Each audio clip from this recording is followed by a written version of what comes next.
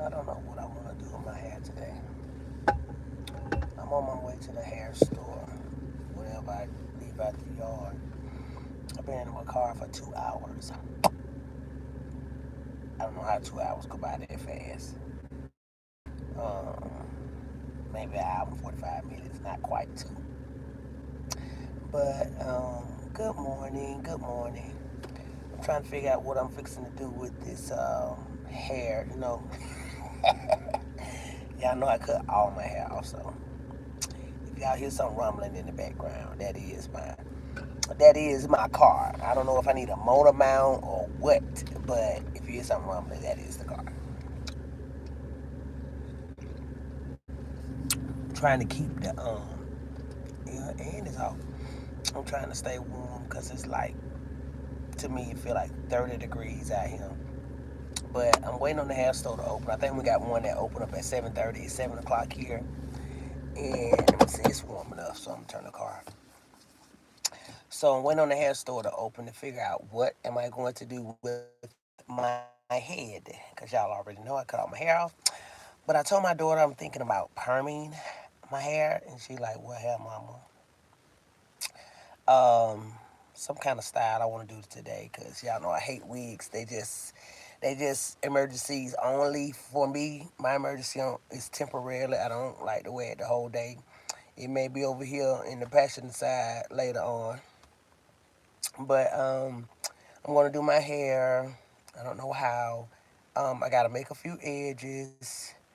I gotta move out the shop. So I have a shop, and with everything that went up this year, um, it seemed like I'm cheap. Everywhere I go, I check the receipt, and they be looking at me like, "Oh my God, you so cheap, bruh." Is you the cheap don't bother me no more. It's overrated. Yes, I'm cheap. This place that went up 30 cents. This place that went up $1. This place, yes. At this point, good morning, good morning. At this point, everything has went up that I possibly use, go, or see. So it ain't about cheap no more. It's about back to the drawing board where we have to budget. And I hate to talk about budgeting. Not that I just blow money, but golly, I gotta make some changes again, some adjustments again. The hair done went up. The stocking caps done went up. Stocking caps used to be $1. Now they're $1.25. So y'all see, I got my eyebrows done about 3 days ago, and they give me a quick fix so I can quick up and go. I don't have to put no makeup. I don't have to brow no more. But I'm gonna still give y'all an eyebrow tutorial. Good morning. Good morning. Thanks for tuning in, y'all. I'm just running off at the mouth until the hair store opens. Um, Back to I'm moving out the shop. I don't want to move out the shop. I don't. I don't. I love the shop. It's killing me to move out the shop, but I got to make some adjustments to even eat or drink a soda pop. Um, the cost of living is crazy. I haven't got a raise. Minimum wage hasn't went up here. Um, Edges are in the store, but I got to do some jet black ones. Hair has went up. My ingredients have went up. So now I am going to have to downsize on the solution that I apply on the back of my product.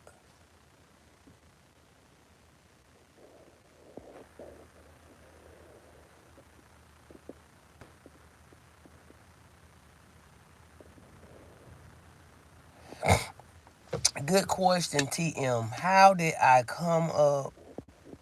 Let's see. How did you get the idea for the product? How did I get the idea for the product? I don't know. It was a vision that kept surfacing. It was a vision that kept surfacing, and I don't like to tell the story, but I guess the God in me wants me to tell the story. I don't know. I'm working on that, guys. I've been fasting for 21 days because it's weird. It is so weird. But let me get to the point because this freaks me out. So the idea kept surfacing. It kept hunting me. It kept hunting me. And I kept saying, what is this? Why am I seeing this? Sticker hair. That's all I kept talking to myself, like sticker hair. Something was saying, keep make sticker hair. I didn't know where to start, where to look, where to nothing. And I was talking to myself saying, why I keep thinking about sticker hair?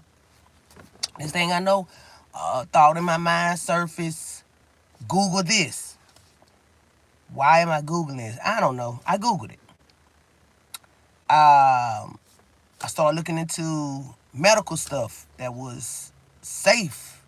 I started looking into medical glues that was safe for the head. Why? I have no idea. Everything was coming up tape and all of this other stuff. I even came up, I even looked up stuff that during surgery, what they use that is safe, adhesive. Once again, it was crazy. Once I got past that, thoughts in my head to go to the hardware store. Thank you so much. Thank you so much, Meek. Thank you so much, Meek. Thoughts in my head were taking me to the hardware store, not the hair store. It was taking me to the hardware store. Why it was taking me to the hardware store? I have no idea, y'all. Point blank period. Edges started out of the hardware store. Home Depot and Lowe's became my friend. I don't know why, but it took me to the hardware store. So I get in the hardware store, I get in Lowe's, and I'm like, Lord, why am I here at Lowe's? And it said, I don't like to tell the story because I don't want nobody to think that I was hallucinating. And it's like, ask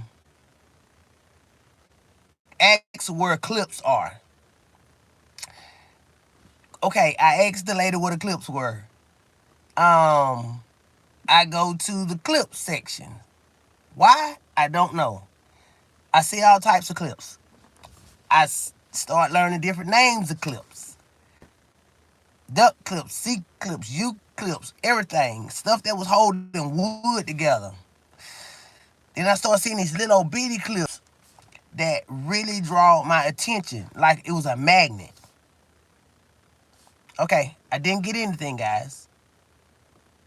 I didn't. I didn't know what I needed a clip for. So now I'm back at home. Still, this vision is haunting me. I started to have thoughts about when I first started laying hair on my head as edges. Okay, how I'm going to turn those into sticker hair. I started using some tape. I started off with duct tape. Why tape was in my mind, I don't know, but I'm a duct tape freak, so I started with duct tape. So I'm using duct tape and I'm sticking this hair to this duct tape, y'all. And remind you, the duct tape is on top because I'm putting hair down on the duct tape. I don't know why. That was scratched out. I started using paint tape where hair could be removed easily off of the hair. But it came apart. Why? I don't know. Um, I started using a few hair products that were making a mess. A big mess.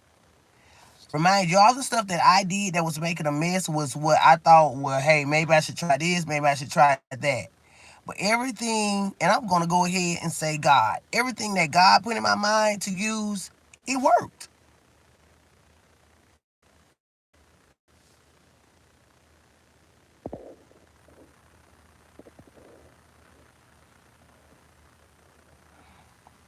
I feel you. So everything that God had put in my head, it worked. Everything that I had did, it didn't work. So after a few thoughts, a few months of being hunted by this vision, everything came together. And it went from one ingredients to this ingredients. God was like, you need that, you need this. And I was like, nah, I think I need that. Then I destroyed the product. And so every time I destroyed the product, I wanted to give up. And every time I gave up, it was a bigger light in my head to go and get this, to go and get that. Go get this type of hair, go get that type of hair. No, Stephanie. And I'm like, God, this hair gonna work. This what they looking for. This is not what you're looking for. So once I got all this stuff together that God sent in my head, I sent it off. And voila. I be damned. It worked. It worked like a champ. It worked so good till I was ready to just keep making it. And then it was like, no, it's not ready. It's not ready. It's not healthy. In my head, another thought. It's not healthy. It's not healthy yet, Stephanie. What do you mean not healthy? It's working. I'd apply pressure.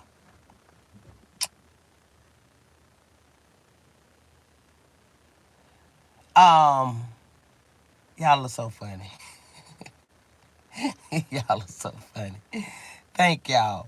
But I mean, I've been wanting to tell it. I've been wanting to tell it, but because it was freaking me out how I came up with it. It was a dream. It was haunting me. So every time I applied it to my head, this is not sellable. You're not ready to sell. I'm like, ooh, I got it. I'm finna put this on the market. And that thought was like, slow down, slow down, little mama. Slow down, little mama. And I was like, but it's working. It ain't ready. It need to go through another test. You know how much these tests cost to keep having this stuff tested? I'm getting broke testing. I'm getting cut off notices because I've tested the product first. My phone service is disconnected because I've paid for my product to be tested. Eviction notice because I am freaking paying for this stuff to get tested. But God made a way for lights to come back on, phone to come back on, eviction notes erased. I was able to pay it. It got so bad, guys, till I was like, you know what, researching this product and going through all these trials and errors and all this other stuff, it's not worth me losing the roof over my head. That's exactly what I was saying. Man, bump this. And stop to say, bump what? Life is trials and tribulations. Mentally, I've always talking to myself, but they always say, don't answer yourself. Well, me, I had to answer myself because there was something really talking to me. So I started therapy. And the therapy lady said, so the therapist, they send you through your intake. Do you hear voices? Do you this? I don't hear voices, but I do hear voices. But they're not bad voices. It actually sounded like a teacher was in my head. Oh, we've been padding for 4 years now, guys. Not worried about it. No, I mean, and the Holy Spirit say, don't worry about it. So you guys don't worry about the patent thing. Hey, we're all under control about that. It's under control, okay?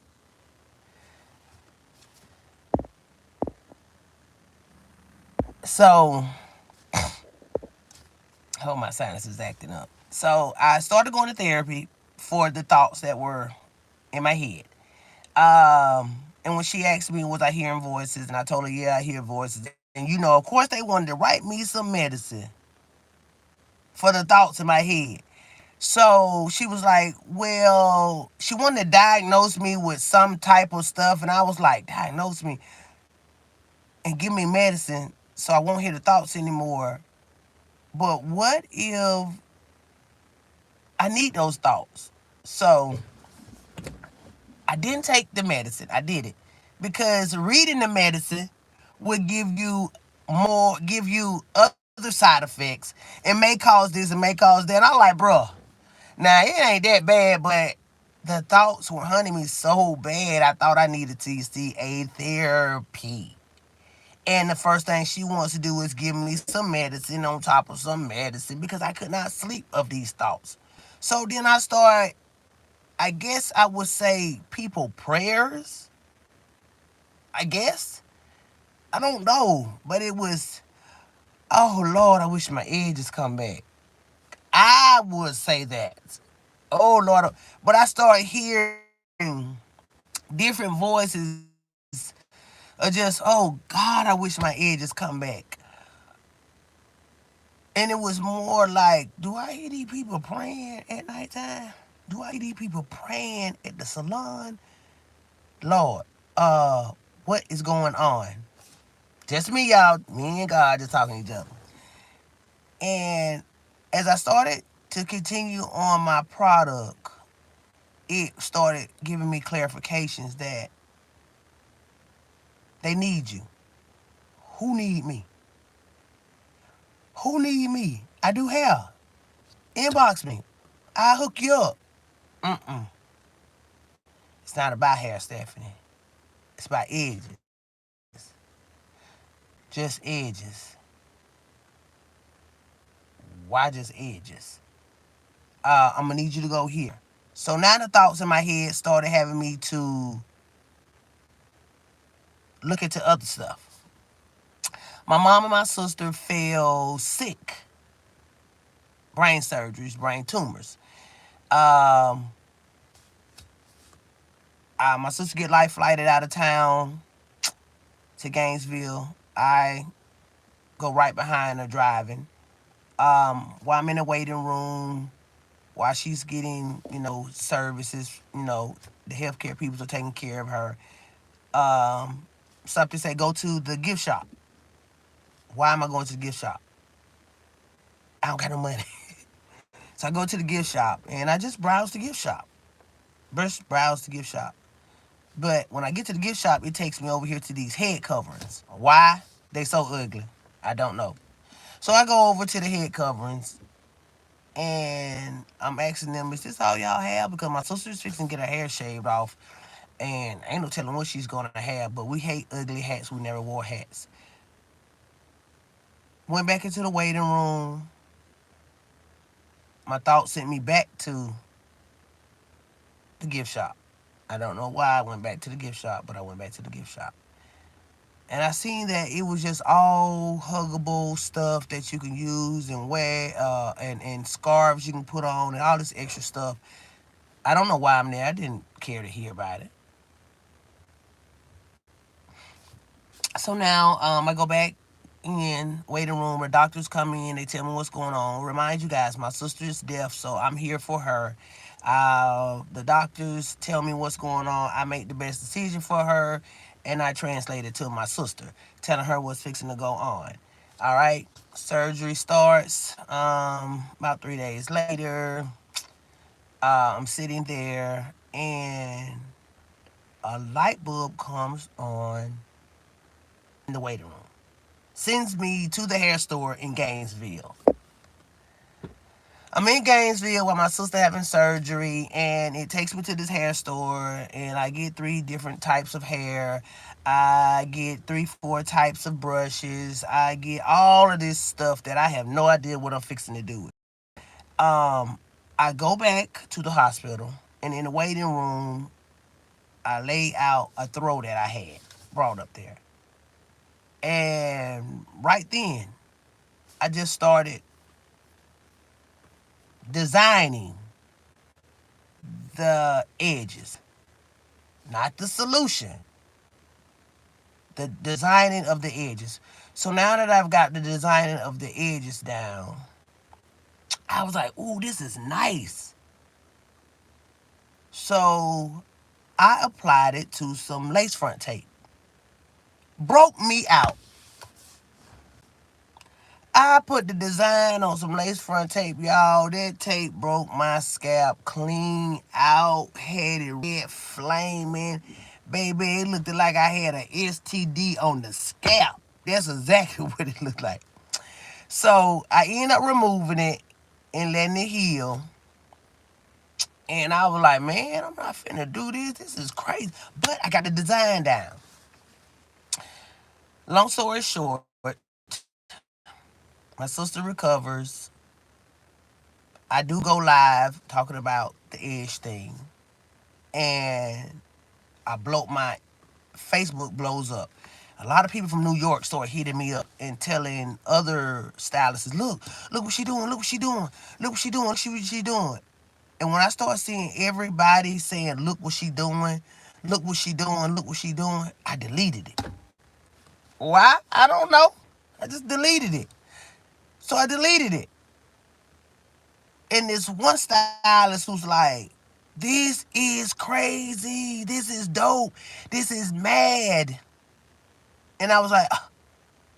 Then I seen another text message come through saying, hey, Tyrone, whoever the hell this was in Chicago,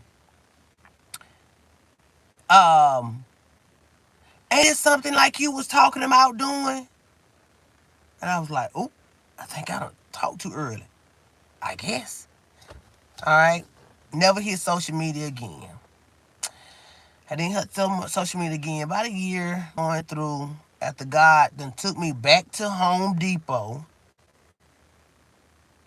Then took me to another hospital. Why? I don't know. So now I'm at this hospital called Sacred Heart. And I go to the gift shop. Why? I don't know. I look at the gift shop, fine. Then I started to travel to some cancer sites at these hospitals. Why? I don't know. I asked this lady, hey, what do you guys have for cancer patients or people who lost their hair? And she said, oh, we have a closet. Whatever the closet name is, I don't know. But it was closet something. Closet Grace or whatever, I don't know. And she said, we have lots of hats and wigs and a lot of stuff, that people donate and make for cancer people and people that's going through hair loss. So I go and I look in this closet. And this closet got all of these mud deal looking wigs, all these crochet caps, all of these head cover scarves. Just a mess. A mess.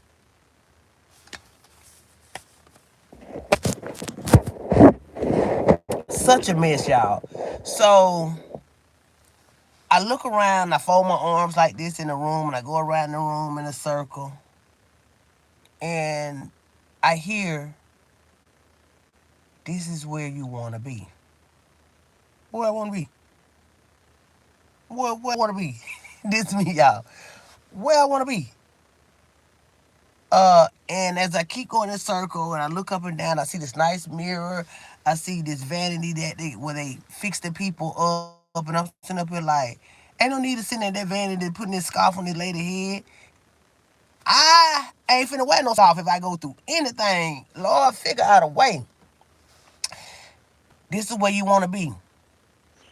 Hey, how y'all doing, Dallas? Dallas, I'm coming to see y'all. So now it's saying this is where I want to be. All right, I come out of the closet. I'm driving home. More thoughts in my head.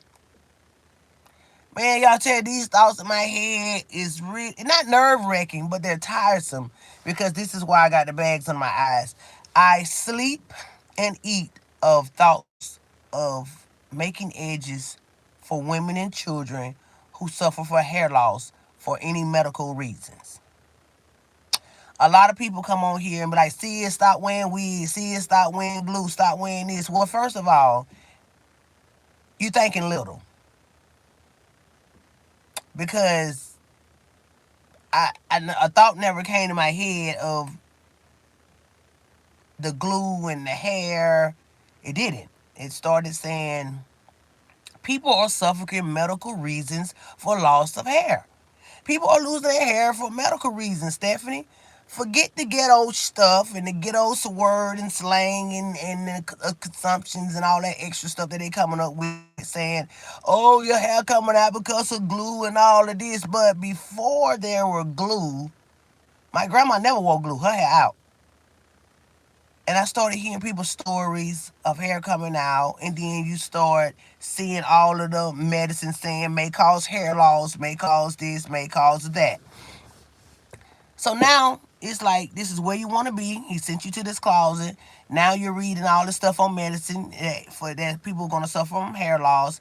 You run into this pregnant lady that has this very scabby area right here, and she tells me it's a pregnancy mask or something that comes when women are some women are pregnant, gets this dry scalp, and they call it a mask. But once they have the baby, I guess the mask comes off or shed or whatever, and all their hair is gone.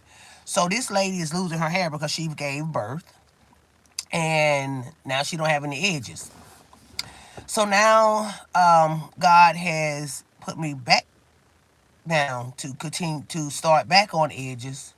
A disaster, y'all. We 2 years in. It's running me crazy because now the solution that I have on the back of my edges, they that I was applying before I start selling, comes back that hey, Stephanie, the stuff that you're using has binders, and they're chemical binders that keep product together. But the binders keep the product together, so product won't separate, but the binders are harmful to the scalp. May cause redness, irritation, lose your hair. So these binders that are in some of these, or pretty much all of the product that are being white labeled on shelves, are damaging. These products are not made by us.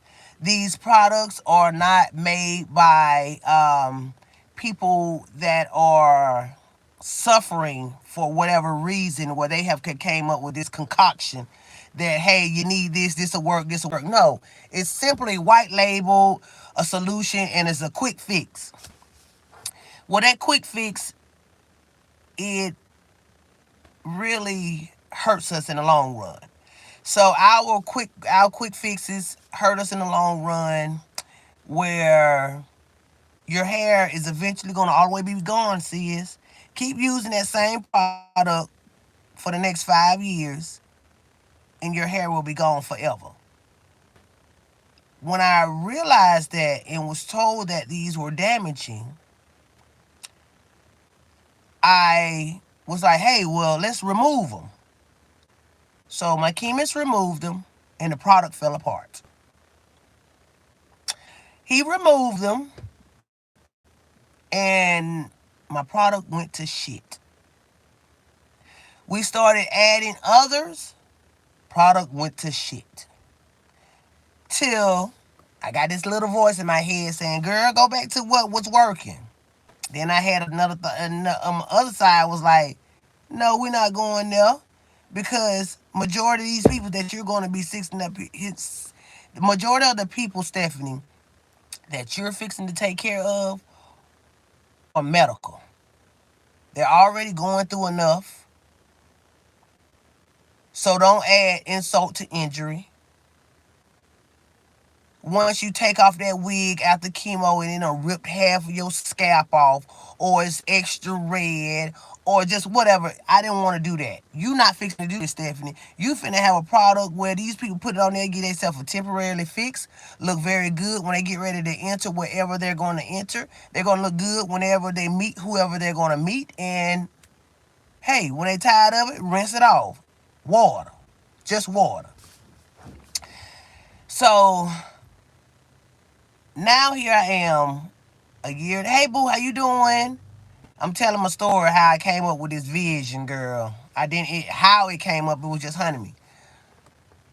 So now, I'm spending the next 2 years on getting the solution together.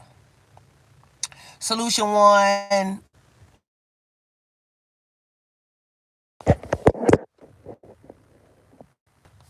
Solution one. Okay. Solution two. Okay. Let's tweak it. Let's tweak solution one and two. Okay, Miss Lanier. Well, what you want to tweak with? I don't know what I want to tweak it with. You the chemist. You tell me what to tweak with. Well, he don't know. He's white. He don't know what black people wear. He don't know nothing about edges. He don't know nothing about all of this extra stuff. So now I need God. So I'm tweaking it. Solution three, solution four. Four was horrible. Four was horrible. Four was horrible. I put some, all these products got oil in it, growth oil, all this extra stuff. That stuff is not growth oil. It says mineral oil. Okay, I want some coconut oil. What y'all Jamaican oil? What y'all castor oil? What y'all? When you go and see about all this oil, read the back of the oils, guys. All of it is going to say mineral. Then it's going to chop down all these other oils. What is a Jacoby? I don't know what a Jacoby is. Thank you so much. So I put some oil in my edge solution. Fell apart. Didn't stick at all. Slide down the head. Okay, sir, I don't want no oil. Well, I've been looking up some stuff for you, Stephanie, and we should try this. And okay, but this ingredients.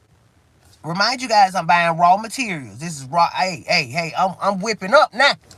I'm whipping it up now. So I buy another ingredients, and he mix it with that. So it works. It works.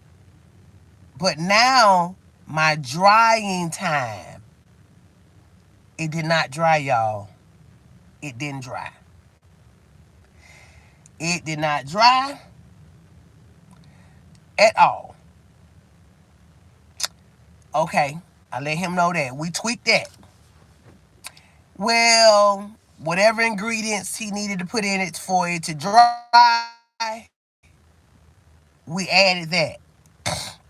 So we added that, and I go back, take it back to the dryer. It dries. Hey Vegas, how you doing? Good morning.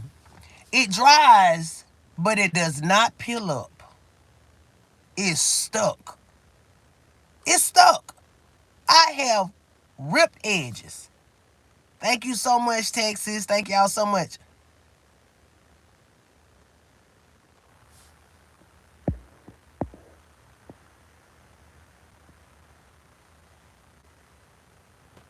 Thank you so much, y'all. Y'all making me blush this morning. Ski. No, I'm joking. But anyhow, it's stuck. So I knew right then. I can't put these on these forehead. I'm finna snatch y'all skin off. I'm finna snatch y'all skin off. That's three and four. Five and six, y'all. We tweaking five and six. Now we finna tweak five and six. And I asked him, hey, can we do a super too? Because I'm gonna have some people saying, I've been hearing people say, oh, I sweat. Oh, what happens if you get in water? Oh, this. So I started realizing that y'all like this stuff cemented to y'all head. So I asked him to make me a super version and a regular version. Okay, Virginia Beach, that's what's up. So the guy makes me a regular version and a super version. Baby, when I tell you that super version was super, it was so super it would cut you. That's how hard, crunchy and crispy was.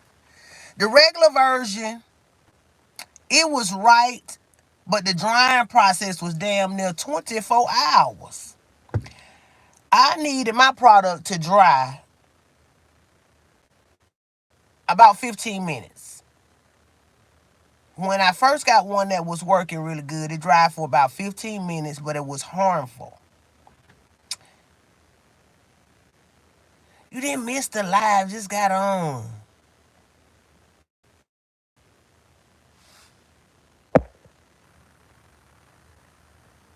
Yeah. So my main uh go to and focus you guys were for cancer people. Um no, I'm gonna take that back. I'm gonna say cancer because that's all I knew. Um all I knew was cancer people were the ones that were losing hair until I started researching and realizing it was just not cancer people that were losing hair. But the cancer people was the one that drawed me closer to them. For one,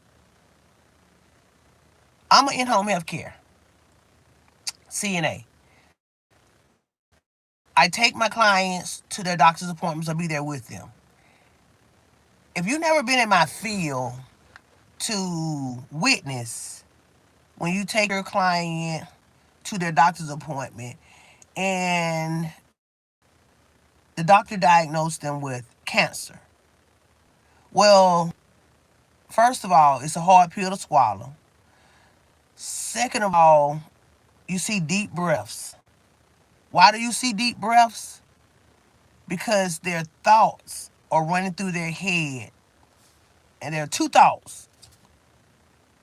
Am I going to die? And am I fixing to lose my hair? That is all I've witnessed as a caregiver.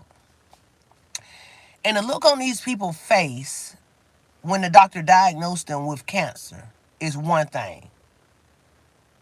But to see the look on their face, the doctor diagnosed their hair loss is coming.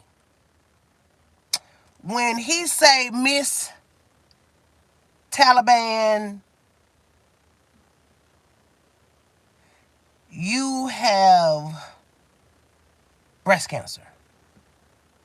Oh, yeah, that lump is breast cancer. And you caught it early. I'm glad you caught it early. We can fix that. We're going to send you through a couple treatments, give you some medicine. Now, I'm in the office where all this is going on, y'all. God got me in places where it's like, yep, you need to be here. And the lady's asking all types of questions. How long? He's telling, hey, we're going to tell you all that. How long the treatment's going to go, the side effects and everything. And the one question that that lady wanted to know was my hair going to fall out? Lady, you worried about some hair? You worried about some hair? This me sitting over here with my client. You worried about some hair? She worried about hair, y'all. She was worried about hair. Forget that. Did you just hear him say that you have cancer? Yeah, I heard that. But I'm trying to see if I'm still fixing to have my hair. I'm like, oh my goodness. And she wasn't the first one or the second one. When that lady was worried about her hair, I knew right then. This is why God had them put a calling on me to give these women and children and possibly men a temporarily fix while they go through medical treatment. And not to worry, to stay prayed up, focus on healing and getting over this. Well, these ladies was not focusing on healing when they was worried about their edges. They was really focused on how can I save my hair while I go through chemo. And it was crazy. They like, y'all, listen, for the sensitive peoples, don't take this the wrong way, but I am an extra character, okay? At this point, These people are saying, take the tea to save my hair. You know what I'm saying? Uh, and I was like, they did not care about losing that titty.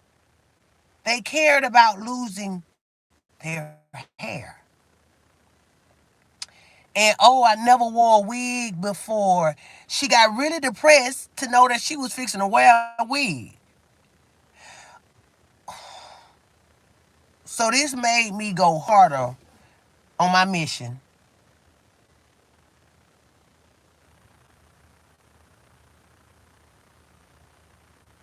Look, Beth, you already getting on my nerves. Get on my live, cause I'm gonna tell you all this, go get to the point and all this everything. You came on my live, y'all already know I'm gonna be talking and everything. If you don't want to hear, don't want to hear. Okay, don't get on here rushing me. If I could know how to get to the point, y'all, I could. I do talk in circles. But if you're tired of me talking in circles, get off the freaking live. This is rude of you. You know half of this stuff that y'all put up on here telling me what to do. You can tell it in your own home. I watch some TV shows and I be on there. You didn't ask me a question. This lady asked me how did this come in my head, and I'm telling her how it come in my head. I've been on here 42 minutes. I plan to be on here 1 hour, and I'm gonna be on here 1 hour.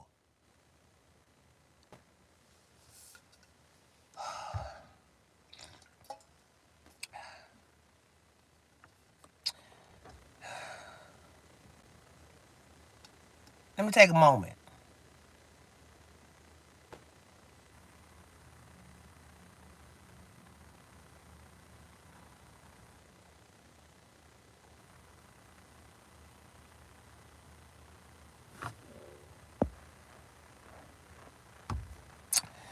So,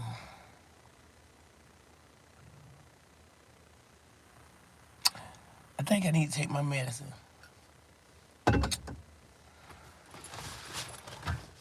I think I'm gonna take my medicine. This is one thing about my journey I really hate. I cannot control my emotions without this freaking medicine. When I take this medicine, I don't. I pray that I can continue my journey without this medicine. But people really bother me till I'm like, when I get my patent in my hand, I'm a I'm gonna give it away because I don't want to deal with people. I don't want to deal with people. I don't. I really don't. People can listen to all of this riffraff about, yeah, and I'm TM. I am getting off subject, but I'm gonna get back on. But people spend more time on Cardi B, Offset, Sexy Red, Drake, Puff Daddy. They spend all of this time. They want the tea, okay? And they like that trash. But when I try to tell you a story, I'm not used to telling stories, y'all. Okay? And then when you cut out some of the story, people want to say, well, you said this. Well, actually, I had to chop and screw it because you were so impatient. Yeah, I know TM addressing the haters. But once I see it, it mentally bothers me, T. I ain't lying. I should have had my daughter on here as my moderator. I got 2, 3 moderators that usually pop on here and help me out with the deletions. And I'm going to ask God not to show me another hater message. God, do not let me see another hater message because it really takes me off it really knocks me off my log. It does. It knocks me off my log. Y'all, so work with me. I do have a mental breakdown when I see a negative post and a negative comment. So if you think I'm a Fruit Loop, I am when it comes to a negative post. It really does, okay? So back to the story. And it's long, shortened, because I'm shortening it because I want to tell y'all something else. So that's how that's how I got to caregiver, going to see all of these people's, and the decisions that they're making. They're wanting just hair. So now, as I sit back some days, like I've been sitting in my car, God has put me in these medical places with these 6 people to witness hair loss, to witness what they're expecting.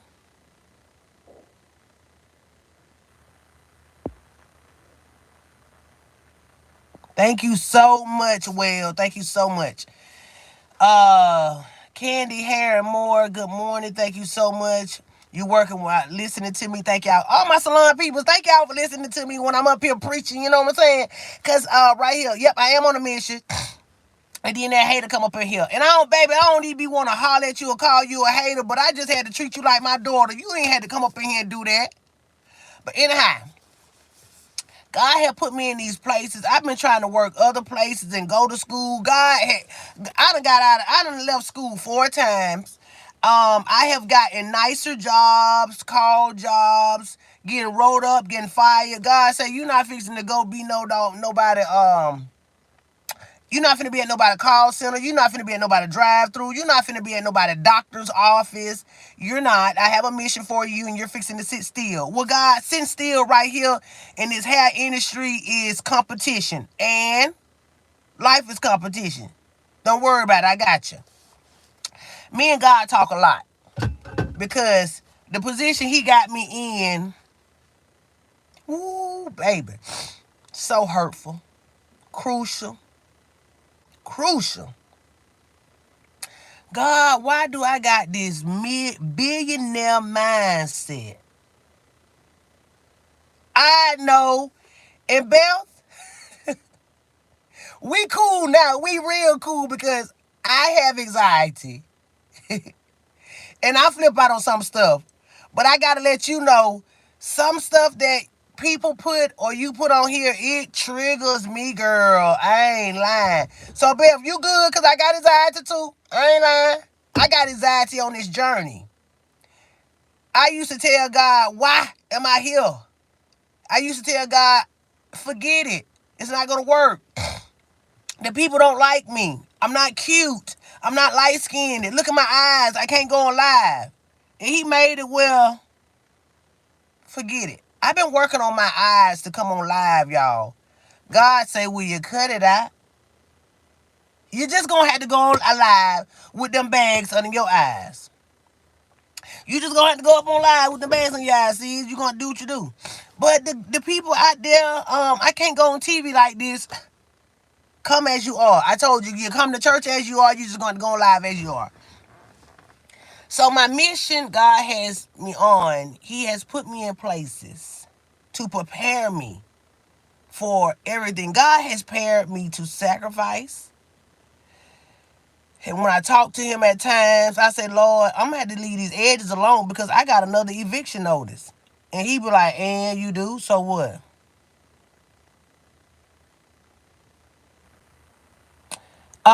Beautiful you are. To answer that question, God has told me I am not ready to go to the hospital. I am not ready, but they ready for me. They are ready for me, but I'm not ready for them. Do you know how it feels when your prayers are answered? So if I step into a hospital and show my product and I'm the only one making it, let's just say I go to one hospital and I strike gold. Now I got to come back. How am I finna take off with this? How am I finna help these people? Now they finna get impatient. So I had to bring myself back because I already know I got this. I got this. I ain't got to worry about stepping nowhere else, showing my product and having doubts that it ain't gonna work. Baby, I know this gonna work. So here's my problem. Dang, Stephanie, you need to be prepared when you walk up in there. Them people waiting on me. I ain't waiting on them. I got them already. So don't go up in there showing them your don't go up in there showing them your beautiful product. Oh, look what I got. Cause these people finna eat you alive. Then what, Stephanie? Now these same peoples that's ready and anxious to cut you any check for that product, you can't deliver. Don't walk up in there like that. Don't you do that. So I'm here dealing with my small crowd, which are you guys, my supporter, and a couple people that want to try me from home. Because that medical field ready to eat me alive. And once I can't deliver, they're going to go to trying to find the same identical product that I just showed them.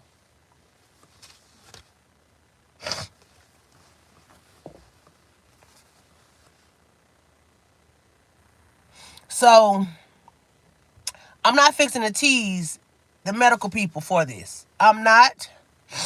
I'm not going to tease them. I need to be ready to execute when I step up in that room with my pumps on, baby, and my briefcase finna open up with about 200 pieces to show you. And if you want to buy now, you can. And if I sell out, you can go to my site or my store. You know what I'm saying? So I'm not ready for that yet. I have been reaching out to a couple celebrities to help me mass produce this. Emails not getting read. I've been up to a couple competitions to help me get this product out here so that they can say, "Oh, you got a good product. Yeah, this is a need for it." But you know what they telling me? You a threat. Girl, I like your product, but you a threat. Go on. You a threat. Go on. Ooh, it's cute. It's all right. Y'all don't know my story. I went to Miami 2019. If y'all go to my Instagram, I have a post. There is an article in the Miami Herald. I went to Nene Leakes and Stormy Wellington had a pink pitch for women. Shark Tank.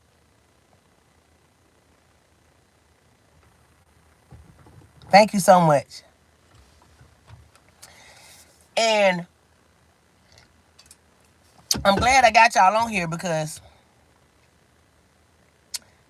when I found out that I had this in the bag, that I had all the answers to everybody's prayers. No, I'm not God, but I have. He ain't coming down here, y'all, to tell y'all about the edges. He ain't finna come down here and fix your edges. So I've learned God sent His people to work on y'all answer prayers. I need some money. It take money to make money. You have lost a lot of money, and I ain't gonna say lost. I have invested a lot of money and sacrificed my light bill, cable bill, car note. I don't even have a car note now because I went to my regular gangster boo wagon. It's whining and bells and whistles all over. You know what I'm saying? But I had to eliminate the car note to execute my product. Well, I'm running lower funds, so I'm jumping into all of these competitions and all of this other stuff that will help me, investors that'll help me out. So I look into this pink pitch. I don't have just a few dollars. I look up a plane ticket to Miami. The plane ticket is $400. I look up some rooms. It's very expensive in Miami. So, it took me $400 plane ticket to get to Miami. Where are you going to stay once you get there? I have no idea, Lord. I just gave it to the Lord. Let me tell you one thing I have realized. I had to give it to the Lord because He is my only guidance for real. When you ain't got no money, give it to God. He'll get you somewhere, baby. It may be your feet. Your feet may have to take you, but they won't hurt. Okay. You may have to catch a Uber. If you don't have no money, you will never know you ain't getting that Uber and it's your lucky day is paid for. So I've put everything in his hand. So I get to Miami, $400 plane ticket. I tell this barber that I'm going up against this competition. And he said, do you need help with anything? I said, no, I don't need help with anything. He said, do you have any money? I didn't lie. I said, I don't have any money to go there, but I'm going. He gave me $125. Well, he gave me $125.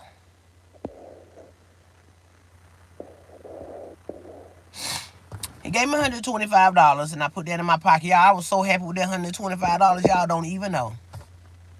Put the $125 in my pocket, plane ticket, land. So glad he gave me that $125 because now I need transportation to where Nene Leakes and Stormy Wellington was having their shark pitch. The $125 paid for me an Uber. The Uber takes me from the airport to, I guess, Miami Beach. Let's pull me, y'all. Pull me. It takes me to Miami Beach, a part where these royal doors open up. I'm going over this bridge, and I guess this is the rich people. I get over here in this rich town. I'm so excited, like, oh my God, yachts in these people's backyard, dogs big as horses. Thank you so much, sweetie, Kelly. Excuse me, y'all, but I was about to cry earlier. So, they take me to this big old hotel. And I look up at this hotel. It's huge.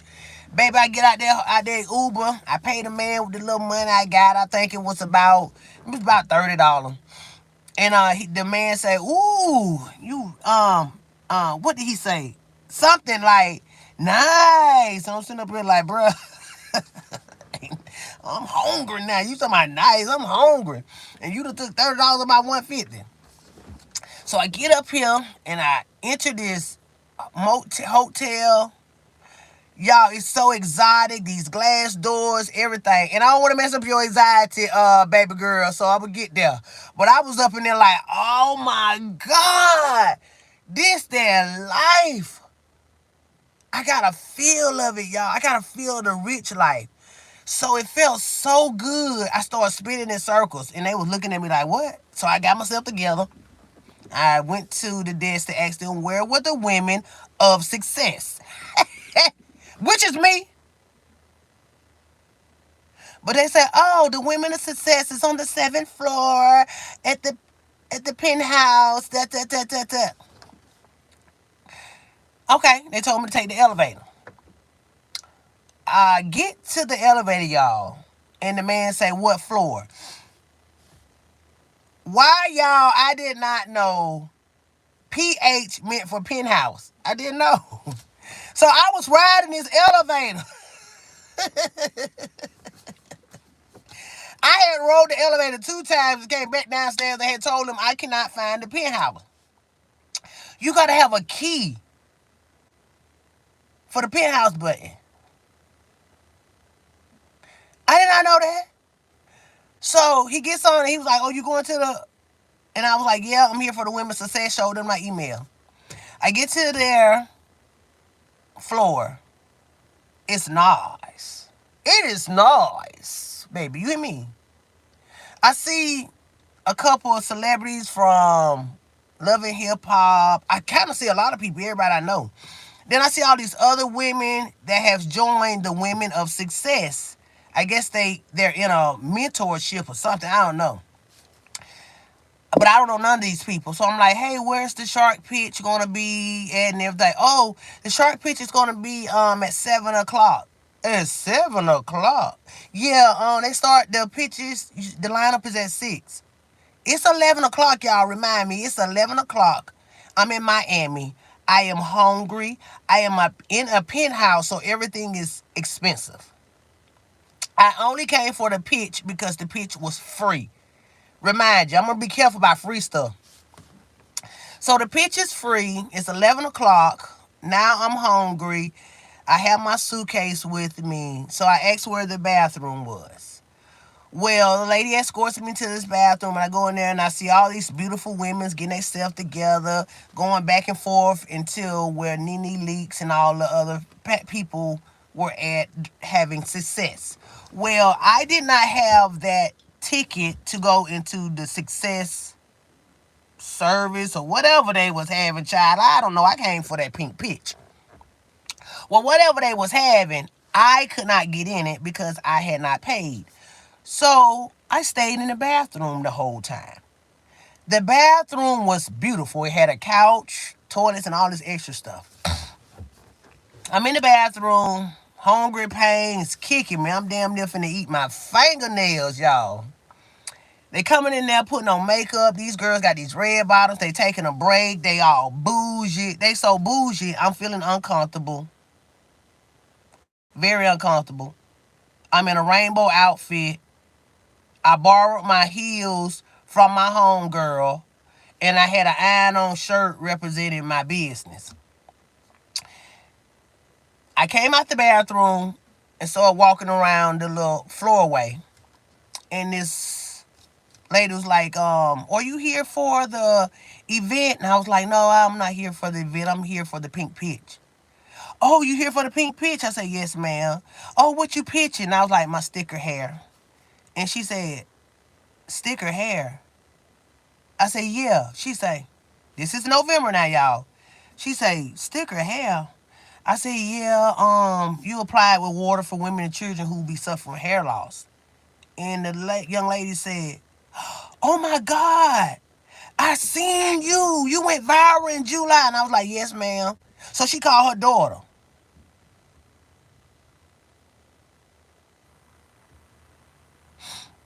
She called her daughter. She said, oh my God, guess who I'm next to? And the girl was like, who, mama?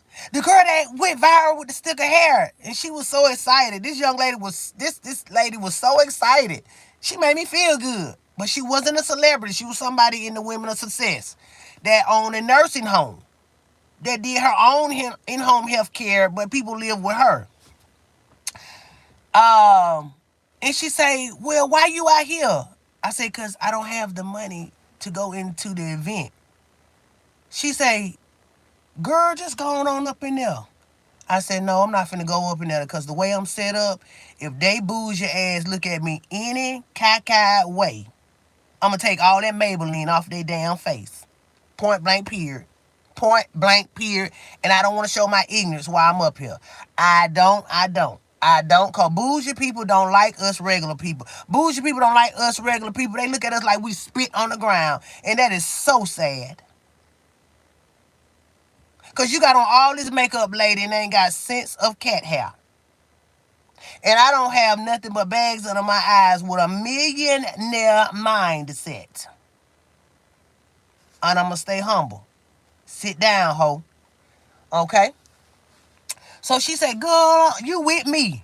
I said, no, you don't know me. You just met me. So I'm telling you, I ain't set up right for this. So she was like, okay. Well, I'm with my homegirls and I'm gonna go on back up in there. So, what you doing? Where you gonna be when I come back out here? I said, I'm in the bathroom. She said, you in the bathroom? I said, yeah, I'm in the handicap stall. She said, you in the handicap stall? I said, yeah. I got my luggage and all that up in there. She say, where you staying? I say, in the bathroom. She say, you not staying in no bathroom. I said, girl, we in the damn penthouse hotel over here on there. I ain't got no. She say, let me go back in this event and I'm going to come back and check on you. I said, okay, good morning. Good morning. But better boutique. So she left and she went on. And I started feeling good about myself. Shoot. They would treat me like that one person started treating me like a celebrity. So I go back in the bathroom and I'm feeling myself in my little stall with my luggage, my laptop, and my other belongings. And I'm just sitting up and I'm thanking God, man. Put my little makeup on. I got my face wash, my soap where I can wash my ass. Yep, I took a bath in a sink to get ready to do the pitch. So I was like, shoot, I'm feeling myself. Let me get myself together. Long story short, a couple hours had went by and a few women had been in and out the bathroom, and I heard this couple say, "That bathroom been locked a minute." And the lady said, "I think somebody in there." They whispering, and I'm sitting up here like, ugh. Y'all ain't finna get up in here. I don't care. Y'all just got to call maintenance to get me up out of here. And then when maintenance come, I'm going to tell maintenance I'm staying up in here until 7 o'clock when it's time for me to go up on this pitch. So it hurt my feelings when I heard that. Got myself together, trying to look like them. Packed my little stuff up, and I came out the bathroom to get ready to walk the hallway again. Because I ain't, now they notice I've been up in there. So I stand next to Carly Red from Love and Hip Hop. And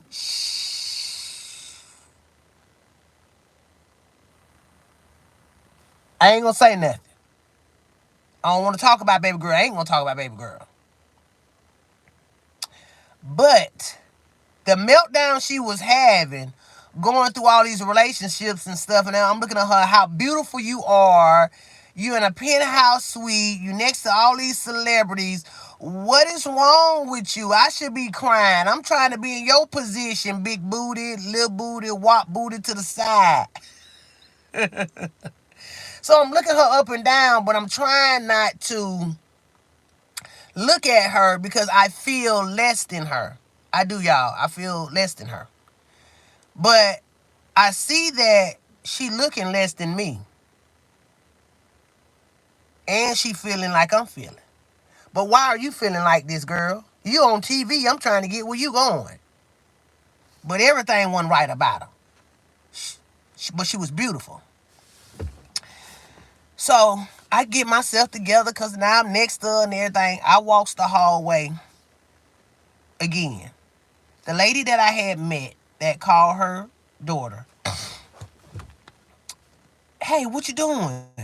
I said, "I'm hungry. Shoot." She say, "You want something to eat?" I said, "Yeah, but I got this pitch got to come up and I'm gonna see how much it is to get back to the hotel. So how much money, not the hotel, how much it is to get back to the airport through an Uber. Then I give him something to eat." She say, "So you just not gonna eat?" I said, "No, I'm not gonna eat." She say, "Oh, you gonna eat today?" And I was like, "I'm gonna eat today. Eat what?" That girl went up in there in Ninique's little event where they had the little silver things over the trays that you had, the chafers, that all the fancy stuff. She bought me back all of this food in a plate to the hallway. And I was like, girl, I was embarrassed because everybody was eating inside the event and I was eating on the outside. It was nowhere to eat in the hallway. So it was a little chair. I sat in this chair and I was eating this plate in my hand. And the lady that bought me the plate, stood beside me. Thank you so much. So this lady I'll never forget. And I'm going to take her to the top with me. She gave me a plate. A lot of people was looking at me crazy because I was eating outside of Nene and Stormy's event. Like, why you not up in there, bitch? Because I did not buy to go up in there. So, but I'm finna eat this food and my pride not too high because I am very, very hungry. So while I'm eating, the dish was very delicate, fancy. I had 5 silverwares or whatever wrapped up in stuff, not knowing a fork was for this, a spoon was for this, a knife was for this. I didn't know all that stuff. Shoot, I be at home eating with plastic silverware and forks and spoons and stuff. So this is what they mean by I wasn't born with a silver spoon in my mouth. Because I don't know, I'm eating with the wrong fork. So I got a fork and I start to unroll everything and get ready to eat. And the lady say, "Hold on, you eating with the wrong fork." I say, "Eating with the wrong fork?" She say, "You're eating with the wrong fork." Okay, I didn't know which fork to eat with because it was 8 of them. I'm over exaggerating, y'all. it was on, it was only it was only 3 of them. And I was eating a salad, so she told me it was a salad fork and one was another fork or whatever. So she corrected me while I was eating. I take corrective criticism very well. I love it. I love it. I love it. Don't intimidate me though, but if you gotta correct me for the good, I'm all for it. So she corrected me on how to eat.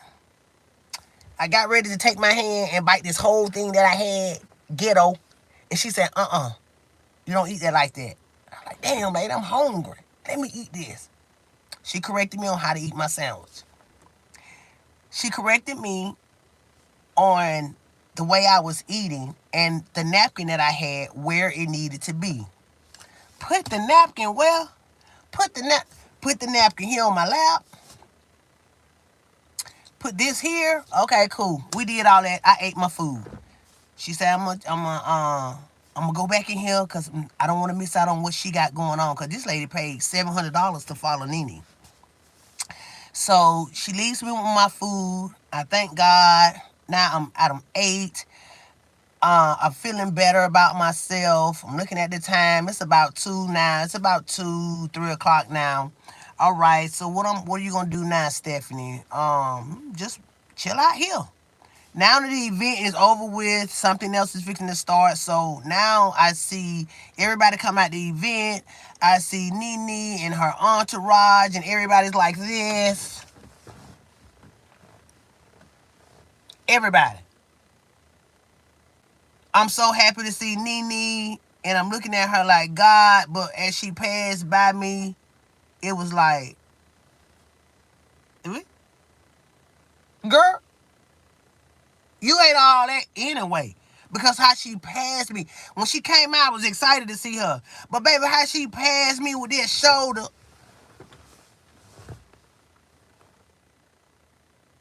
Girl, why? All of my hometown was coming up at me when I seen her. I ain't lying. When I seen her, I want to say, girl, you know what? You ain't too tall, cuz. You ain't too tall, girl. That's all I'm saying. Girl, you and I'ma lip up. Everybody looking at me like I'm a whole thug now because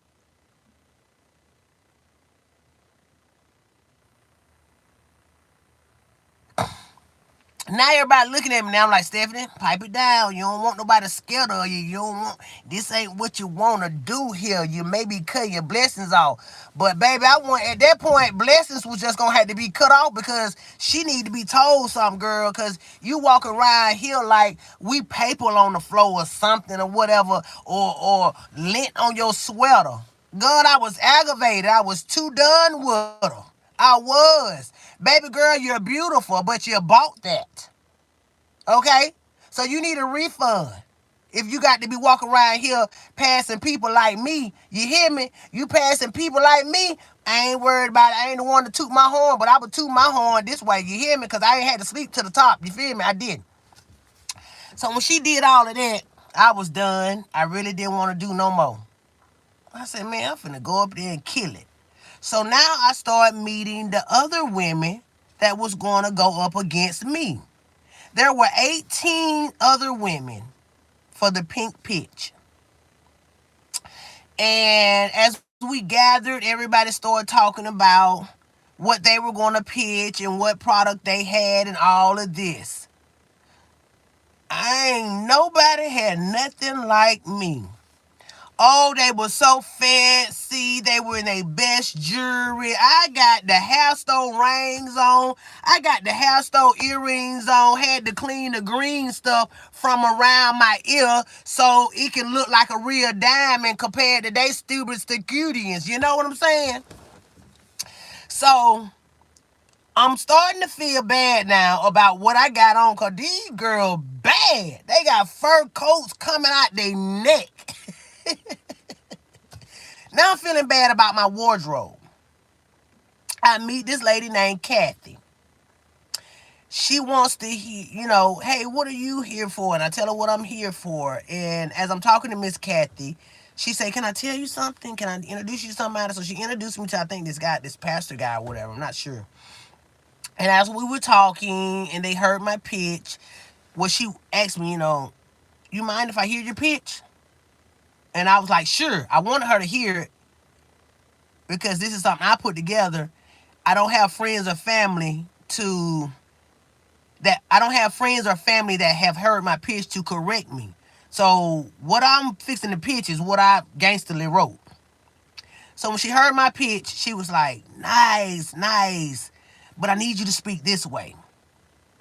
And this right. And I need you to sit your shoulders up. Because, I'm pitching like this. I'm pitching whole gangster. Because I don't know, y'all. I don't. So she get me sitting up proper, chest out, chin up, and how to speak. This lady is in the hallway coaching me on my walk, my talk, and my body language. I have all these people looking at me, and some say, God say, that's a distraction, don't worry about it. And I'm sitting here like, I'm a whole grown woman, and I got these other people looking at me like, why is this lady go walk down here? No, turn around. Hold on. Stand straight. Sit up like this. All these people looking at her like, what is she doing over there? But this lady was getting me ready to go up against all these bougie peoples over here. You hear me?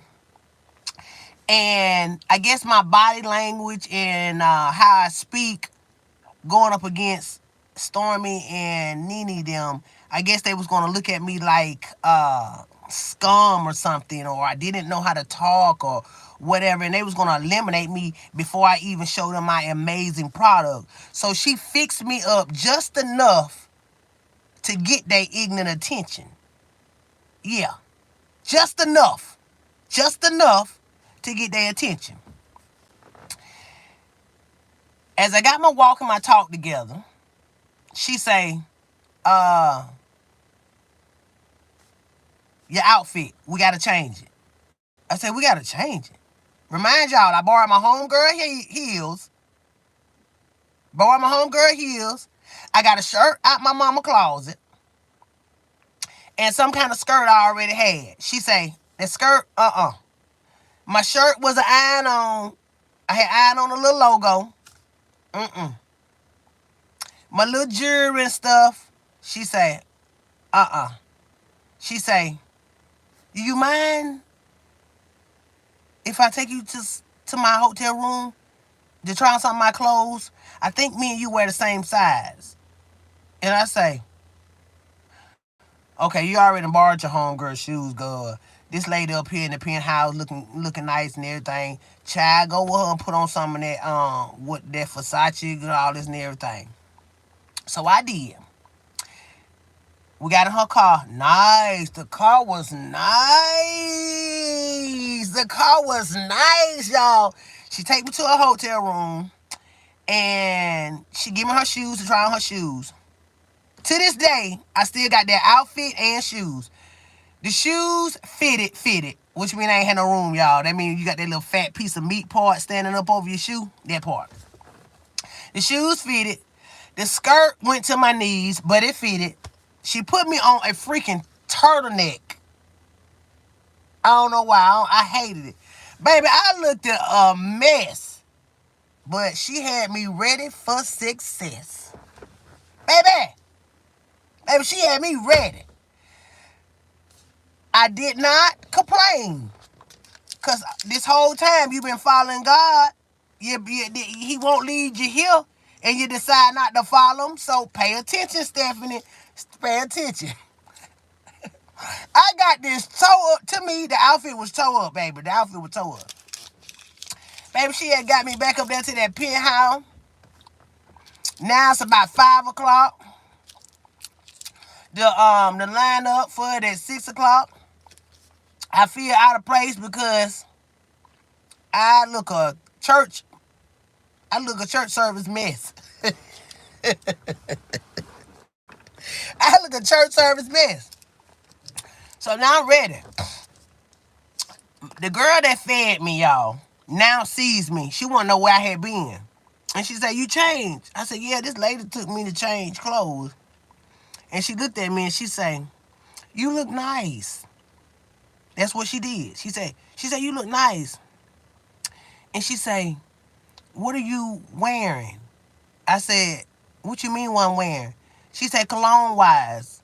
I said, "Girl, this is some essential oil from the hair store. Some type of body musk." She say, "Uh-uh." She say, "Uh-uh." She say, "Uh-uh, you ain't wearing that."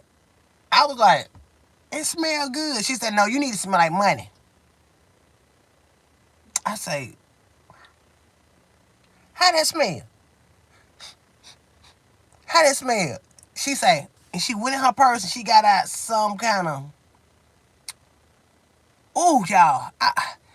She got out some, that's what I'm saying. I've been, baby, I don't know. But that girl whipped out this glass jar. And she said, "You need to smell like money." And she sprayed me from head to toe, baby. Ooh, baby, when I say it smells so good, I wanted to save the scent forever, ever. Because I knew I couldn't afford that, whatever she just sprayed on me. This girl got a brimber purse. I can't even pronounce it, but you know that type of purse. And now I'm smelling like money, looking like a church lady, but ready for success. The lineup has begun. Now they're giving us numbers. They give me numbers, and I think I was probably number 16. Last, there's 2 more people behind me. All these people go up. I don't hear them. This guy meets me named Trent, and he was like, "Oh my God," which is Stormy hairdresser. He said, "You the girl." I was like, he said, "I love it. I love it. I love it." And he went on by his business. People come out. I want to know, how did it go? What did it? A lot of people was nervous. They coming out bougie, looking cute and everything. 5, 6, 7, 8, 9, 10. Okay. Hey, y'all, we're going to have to go for a break real quick. Everybody had thrown their pitch. I had practiced a 30-second pitch. I don't know. People was in there, I guess, calling their mama during their pitch. I don't know. It was that long. But I did a 30-second one because I had prepared myself for Shark Tank. So Shark Tank has a very short attention span. If you can't get nobody attention in 60 seconds, you're gonna lose them. So I said, well, let me get their attention in 30 seconds, so I have another 30 more seconds to answer questions. Boom, baby, feel me. So I bust my pitch in 30 seconds. I will hit you with the pitch, but I ain't gonna hit you with the pitch. So now it's time for me to get up in front of Storm and them. And I see 7 women on the panel, her husband. I see some other celebrities, all fancy. They finer than a mud. Them hoes were fine. Cute. Bitch, I'm finna be like y'all, but be myself. Hi, I'm Stephanie. And they look at me. Okay. And what do you got? And I'm like, sticker hair. I get myself together. I get quiet, because now I feel intimidated by them. It was like the walls was closing in on me. I forgot how to speak.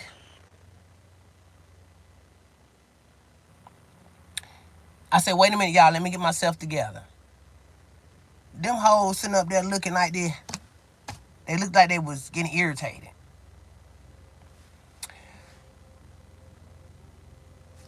Hey, throw my pitch. I stop a minute.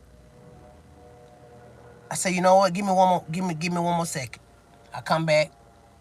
I throw my pitch. Got myself together. After I throw my pitch, the whole panel was quiet. My closing pitch that I had practiced, Shark Tank wants you to give out your product. So once I throwed out my pitch and I asked them, hey, who wants to go over the edge with me? And here are a few pieces of my products, and I passed the products to 8 judges that were on the panel, including Nene and Stormy. I had it packaged and everything. They pulled out the package and they was like, "What is this?" And I was like, "And I am also wearing my product." And they was like, "Wearing your product?" One of the judges stepped down to look at my hair. One of the cameramans was like, gave her a thumbs up, like, dope. So I said, "If you give me a moment, I would like to show you how to apply this. I have a warm water. I did not have a head, so I put it on my arm. I sprayed my arm, because this is like a head. I sprayed my arm with warm water, and I applied it. I applied the edges to my arm, and I fanned it dry because I did not have a blow dryer. And while I'm letting it dry, Nene says, "You know there's something on the market like this." And I paused. And I said, "Excuse me?" "Oh, it's something out there like this." I said, "No, ma'am, you never seen or heard of this before." "Oh, yes, yes, yes, I have." I said, I did my research and I haven't ran in nothing like this. Left it alone. I see Stormy kind of like tilt her head and look at her like, "Bitch, ain't nothing out here like this." And I see Nene say, "Oh, yes, it's something like this." And I said, "Can I continue?" As you can see, my edges are on, and I went to tug. And I walked to everybody on the panel showing them my edge on my arm. They looked at me and they say, "Hold up, hold up, hold up, hold up. 1 minute." They had me to wait 1 minute. Everybody on the panel looked at each other, and all I could hear was, now they were whispering, but this whole time I had been hearing stuff from God. Now they whispering, I heard, "Bitch, ain't nothing out here like this. Oh, I seen it. No." Back and forth. "No, I didn't." And they say, "This is nice. And Stormy say, "Cause if I put this on my platform, this shit gonna go crazy." I was like, she say, "Bitch, this shit gonna go crazy. Do you know how many people follow me that don't have no hair?" So Nene stood still. Stormy sit still. "Can you come back? We got 2, 3 other people that we need to throw their pitch, and we're gonna have you to come back. Come back. And come back before y'all end. Like, you don't need, look, what? This me? Okay, cool. Let them go on. Let them go on. I already know y'all probably fixing to go research to see if I'm lying, so you can cut my head off when I come back up in there and find a product out there like mine. Oh yeah, I want a movie, cause I'm shortcutting a lot of stuff, y'all. My journey has been that Will Smith movie. What's the name of it? Somebody put it in the chat. That Will Smith movie when he slept in the bathroom. So the other 2 contestants go up and they come back out. "Hey, what they said? What they said to you?" And I was like, "Nothing. I gotta go back up in there." And they say, "Oh, you gotta go back up in there?" So I go back up in there with Stormy and Nene now. And they tell me, "This is nice. That's all. This is nice. You got this. You Pursue the Happiness. My favorite movie. My freaking favorite movie. No shoe, getting hit by a car, all that." So they tell me that this is nice and wanted to know where I was staying. I guess follow up with me or whatever. I said, "Well, I'm actually," and I teared up.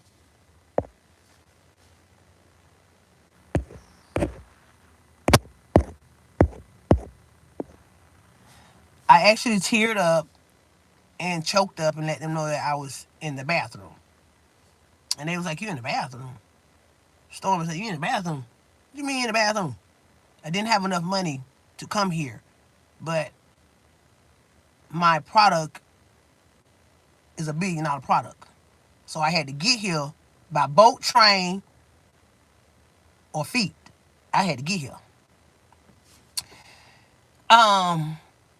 They said, "Well, you know what? It's gonna be your last time in the bathroom." They gave me $1,000. She counted out $100 bills to me. Baby, I felt like I had struck gold. Fuck an income tax check. I had felt like I had struck gold. I ain't lying, y'all. $1,000. And they say, "You know what? Give us a moment. We need to get your information. We want to get all your information, email, contact information, phone number. And we need you to put a 90-day game plan together." What is a 90-day game plan? That's how they talking. Put a 90-day game plan together. What you mean? Just have one ready. I don't know what a 90-day game plan. So the lady that dressed me gave me high five when I came out there because I did not know that she was inside. She gave me a high five, and I was like, "What is a 90-day game plan?" And she said, "Look up 90-day templates." That's all she said to me. I looked up 90-day templates. Then I started Googling 90-day game plans. Remind you guys, I have now won. I have $1,000. And I just thought this was just to get me a room and something to eat. And I will be back shortly for my winning money. Since I did not know what a game plan was, I researched it. I can't do a 90-day game plan because I don't have any money. So what I did, I assumed I had won the $250 already, and it was in my hand. And I asked myself, now what are you going to do with it, Stephanie, in the next 90 days? And I started from there. What will I do as soon as I get this money? The first one was immediately patent this because I did skip, y'all, when they were back and forth talking. She don't have a patent. I heard them say to one another, she don't got no patent. She don't got no patent. Baby, I took that first $1,000 back to Pensacola, Florida, baby. And I Googled and I got in touch with some people and I patented that, baby. I took that $1,000 and started patent pending this product because I heard them say, she ain't got no patent. Oh, yeah? Thank you for the money. But that's the first thing I'm going to do. So now I have a patent, guys. And I ain't heard from these hoes. I ain't heard from them at all. I done wrote a 90-day game plan, a 120-day game plan, a 6-month game plan, a 8-month game plan, a 1-year game plan, and I'm emailing this to them, y'all. Email them to them.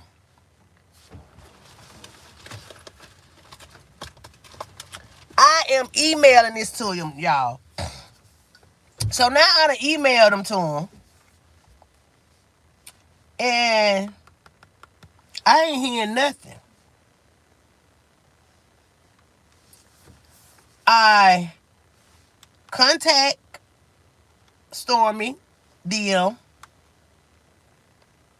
I contact Nene DM. Nene is back and forth with me, but I'm not hearing nothing.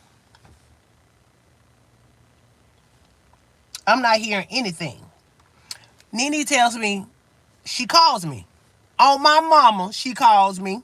So y'all won't think I'm Cat Williams stuff and lying and stuff. I am not. She calls me. Hey girl, what's up? I see you still doing your thing. And I'm like, yes, I am. I am. And she was like, well, it's the new year. Let's get it started, girl. Let's get it started. And she said, well, I'm gonna have my money team to get in contact with you. Okay, cool. Never heard from the money team. So I end up Googling, and doing more research about how do you. I did not want to spam myself to these celebrities, like knocking at their door all the time of the night like a stalker.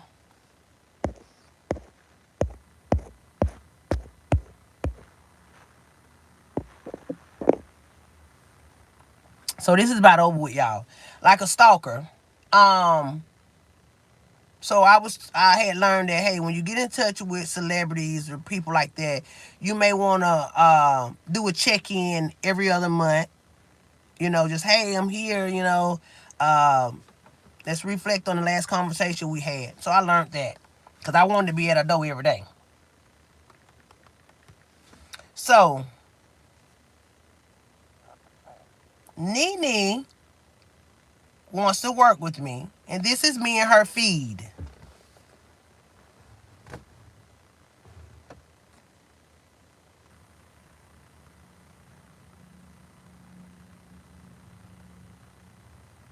This is me and Nene talking. Okay, give me a number to call. I told her to give me a number to. She gave me a number. She asked for a number to call.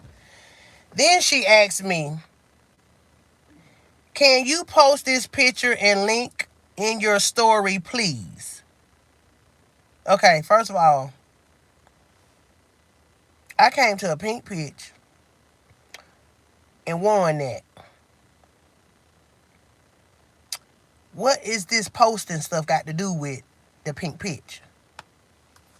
She wanted me to post this. I don't know if y'all can see it. Can you post this to your story, please?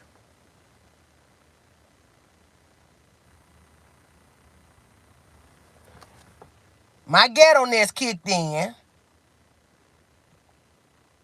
Girl, I thought you wanted to talk. Right here.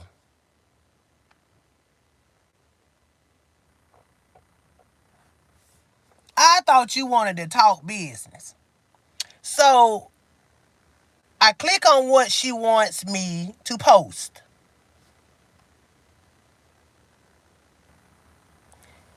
No equal, no bravo. Swipe up, repost. Girl, you jugging at the Bravo channel and the other little. Girl, I'm not finna fall into this mess. It was straight mess. Girl, where I come from, mess will get you, girl, let me tell you, mess will get you dealt with, you feel me? So I ain't even in the mess. I ain't in the mess. I'm not with the mess. I did not post it. When I asked her, did she want to talk, she responded, I do. Send me your number. You already got my number.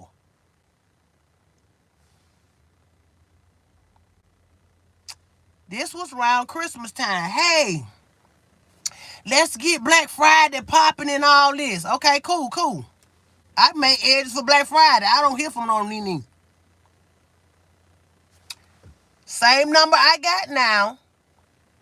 I'm letting her know I'm at home to give me a call.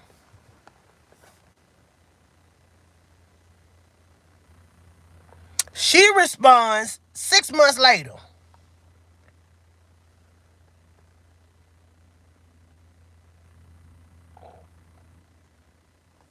Call you soon. Calling you now.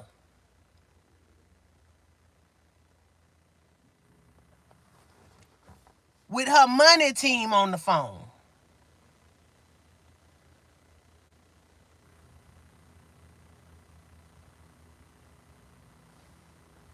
Yes.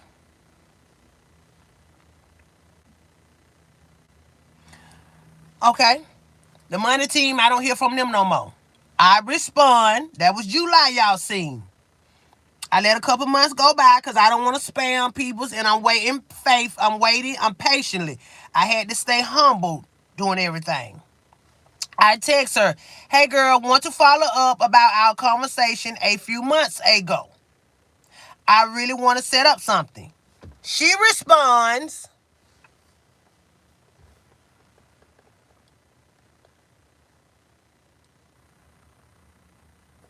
let's get it.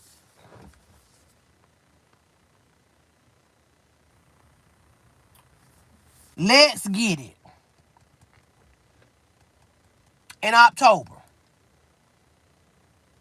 She's following me, and these are all my stories she's checking out. The last one says, hey girl. I respond, hey chick, what's up? It's been a while. What are we doing? No more reply. I put that gangster on her. Hey chick, at this point, what are we doing?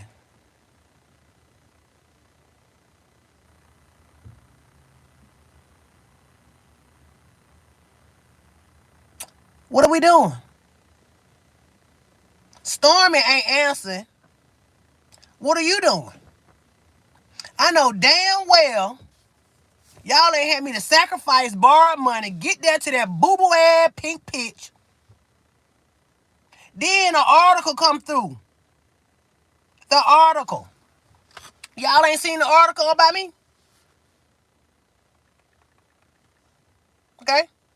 So cause I got all my receipts. Since the new world just keep receipts. You know what I'm saying? The new world just keep receipts.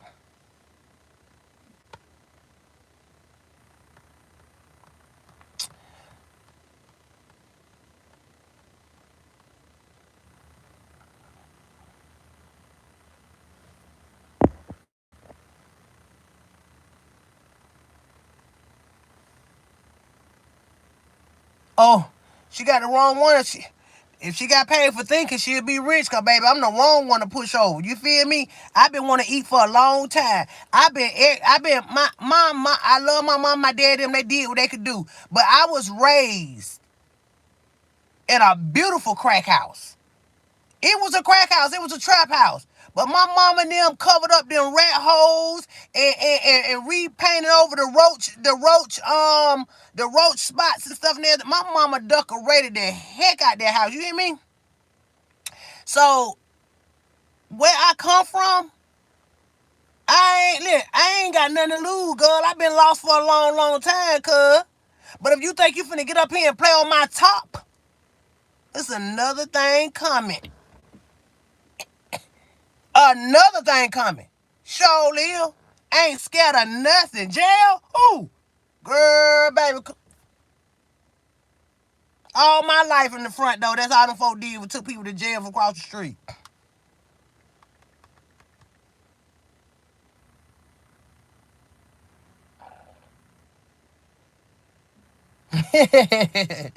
I need to be a comedian, y'all. I'm trying to tell you. So, let me get it for y'all.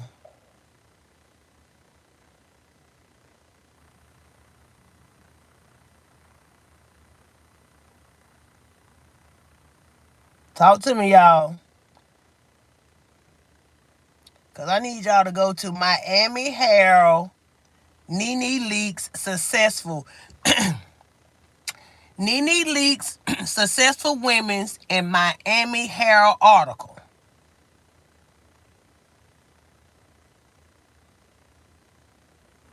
I'm on my tablet. So if you go to my YouTube, I posted on my Instagram. If you go to my Instagram, I posted the whole article there. I did.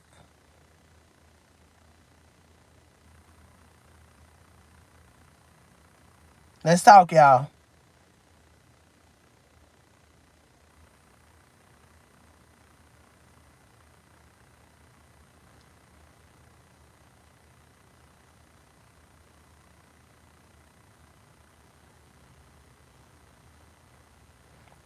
So long story short, I haven't heard nothing else from them.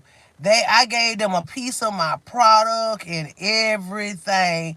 And they went and wrote up this article, guys, in November. And all I'm assuming is they wrote it up to write it off for tax purposes, like they gave away some winning money, and they ain't gave shit away but but $1,000.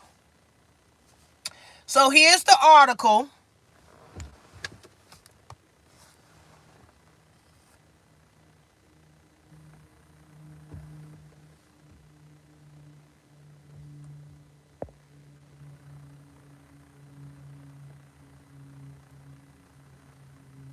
You see where it say 200?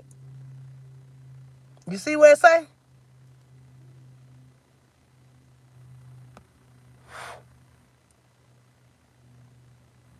It said invested $250.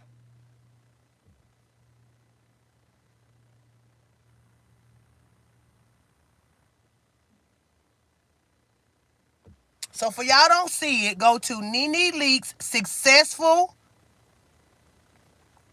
weekend in Miami Herald's article. And it says Miami timeline, Miami time soldonline.com. So I want my flowers. A lot of people say, girl, don't worry about it. I'm going to worry about it. Because where I come from, run me my money. Run me my money. You got my 90-day game plan. You got my 1-year game plan. Run me my money, sis. And they can get on here and want to talk, but they got the wrong one. I ain't got nothing to lose but the motor in my Jeep and the timer chain about to go out in the bitch. You read? That's all I got to lose is the motor in my car. We at 201,000 miles in my Jeep. I ain't got nothing to lose, cuz. I ain't got nothing. But I do want my money. I done borrowed this lady outfit. I done borrowed this lady outfit. I got my homegirl shoes up here. My homegirl want a little cut because I done borrowed her shoes. I know this lady want her outfit back because I told her lady I'm keeping that outfit. That outfit had me to go up in there and win. No, that outfit didn't have me. No, that outfit didn't. God had me to win it. But I realized anything that's God-fearing and for me is for me. So that couldn't have been nothing from God. They up here talking about they want people chasing on clout. Bitch, if you want to call it clout, call it when you write my check for $250, $1,000, okay? You can call it clout, scheming, scamming, begging, panhandling. Give me my money that you done wrote up on me. Because every time I read this article, y'all, I get upset. And I got to put my charger on. But I get upset because if there's any other investor out there that has read this, they are going to assume that I'm under Nene Leakes and Stormy Wellington's. And hell no, I'm not. So you can either take that article down. Matter of fact, just run me my money. You can leave it up, but just run me my money. Or announce that you did not give me $250,000. Because if there are some investors that want me, right now they thinking I done took this from these folks and ain't did nothing. Still on live begging. I ain't begging. Y'all ain't gave me no money. I done went in debt to get to this.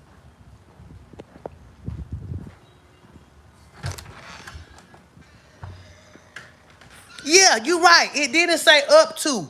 It said $250,000. It said investment. If y'all go read it, whoever on here follow me, go read the whole article. I done read it several times. Maybe it was misleading.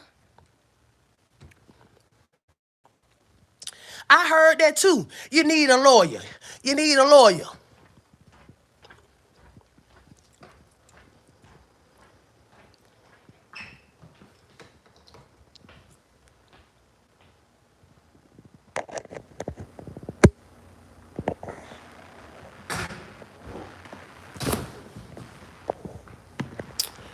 So, yeah, y'all. So it bothers me many days, many nights of where I could be right now with those 200.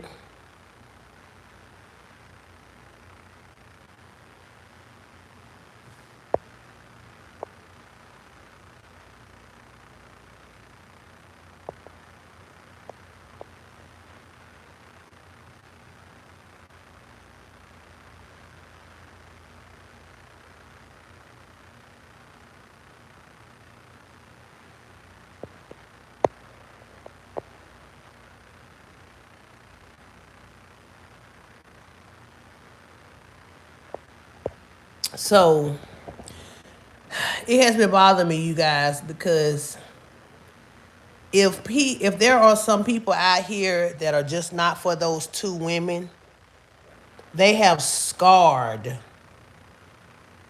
my freaking, I ain't gonna say reputation. They have scarred me.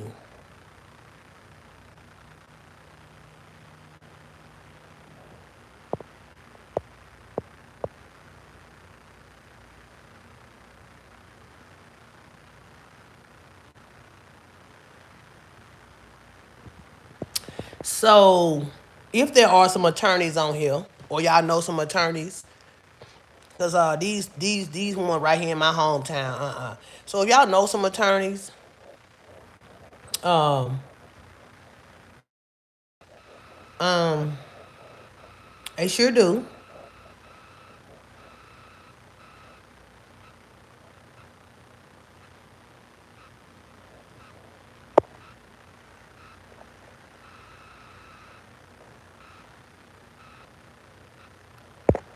So I never thought they were trying to take my product. I don't know. But I know they have really destroyed my mindset of trying to bring in investors. I don't trust nobody no more, guys. I don't trust nobody. Um, this was not an overnight blessing. This was not an overnight product.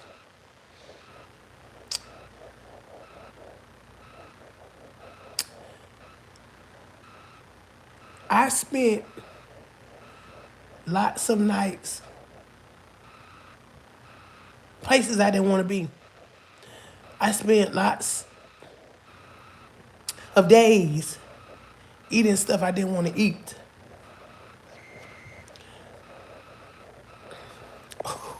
Y'all hate when I get on here and do this. But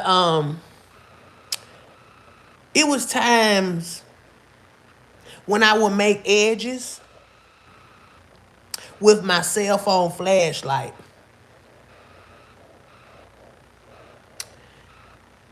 My daughter, and especially my son, my daughter, my gangster rider, but my daughter, my son, Mama, just give it up. You making edges,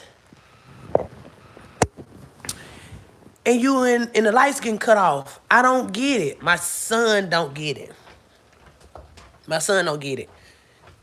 My parents, I can't believe you thinking more of edges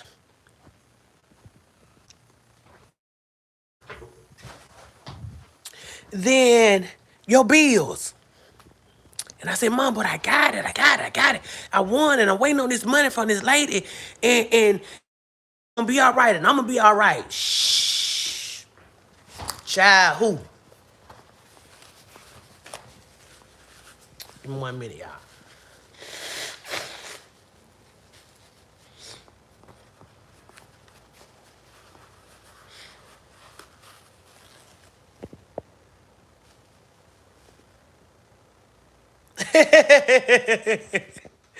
You said, who doing surviving, Nene?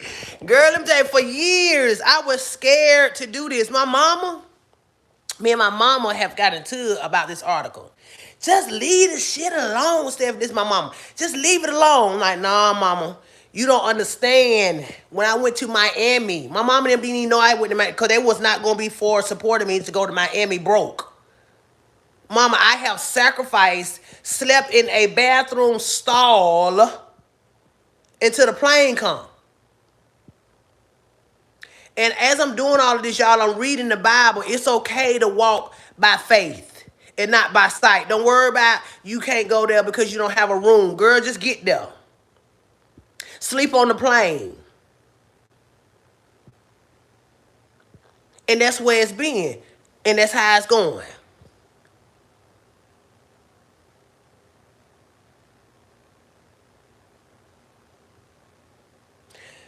And that's what got me still going.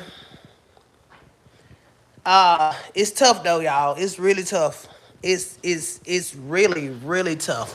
It's a hard battle. It's hard. And I hear y'all saying keep going. And what's crazy, I keep looking at my numbers or my views. It's very little people. It's 150 people on here. Share my live. Go to my Instagrams. Share my Instagrams. Everybody wanna all these rappers and stuff that's doing people wrong and all these other people's. And I may be worried about the wrong thing, but I need y'all support. These very little peoples can 10 times. I should have 10 times people on here.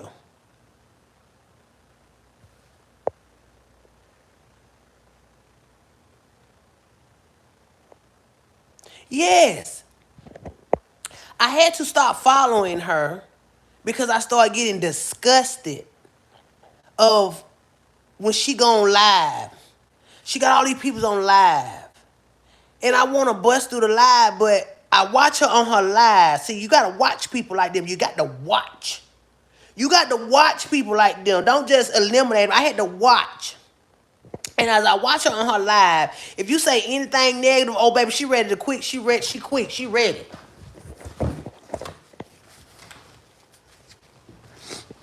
She ready. She ready to delete you, out of here. So I already knew I couldn't go on her live and say nothing.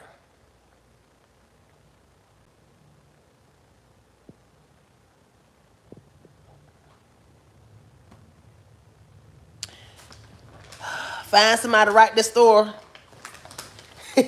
Now, yeah, I gotta find somebody to write this story. I need to get Monique to write the story, huh? Monique, huh? Somebody. I don't know, y'all. But all of that fantasy, I mean, I don't even know what it look. I told you. The stuff that I do for me is not what God had for me. I had to go by exactly what God want me to do. So if you're a writer on here and want to write this story, it's writer. Because not only do I have a story, I have receipts, I have timelines, I have pictures in the dark, I have pictures in the bathroom. I got it written down to the T code. When I tell my story and write a book, when you flip, I want my book to have pictures. My book gonna have pictures. Show live. For real, for real. I don't go nowhere without a camera.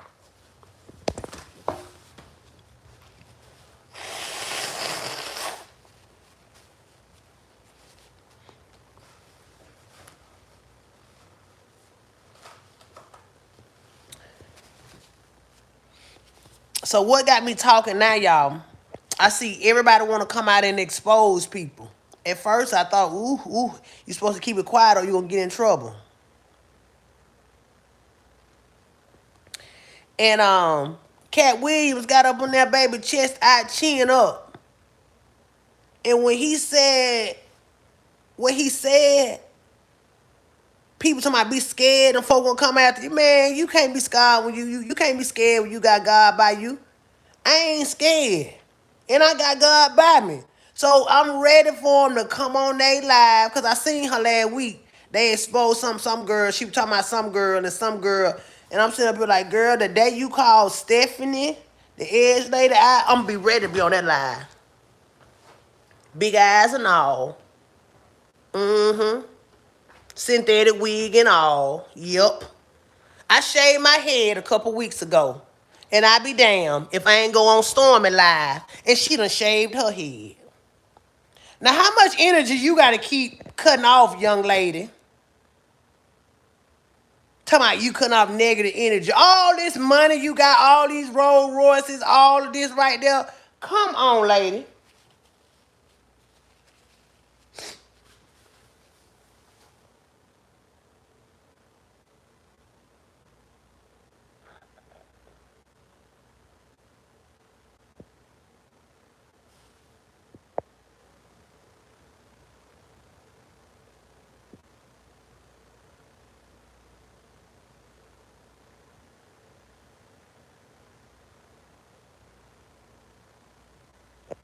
Yeah. So, and when I watch her lives, I get sick. Now, I was following her. I was going to some of her events. I wanted to be in Girl Hold My Hand. Girl, you ain't holding nobody damn hand. You ain't holding nobody's hand. I said it. I ain't holding nobody's hand. Let me see who hand you holding.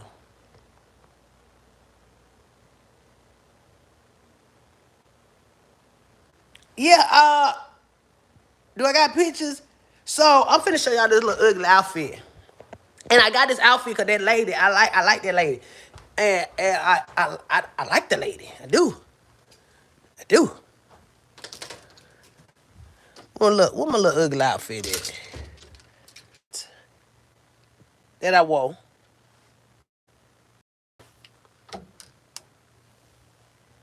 And I want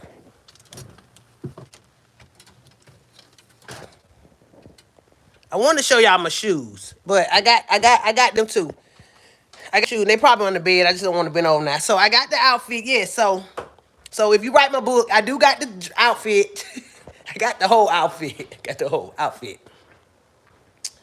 Um. So anyhow,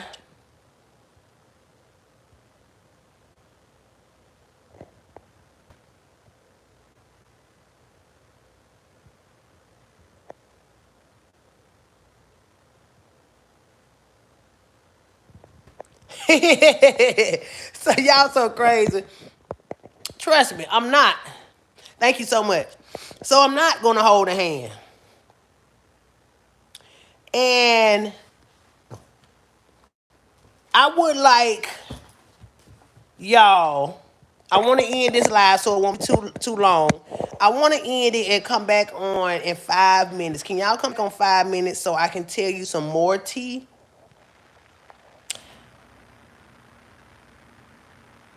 I also went to a vision board that this guy Reginald, with her friend Reginald was having, and she was going to be there um, to show my face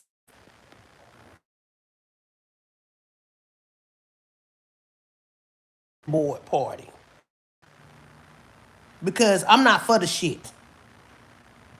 So it was $1,500 that I paid to go to a vision board party. Bullshit. $1,500. I want to tell y'all about the vision board party that I went to. Bullshit. Took my money, told me I was gonna be in a mansion and on a yacht.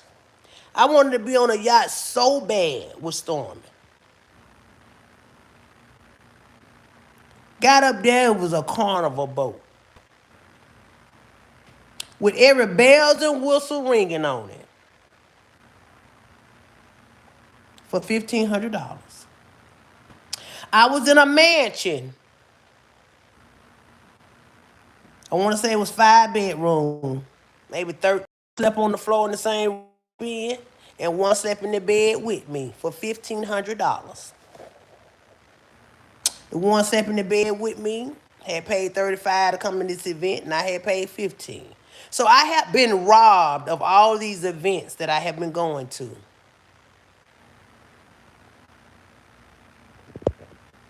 Nope, I didn't go to the hair store.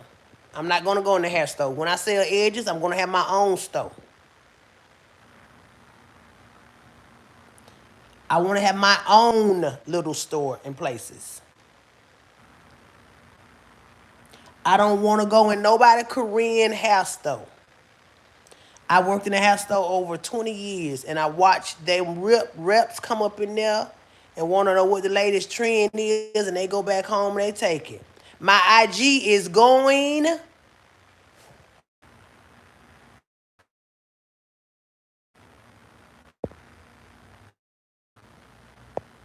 over, GOING, over, OVER, DA underscore edge.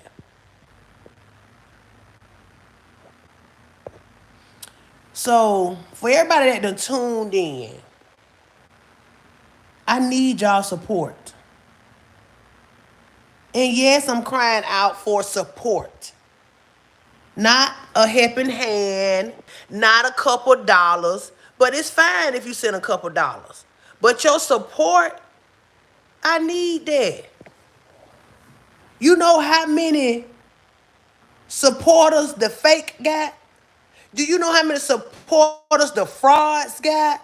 Do you know how many supporters the scammers got?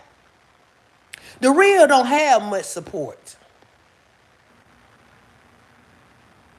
Real should recognize real and support. And I'm never going to give up. And one reason I'm not going to give up, because God has brought me this far with minimum wage only. Not a credit card, not a loan, not a handout, no kind of charity. So this is one reason I'm not giving up. Because he has been good to me. Through every eviction notice and every cry for help, he had been good to me. I got probably 5, 6, maybe 7 eviction notes, 3-day notices. And my God, around the house, but I got them. So when my book is written and my movie is made, I want a movie. Coming home, snatching them notices off the door. The last notice I got was last month. The lady had 5 notices in the door. I said, Lord, you better get these notices. 4 months before then, I had them packed up the whole house. Had lost faith in God. Packed up the whole house, y'all. On my mama, I packed up the whole house. Scared as hell, finna be put out. And when I say, Lord, don't move my mountain, but give me the strength to climb.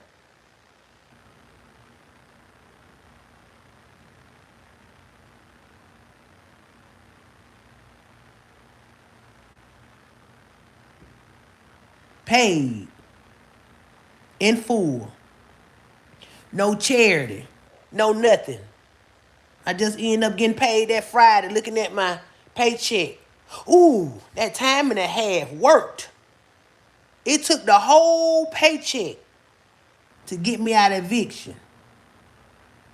$0 in the bank now. Get out of eviction. Still making edges. Got some inboxes. Good morning. You don't got no edges, you always sold out. I called my bank. Hey, could y'all activate my overdraft? Yes, ma'am, you're going to have to come in for that. I go in. No, I'm going to just overdraft a little bit. The lady sat me down to wait on the receptionist to come by. I say, no, you ain't going to handle that overdraft well, Stephanie.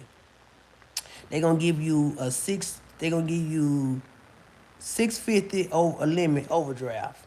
You did it before, you can't do this. I walked about the bank, no overdraft. I work I ain't gonna say my ass off. I work my nose off because I clean shit. It's not a day I don't clean shit at work. If I don't clean shit at work, I thank God I had a smelling good day. Lord, I thank God. But it ain't a day at work that I don't smell shit or have to wipe shit. And the glove may bust and I'm like, ugh, I want to quit. But God say, stand still, baby. I went and applied for Dunkin' Donuts, running it. The manager was so nasty to me because she knowed I had to went viral, and she said, you think you all that? You think I'm all that, girl? I'm up here on prayer and the wing trying to get where I want to go. So we start having some problems. Faithfully going to work 4 o'clock in the morning, plus cleaning shit at 8 o'clock in 4 hours. God removed me from that job. But for some reason, he will not remove me from this shit wiping job. He won't. Not right now. So every day, I suit up.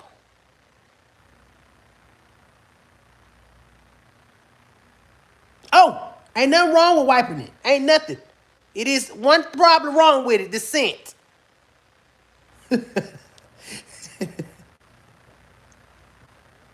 And I think we should get paid more.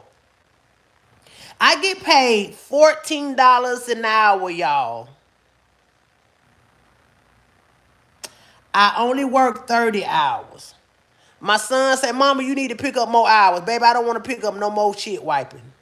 I don't want to pick up no more hours of wiping shit. No more hours. No, I'll do anything else. But I don't want to pick up no more hours. And sis, you right. Ain't nothing wrong with it. But it's something wrong because I don't want to do it all day. This is not my passion to wipe. But if I got to wipe a few more times to get my breakthrough, I will. It's one good benefit from wiping. Once you wipe that ass, you get to sit down and check your emails. You get to sit down and count your inventory. But I don't like doing that. I don't like doing it. I don't. I buy scrubs faithfully to feel good because I look like a nurse. I go buy them bad uniforms to go up in there and look like a nurse. And to feel like I have a higher position. If you see me out and about and you ask me, damn, what you do?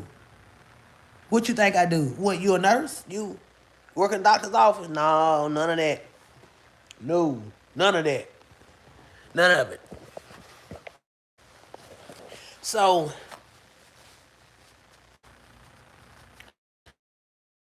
guys, is when you got to do what you got to do, when you got to do, you got to do what you got to do, when you got to do. I'm off on weekends. I wanted to go in today because the holiday's over. Trying to catch up from Christmas, and that's another thing. I don't ball out. Show you me and my baby. Here go me and my baby. I love her so much. She was so happy.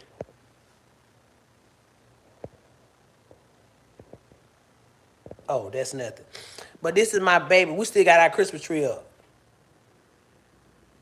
But I only could afford my daughter a Dollar Tree tree.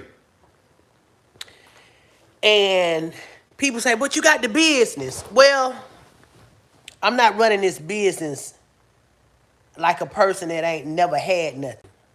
You cannot run a business and spend the money.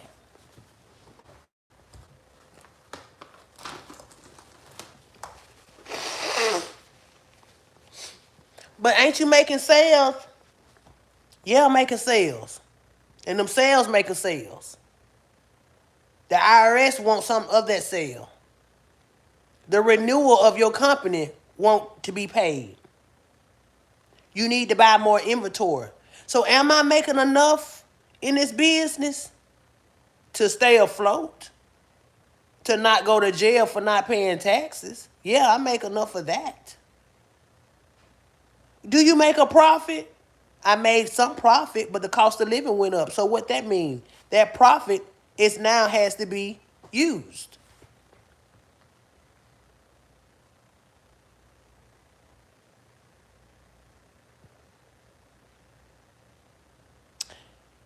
My parents.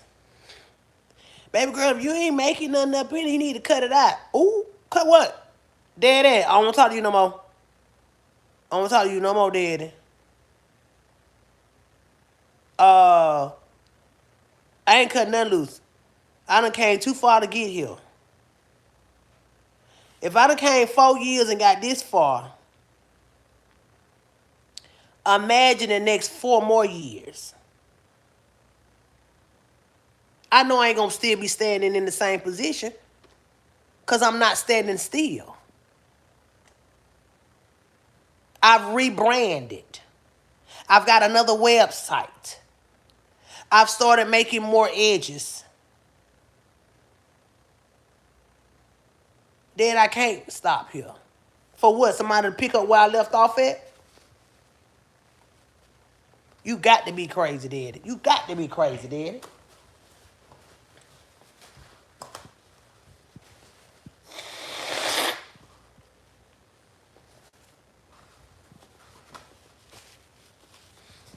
I didn't want to be rude, y'all, and blow my nose on live. So I listened to everybody that has made it. They're about 60 right now, looking good. Everything is falling into place. I'm nowhere near 60. I'm 8 years away from 50.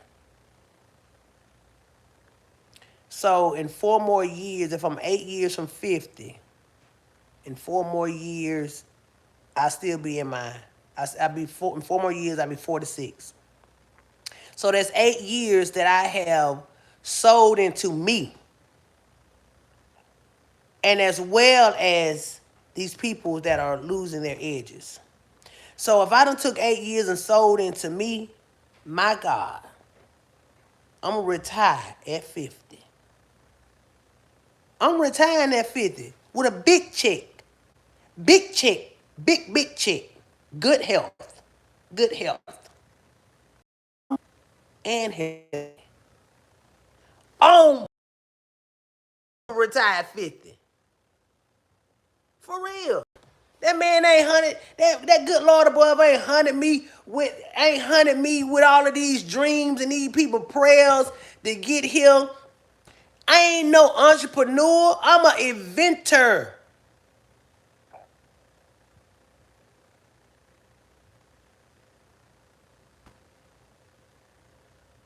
Yes, they never show how they.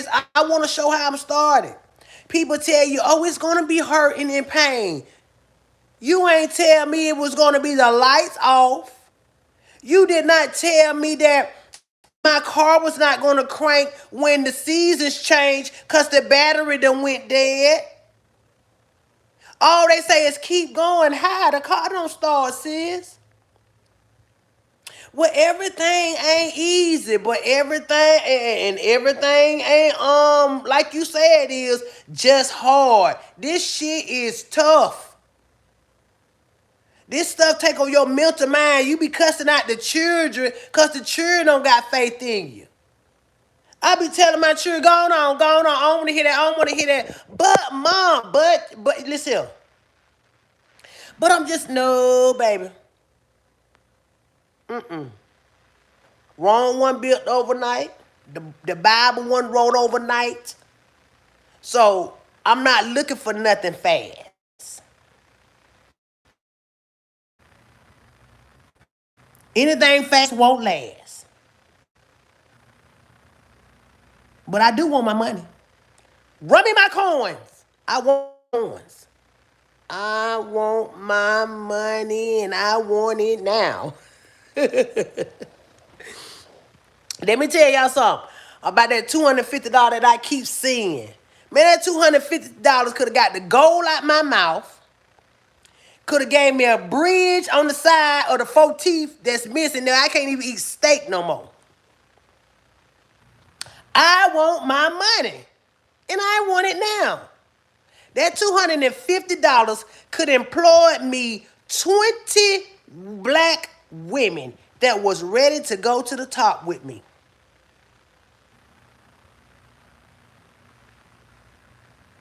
And I know that too. I know I'm birthing something. I do. I do understand that.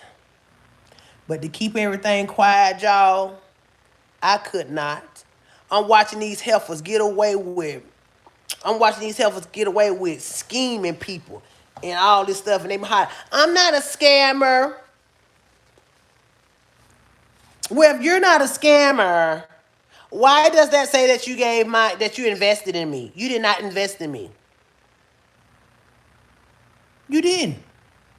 Girl, you gave me $1,000 to get on the plane to get back home. And nothing else. Y'all so business, y'all so business, you write up say you invested in my business, my company, and going over the edge. You so business, you didn't check on the business that you invested in. You are so business that you did not check on your investment business, which is me, bitch. Yeah, her. Um,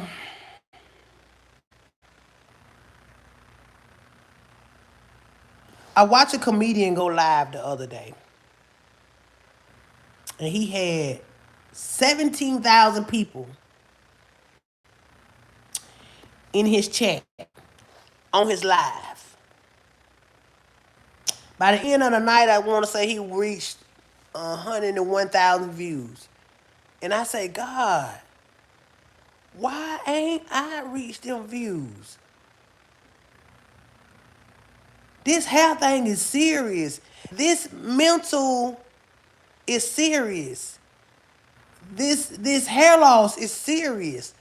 He's over here talking about everybody under the umbrella and getting paid. Run me my money. God say, girl, you don't run nothing. Chill out, chill out, chill out. This how me and God talk. Whoa, whoa, whoa. Now you talk to the wrong one like that, Stephanie. I had to say, okay, okay, I'm sorry, God, I'm sorry, God. But why his live booming? Because it's booming. You know, God don't owe us an explanation. So this how he talking to me. Because it's booming. And quit asking me why before I pop you in the mouth.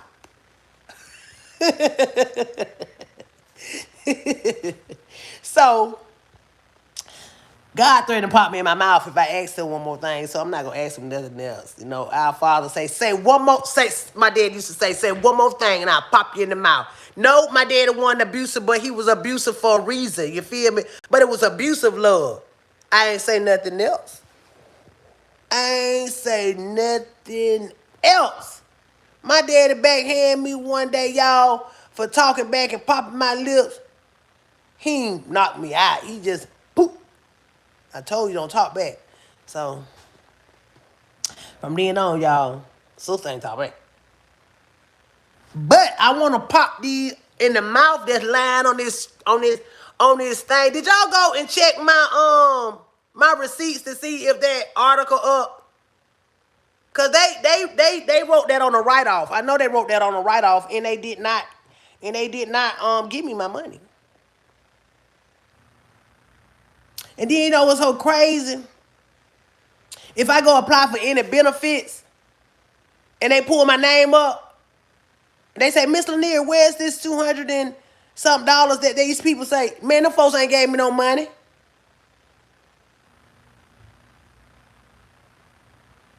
Miss Kelly, trust me. After I get to talking to myself, I don't compare anymore. I do, but I don't.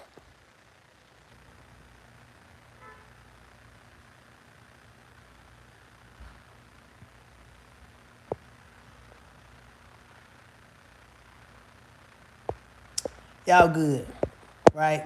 Yeah, and I'm not trying to rob nobody. Everything I'm doing is from the heart, and everything that have came to mind and grown was from God. I'm not. I'm like. I feel it sometimes when I sit back. I feel like a little flower to God. Spring is coming, and you see this little bud come up, and all you. Who is it? Come in. The baby, I'm on live. That's my mother-in-law, y'all. I call her my mother-in-law because I'm not married for the men that don't hear. So my mother-in-law is actually my daughter grandmother. And nope, that's another thing. God has not put a man around me. I don't have no distraction. So I'm on this journey real lonely, y'all. I don't have that friend or that significant other that say, hey, babe, keep going what you're going, keep doing what you're doing, here go a couple dollars. None of that. I don't have no distraction from a guy. For one, let me tell you what God told me. You don't have enough energy right now to entertain no man. It take a lot to entertain a man. So if you don't want your man to be running off on you and cheating behind your back, baby, don't worry about one. I'm not fixing to sing you one. All right, mama, see you later. And so that has been amazing, but it ain't fair. It's not fair. Do I want a man? Yeah, I want a man. I want to sit up here and cry on his shoulder and not y'all's shoulder. Yeah, I don't want to overdraft my account and keep getting these eviction notices every month. I don't want that. But he is saying, when I give you somebody or this husband, you're going to have to take care of it. And can you take care of it now? No. I'm going to be neglecting his ass.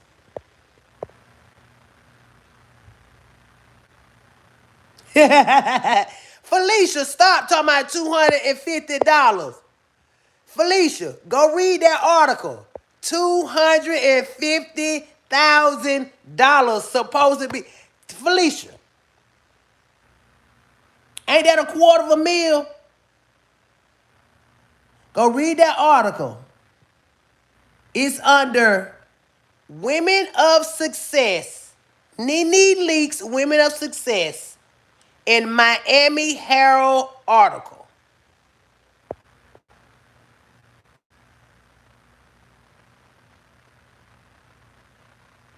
The Pensacola, Florida around here is like bipolar people. 30 degrees, now the shorts off.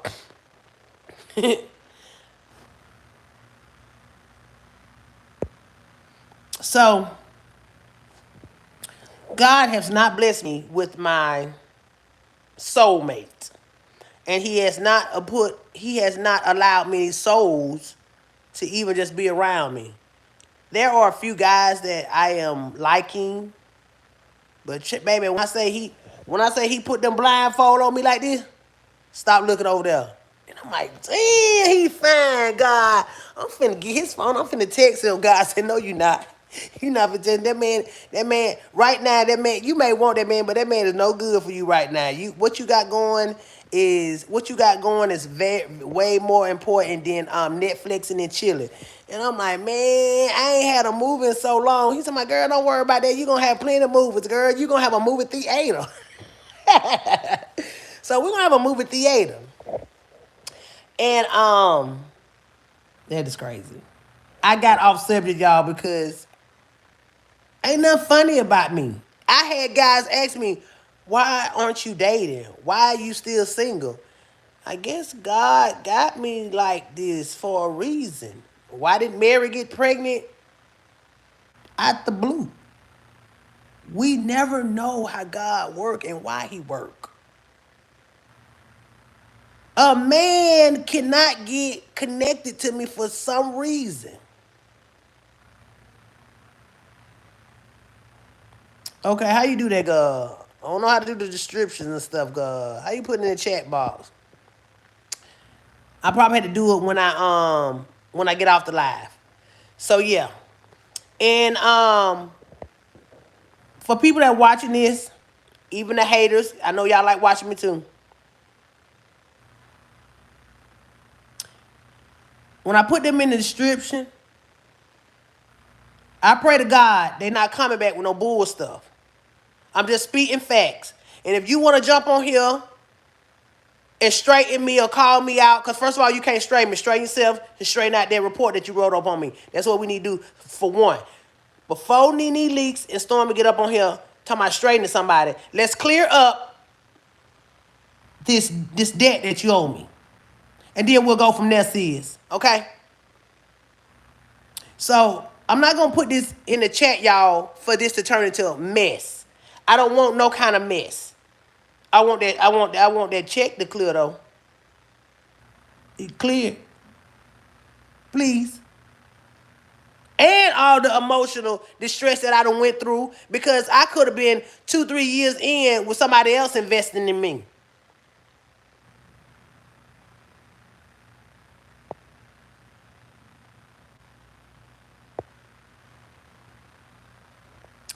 Yes, my email is listed. It's on both of my social medias.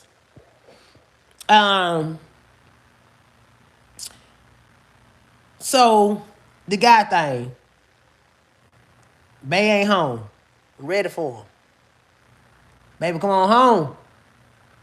But I had to be careful what I pray for too.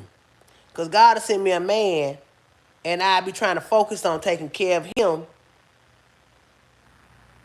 Because I am her. I am her. And I would neglect my business. So I'm very careful because I need him to send me the man he want me to have. I want him to send me the man that's willing to filter and overflow in my business. I want him to send me somebody that know I'm going to have long nights. I don't want a complaining man. You always on live. You always doing this. You always going out of town. You don't never had no time for me. Well, I want a man that know our time may be on the plane, boo.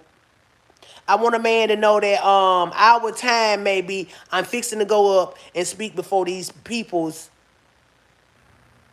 in this meeting for the next 2 hours.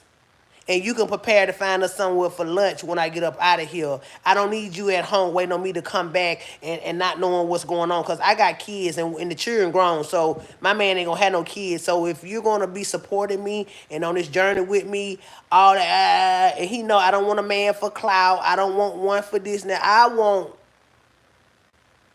don't want to go through all that extra stuff. The money and the mindset that I'm going to have and the charity that I'm going to do, just giving out. I don't want a man telling me, no, babe, don't do that. I want him to be team me.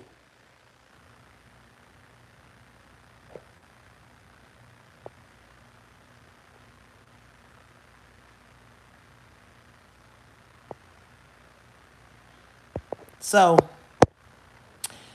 and what's so crazy, let me tell you how the devil tricked me a couple months ago.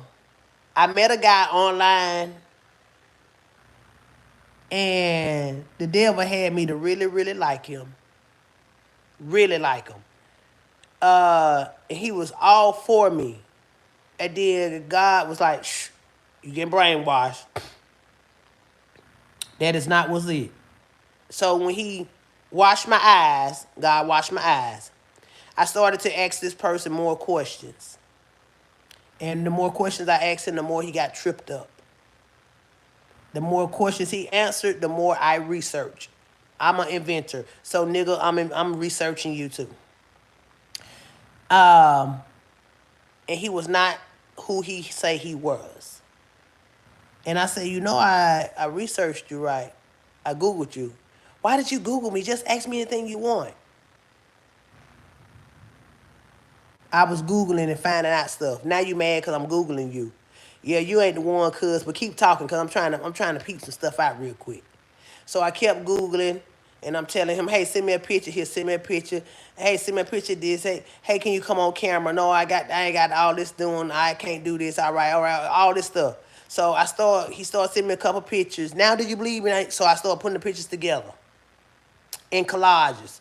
And I started circling different stuff and I sent it back to him. I said, well, why is this picture different than this picture? Where your tattoo at on this picture and where your tattoo on that picture? Well, I got this done. I got that tattoo removed. Man, shut the hell up. You you the devil. You just came to distract me and I got rid of him. I blocked him. He came on another social media. I blocked him and I blocked him and I blocked him and I blocked him and I blocked him. Yes, a whole catfish. The catfish was everything I prayed for though. What was scary. Everything I prayed for, it was like the catfish was in my bedroom. So when I would read his text, I was like, oh, how he know that? How he know that? So, I'm single. Let's leave that alone. I pray I don't want to meet no kind of God. It needs to be God sent. Not Instagram sent. Not YouTube sent. God sent. I want one that don't even know about me when I walk in the room.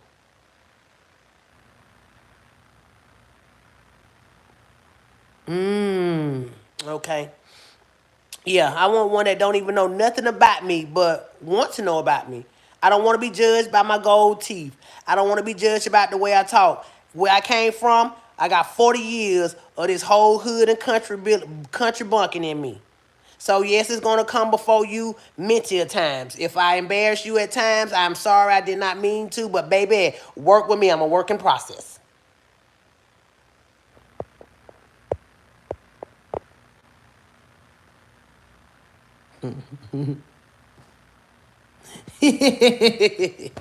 Yeah, for real, for real. That's what it was. So my Instagram, y'all, is going over the edge. Go down my whole feed and look at my journey. Creating content is a challenge, but I snap on it every time. You have to make content for people to notice you. And that's another thing. Is either make content today or make edges today.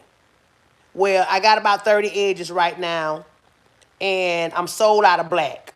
So if y'all go on the site, there are other color edges and bundles and bangs on there, but they are not black. Black is always my number one. So now I got to get back to my daughter. Wake up, she sleeps still. I got to make some more black edges.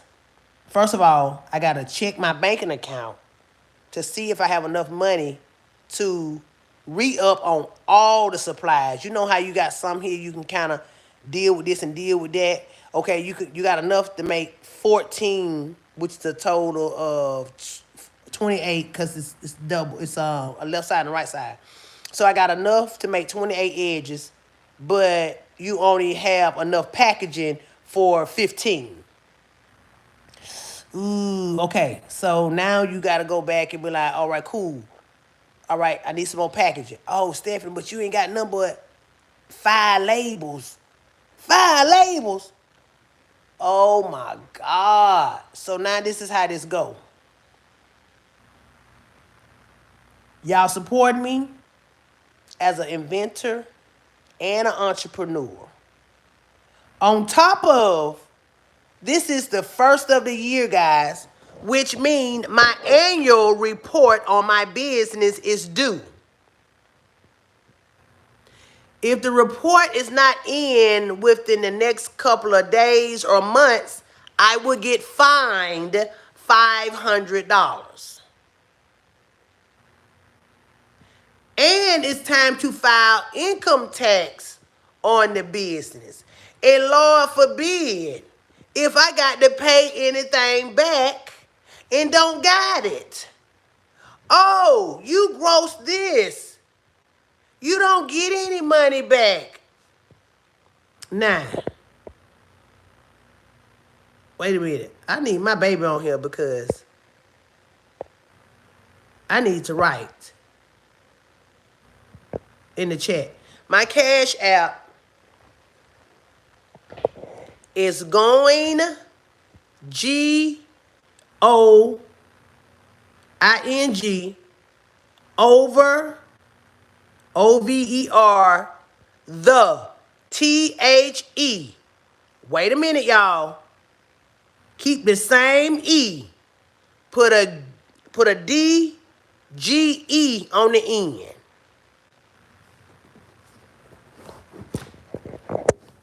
I don't know how to write in the chat. My daughter not up, so I was just venting this morning. So I'm gonna show y'all that my Cash App should be looking like that. Is no, that ain't the Cash App. That's my Instagram, Alan.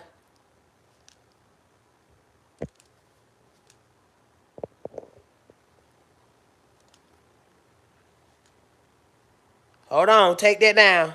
Cause y'all gonna send the wrong people some money. And I'm gonna be so mad.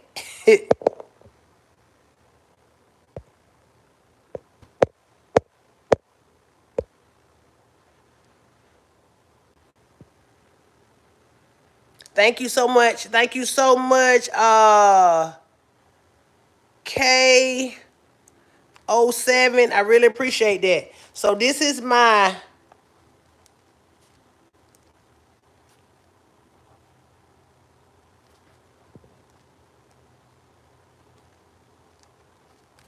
so this in the chat. Erase that, y'all. This is in the chat. This is how it's supposed to be.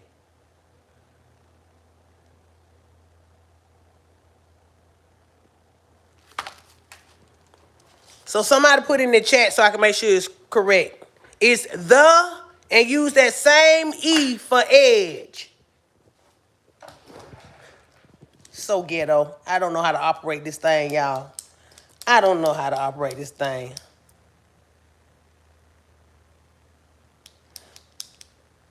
Oh, thank you so much. You think this is great content, girl? Thank you so much, girl. Really appreciate it, because I ain't got this.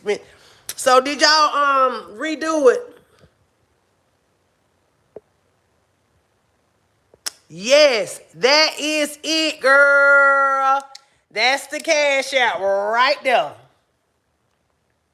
That's it. That's it. That's the Cash App, y'all. That is the Cash App. So, y'all, that really hurt me. I'm gonna tell y'all how I feel when somebody asks my Cash App. I really appreciate it. And I keep talking about it's not about the money, but it is about the money. And I never want to beg. That's why I go up against these events. So this need to pay me my money. Run me my money, girl.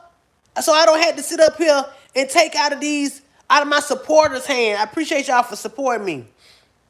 But it hurt me to even take $5 and $10 from y'all. Because the God in me believes that money is the root of all evil. But you got to have it to make money.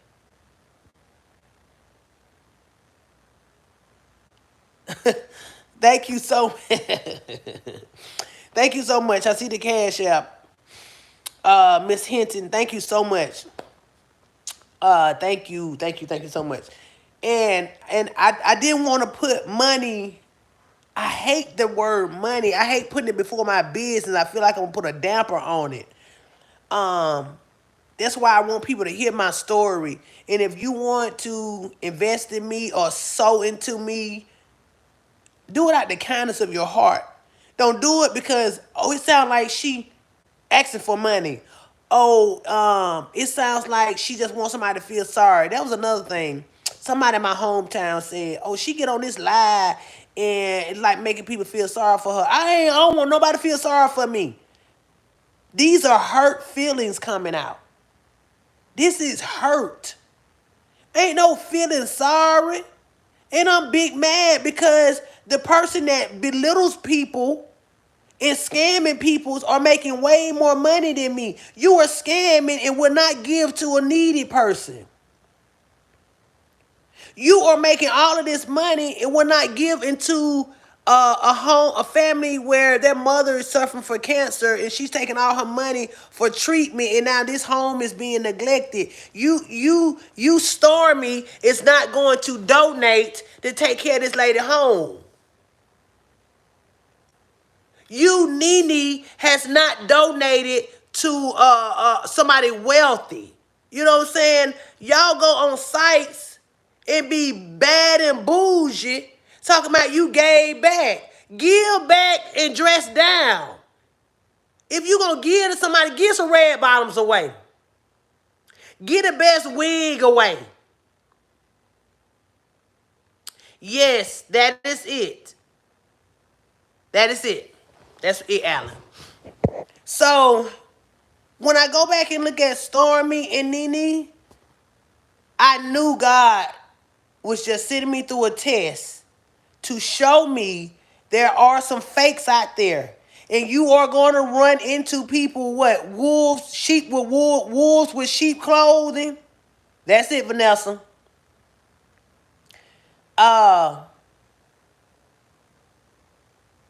Thank y'all so much. Thank you so much. Thank you so much. I thank all of y'all so much for sewing into me. And y'all do not know, I send free edges out. Can I afford it? No. But after I hear these people and send me their pictures of their head and can I fix it? My baby told me, Mama, you know you losing $70. It's okay. That lady fixing to smile when she get them edges. Thank you so much. Thank you so much. Thank y'all so much. And I never think about losing. I like, dang, you made 30 edges and you gave 5 out free. Girl, that's $500 something you just gave out. I didn't give out nothing but hope.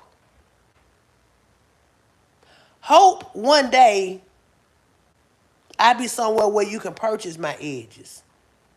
Hope that this will bring a smile to your face when you receive my edges and put them on.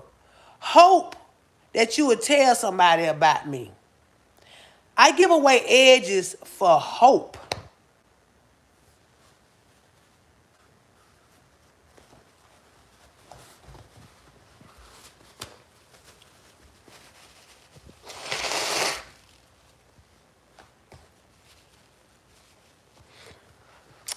I give away edges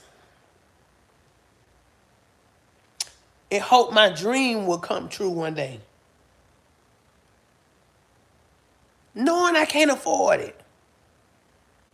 But this is the walk I got to walk.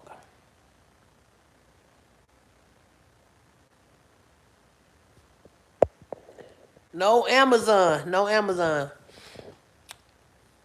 Not just yet, guys.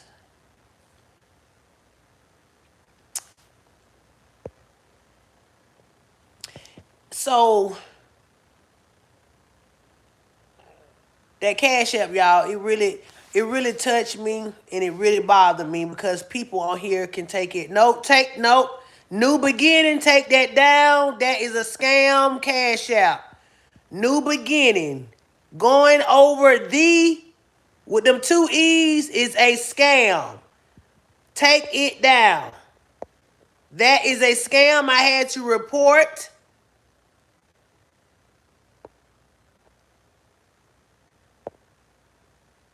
I removed it myself. Do not, I repeat, do not send nothing to anything with 2 E's. I don't know who New Beginning was.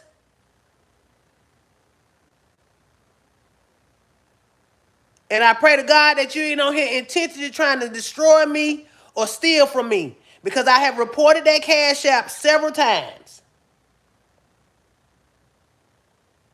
And trust and believe, I know when I go on this live, there are the devils in here. They be in church, so I do expect them to be on my live. Yeah, thank you, New Beginning. That is it right there. And I'm not speaking for you, New Beginning. I'm just knowing for a fact that Satan does sit in the middle of the choir at times with his raglan ass. And he can get it too.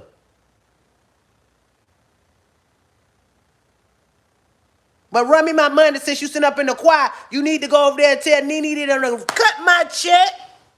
Cut it. Cut me her dead husband money check. I don't care how you get the money. Get it up. Cause he in the article too. Greg in the article too. I'm calling out Greg. Holy Spirit, Greg owe me some money too. You can get it. Lauren, thank you so much. I really, really appreciate that.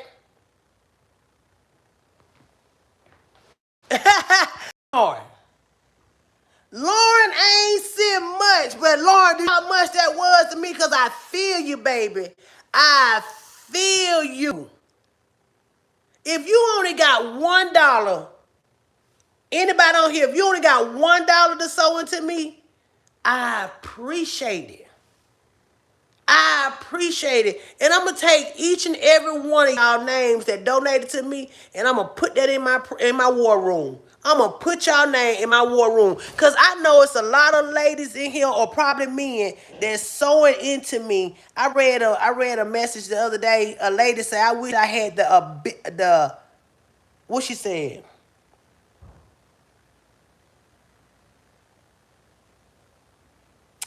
She wanted to help me, but she can't move. She's not an able body. That tore me apart. Here I am up here fussing about my dream not coming true fast enough, and this lady watching me, probably from a wheelchair. I want to see you one day. And I pray to God that you walk again.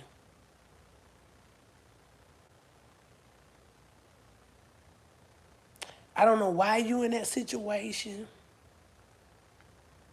Because everybody fight different battles. But when I read your message, it humbled me because I'm fussing. I ain't there yet. But I'm not where you at neither. And I can't imagine. But if these girls run me my check, me and you could probably do something. Thank you so much, Carla. Thank you so much. Thank you so much. People used to tell me, I don't got much. I wish I can sew into you. I wish I could do this. Girl, if you got 50 cents, you just wished. If you got change, if your cash app say $2 and you could send 50 cents, you send the 50 cents. I would not be the one to say, girl, she only sent me 50 cents. Because let me tell you something. When I make this order to get new supplies and it tell me 306.13, just know that 50 cents that you sent finna cover my 13 cents on my order. And it's finna go through. It won't keep saying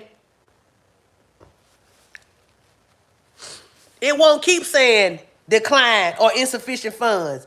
The 15 cent that you sent me, or 50 cent, has now completed my transaction on my packaging.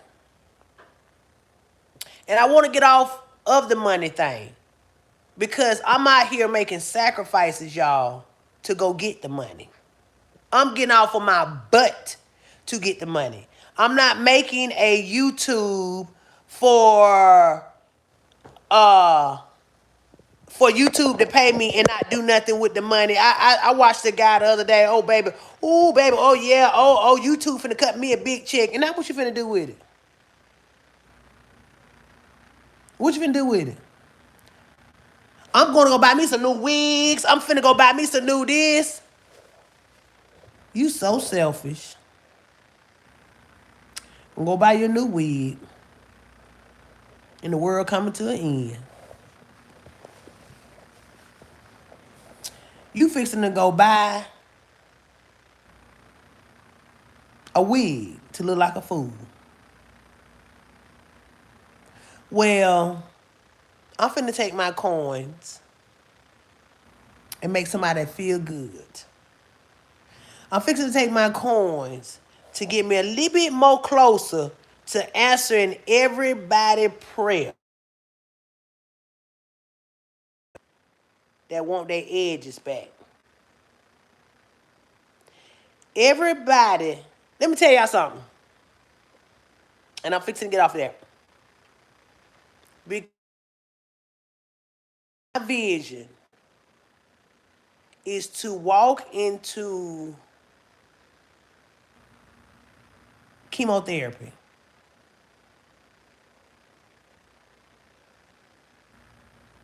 Oh, and that's another thing. My disability people, I know y'all ain't got it. I know y'all ain't got it. Y'all people, I keep in prayer for real. Thank you so much, Miss Brown. Miss Brown, I want to thank you so much, Miss Brown. The fixed income people that cannot sew into me, that is fine, baby. That is fine. If you just watch this show, if you just watch me, you have sold into me. I'm not here to rob Peter to pay Paul. I am not. If you ain't got it, you ain't got it. Just know, with you watching this, I am fine. And fixed income people, I don't want y'all to get stuck like you can't sew. Because you can sew. You don't really get to you. If it ain't nothing table that put a gift card in your door. So my vision is to walk into chemotherapy. And I know pretty sure all those women are pretty much bald or having head covers. I want their head covered in my edges. I want them to be sitting up there, chin up, chest out, going through chemo like it ain't nothing. You feel me? Fine as wine. When I get up out of here, I'm going to have lunch with the kids. Thank you, Butterfly. Thank you, Butterfly. Butterfly. It's winter, and I had a butterfly in my house. Trying to figure out how this butterfly got in my house, in the window. Yellow butterfly flying in my window. It's winter time, and I had a beautiful yellow butterfly. I did not know how it got in here. It ain't flew in here. I stayed 2 stairs. It's a breezeway, and I'm on the 2nd floor. Why is a butterfly in my house? 2 days later, I go to the pantry and find the butterfly transformed in my pantry. A whole cocoon is in the pantry. Not on a branch, not outside on a leaf, but on the wall. So I thought butterflies are caterpillars first. So you mean to tell me a caterpillar was in my house, crawled up the wall, on the trimming of the pantry, and turned into a butterfly? How did it come out the pantry? I don't know. I don't recall opening the pantry and a butterfly flying out.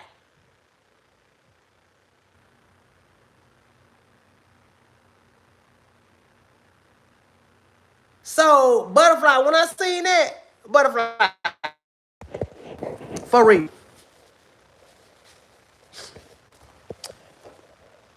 So, a butterfly developed in my home on a wall, flying around here. For real. Ooh, child. The stuff that God has allowed me to experience here at the same.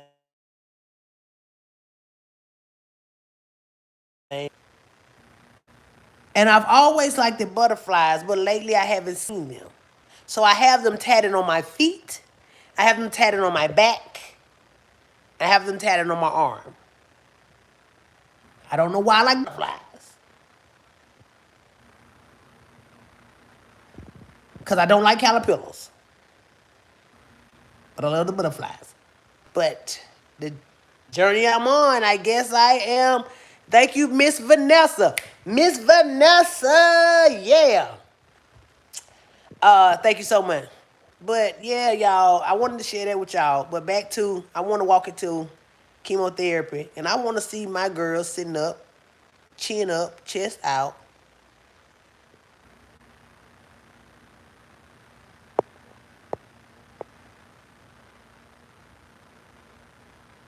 Gotcha.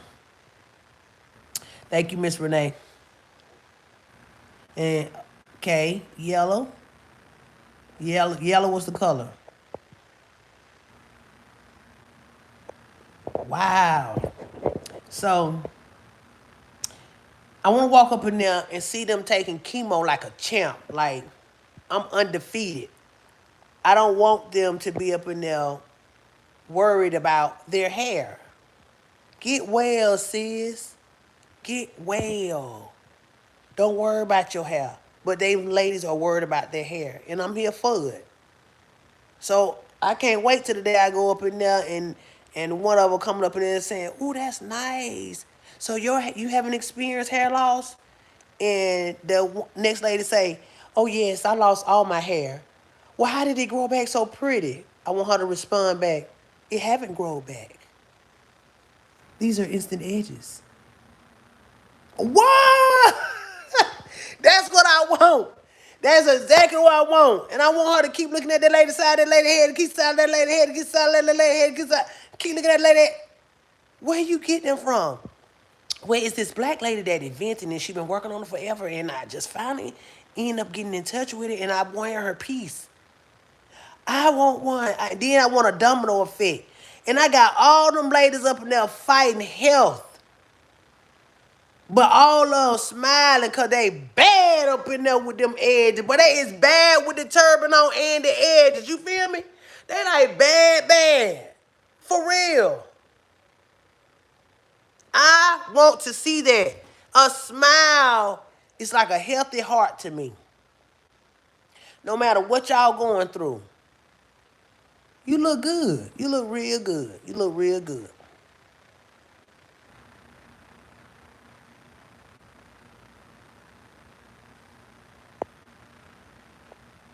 So that's what I'm shooting for.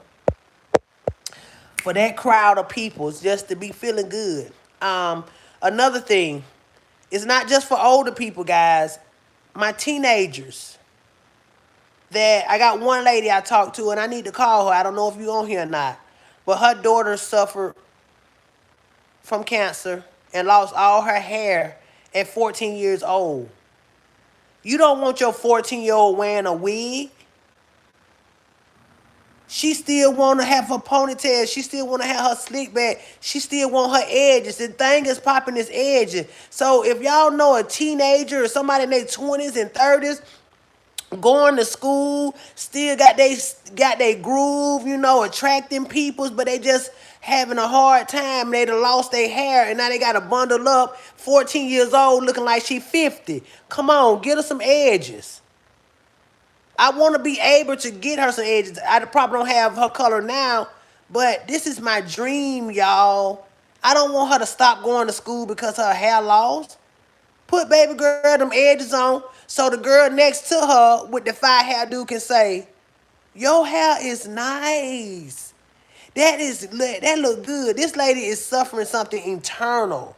This young girl is suffering something internal, but she got the whole school looking at her edges.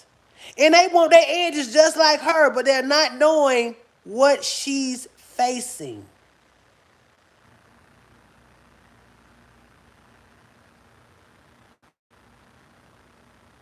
That's what I want. I want you to be in disguise of what you're facing. And if my edges can help you, make you feel like you can get through this,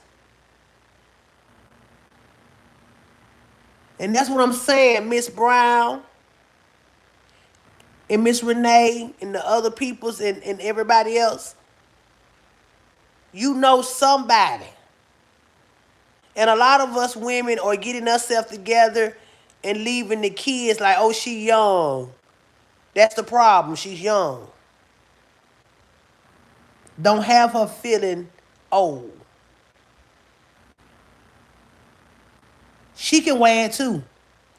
I have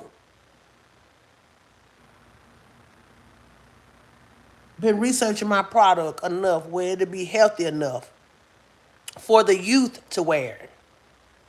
These wigs and lace fronts are not healthy for a 14-year-old. These wigs and lace fronts are not healthy for a 10-year-old. These wigs and lace fronts are not even healthy. But I have made something. I don't know if it'll make your hair grow.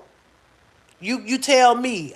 But it's a process to hair growth. I did not create a hair growth product. I created a temporary fix for you to overcome some stuff. For you to medical issues. And us for overcoming, oh, we finna smash cancer. We finna smash thyroids. And I keep leaning on cancer and thyroids or whatever, because that's the lack of knowledge that I have. I just see chemo takes hair out. But I have so many emails where people have different types of health issues that I've never ever heard of my life. Rare conditions that's taking their hair out. I have a few white people and Puerto Rican people that have been emailing me. I have some people from Italy and France that are literally showing me their hair for whatever rare disease they are suffering from. Beautiful women. People are telling them they cute with a bald head, but sis is not ready to be bald head all the way.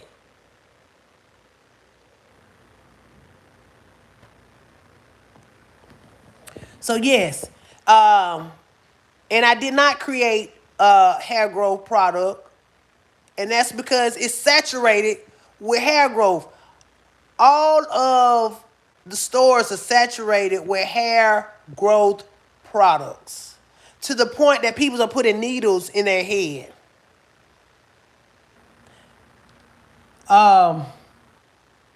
So I didn't want to go up against that competition. And that's just the flesh speaking. Because God maybe want me to go up against that competition. Who knows if you put these edges on that they'll grow back? I don't know. But I'm just telling you, the flesh did not create a healthy grow product. I created a temporary fix so you could look good when your man come home. So you could not feel like this wig is too big. So you can feel comfortable in your own skin, even though it's just the edge showing. And it don't look like you have a receiving hairline, if I said it right. You know, my words kind of crazy. So I was saying receiving and thought receiving and receiving was the same thing, and they not, but y'all know what I'm talking about. So that's what I fix, a temporarily fix. Cooking just like that man on the multi-purpose cleaner spray bottle. Just need to accept the fact that his hair ain't coming back, but he embracing it and talking about bald head is in. When cuz really know, cuz really want to fade. Cuz really want a hairline. He was forced to shave the rest of his hair off. He did not come out here bald. He was not always bald. But when he went bald, they talking about, oh, the man with the bald head. But when it comes to us women, it's, oh, she been wearing too much hair. No, sis. She just ain't did that crazy stunt that Buddy did and took the razor to her head. Get over it. But it's okay for him to do it. But it's a problem when we do it as ladies. Why she cut her hair? The same reason he cut his hair. It ain't coming back. And he's embracing it. And we want to marry because, ooh, he look good with that bald head. And said, I'ma marry her with her bald head. Or baby, you this fine with that bald. No, we want to belittle one another. And wonder why she bald head. Don't wonder why. We never wonder why he bald head. We'll never wonder why he bald head. Oh man, I'm sorry, y'all. But I have sent this person to do not call 40 times and they still calling with my live.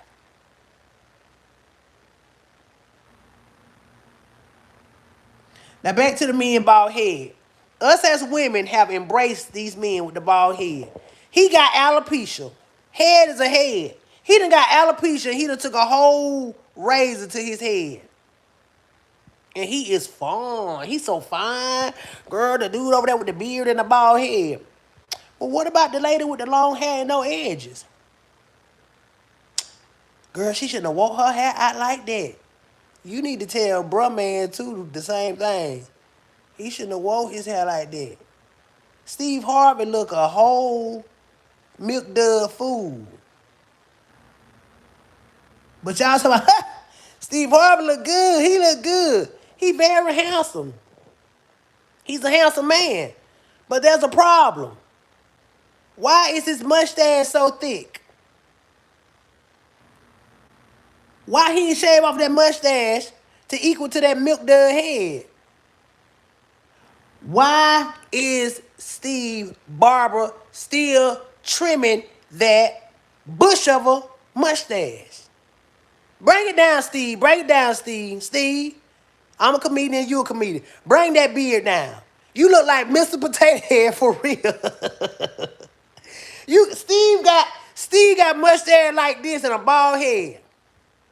Bring it down, Steve. Bring it down. That look fake. Now you done shaved all your hair off and did not tone down this beard. It gotta make sense, and it ain't making sense right now, Steve. But y'all over here talking about, ooh, Steve Harvey. Ooh, Steve Harvey. Man, if it weren't for Steve Harvey and them suits, that man, he'll look like, he would not be attracted to us. Yeah, man, y'all know that mustache is yay thick. I ain't yay thick. But he ain't got no hair on his head. Because he got alopecia.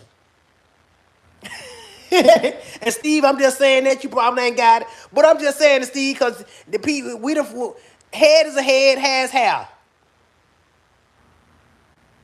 But why are the women getting diagnosed with alopecia and the men are not getting diagnosed with alopecia? You know why? They're not going to the dermatologist. They going right over there to the nearest shaving cream section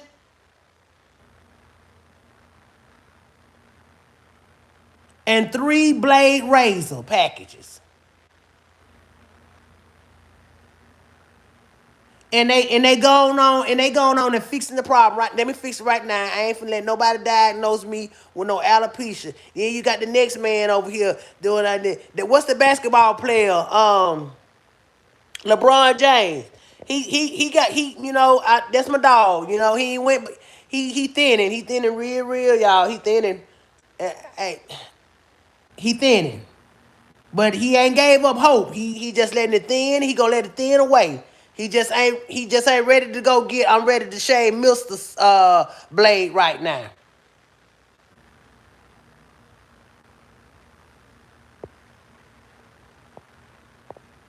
So LeBron James, yeah, he not ready. He not ready. And whoever in his corner is not ready for him to shave his head neither. Because it's been a doubt in his mind, man. These people keep taking a shot at the top of my head. And somebody got a emoji of him brushing his hair. And it's thinning out. But whoever in his corner saying, babe, don't do it. Just keep that going.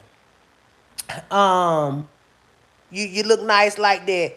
He don't even got the people spray paint no more. He just going with the flow. If you can see through his dandelion hair, then you can just see through his dandelion thinning hair. Y'all know the dandelion, the little flower where you can blow. That's kind of look like what he headed to, but he don't care. He is not shaving it, and that's how us women feel. I got a lady sent me a picture. She got about 20 inches of hair in the back, but none right here.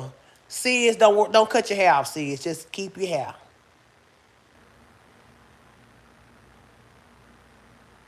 Thank you so much. And yeah, y'all be Vanessa, you on this stuff, ain't you, Vanessa? I know that's real. So yeah, like and subscribe. I know I've been on here a long time, but this is the tea. And y'all are my only company. I told y'all I don't have no friends and nobody that I need to be cooking for and all this extra stuff because it's just me. A lot of people be like, girl, every time I talk to you, you want to talk about business. What else there's to talk about? I'm tired of talking about Blueface. I'm tired of talking about Jada. I'm tired of talking about the girl with Sakura Sean. I'm tired of talking like we talking about them and they're making money. Like around here with no tooth in the mouth and like making bands on top of bands. Buddy over here dogging out these women and making money. Like, what is the world coming to? Now back to me. Every now and then I got to throw y'all in some TT. But for real, for real. So women, we two different species from these men because they done fixed it quick. Soon as they get a bald spot, they just shave all their head. I don't know not one man that say he had alopecia. And thyroids took his hair out. And chemo took his hair out. Baby, he going through chemo with the bald head. I don't even know if Steve experiencing any kind of medical issues. We would never know because we embracing it like, ooh, he wearing that bald head. Well, guess what? Do the same thing with my sister. That's balding. Girl, you got some long hair. That look good on you. Forget what happened to this. Forget it. Forget what happened to it. You never asked the men what happened to theirs. Because let me tell you, they just don't wake up overnight talking about, I think I'm going to look good bald and shave my hair. Because you know you don't look good bald. Looking like a whole milk dud. You don't look good bald. But he made himself feel good when he did it. Yeah, George Jefferson. Man, George Jefferson, what man, we ain't finna talk about George Jefferson. Man, he wore that damn hair receiving and then he put a song out. Moving on up to the east side. You gotta get a piece of the pie. And you got a whole piece of pie head missing out. Man, Mr. Jefferson wasn't studying that. They got it a flat top fade. He didn't care. Weezy ain't care. So whoever was in George Jefferson corner, like Weezy was in his corner, for him not to cut off that hair, even though it was received to the back. Received to the back. He kept that top like it was. So, yeah, that whole part. And ain't nobody never talk about George Jefferson. George Jefferson never got talked about it, belittled or nothing. But they thought he was funny. All they looked at was funny. They ain't never talk about, man, what that man had to the bed. Man, just give it up, man. Just take it down. No, they did. So stop beating up the women, okay? And women, quit trying to make your daughter feel better and tell her it ain't about the hair. And it's about the hair. Yeah, my Zelle is my phone number. My phone number. You can put my phone number in. The business number, it is on there. The business number is on my, matter of fact, I'm going to give you the number, 850-418-7064. That's the business number.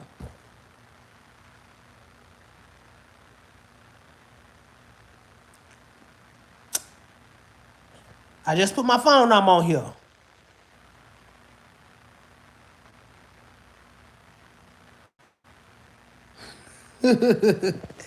I just put my phone on here. And I used to get a lot of people that call me after my live. And can't believe I picked up. I picked up, sis. But it don't mean call me all the time.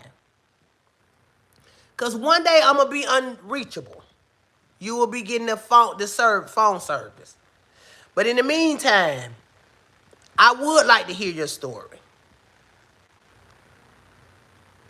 I do like for you to thank me. But if you're calling me to pray for me, don't.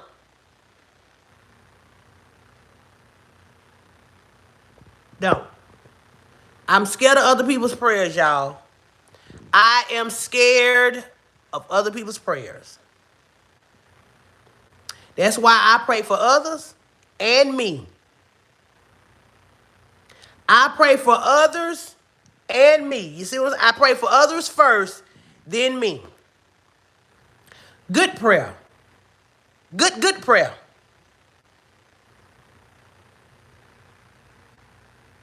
I have learned on this journey, I cannot hug everybody's hand.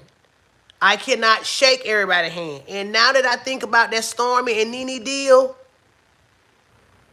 they gave me money on the table, not in my hand. I did not receive a hug from Stormy nor Nene. And I thank God that I did not. Thank you, Jesus, they ain't touched me. Thank you. Thank you. Thank you. Thank you. I will probably have to wash and bleach. So, God is with me because I pray for myself. But for y'all that are prayer warriors and are truly connected to Him from your heart, not because you wear the biggest hat at church, not because you pay the most tithes. I would rather for a person that don't have tithing to pray for me than a person that's flooding it just because I say I put this much in there. But when it comes to praying for me, y'all, I am very scared. So for everybody to be saying I'm praying for you, I appreciate it. I don't want to say thank you. And I say this in the most humblest way because I'm scared. You can pray for my success and I fall in 30 minutes of my success. You may be praying for me to be successful and then I be robbed.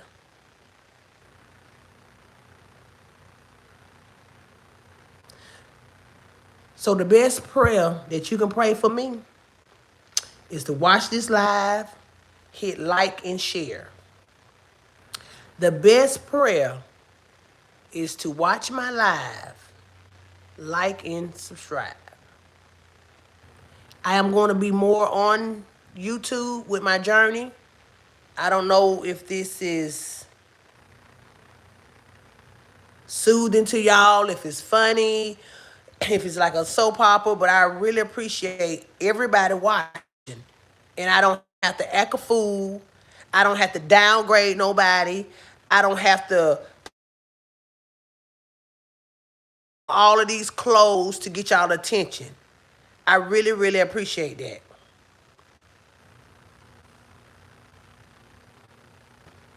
I've entertained y'all for about 2 hours on this live, and y'all stuck with me.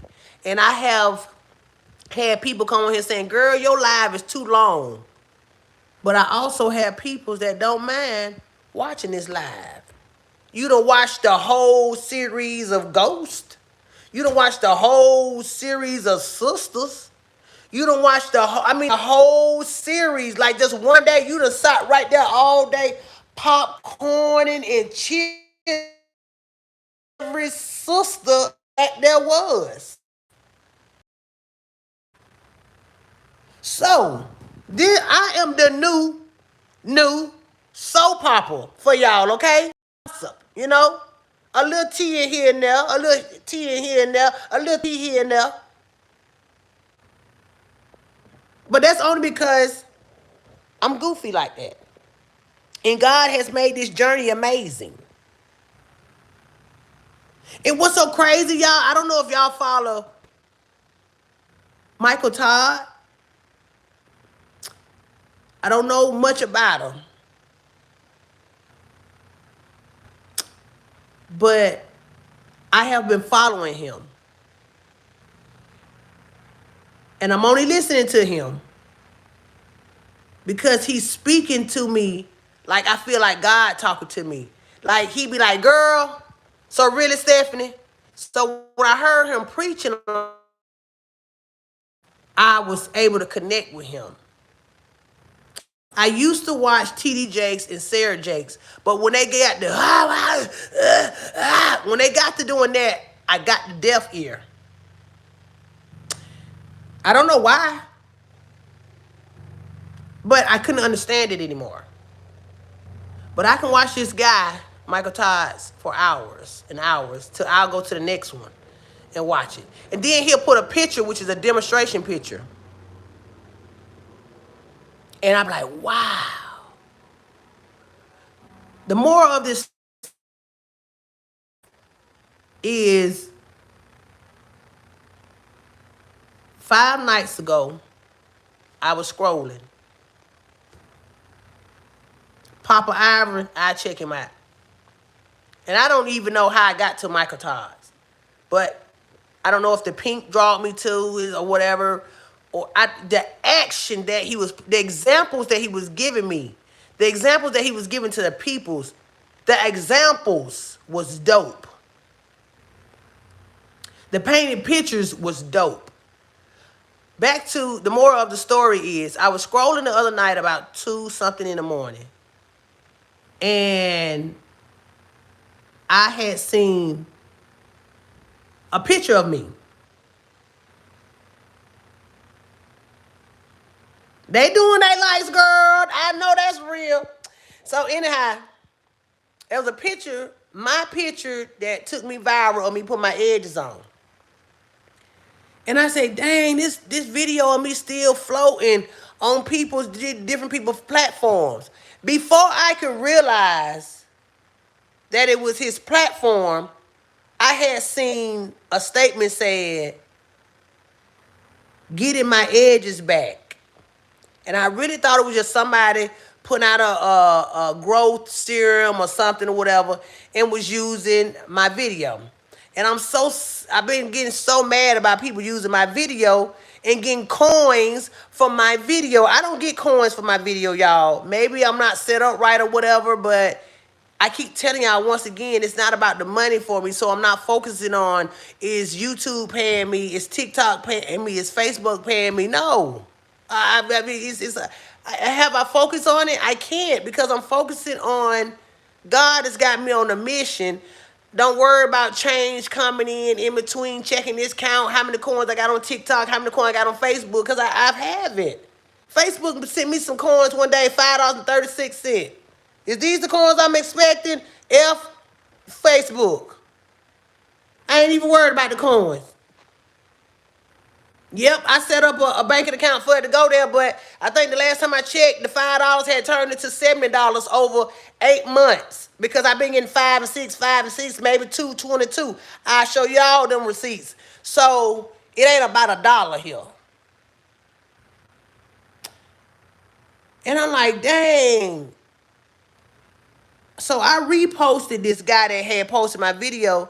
You know, Facebook and YouTube gave me a strike because I put up my video and they told me I was copyrighted. That's my video.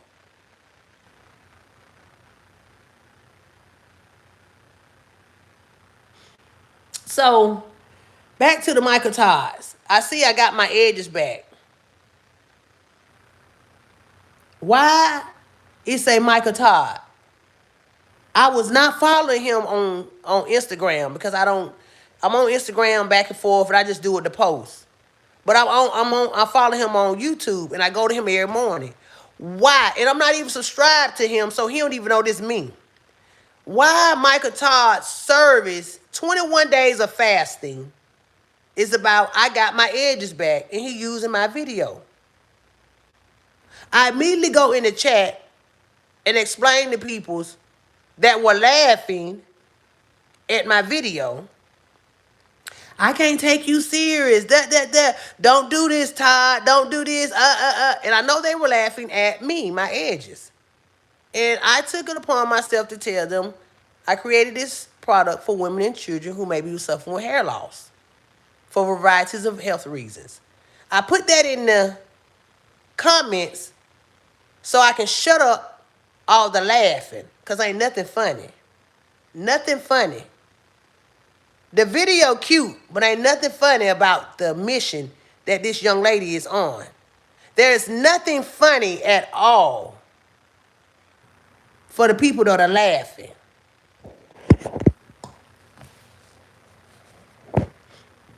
Did I think Todd was laughing? No, never gave me a doubt in my mind. But when I seen the peoples under the comments,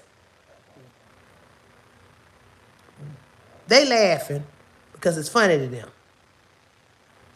I go to his caption, and it's 21 day service.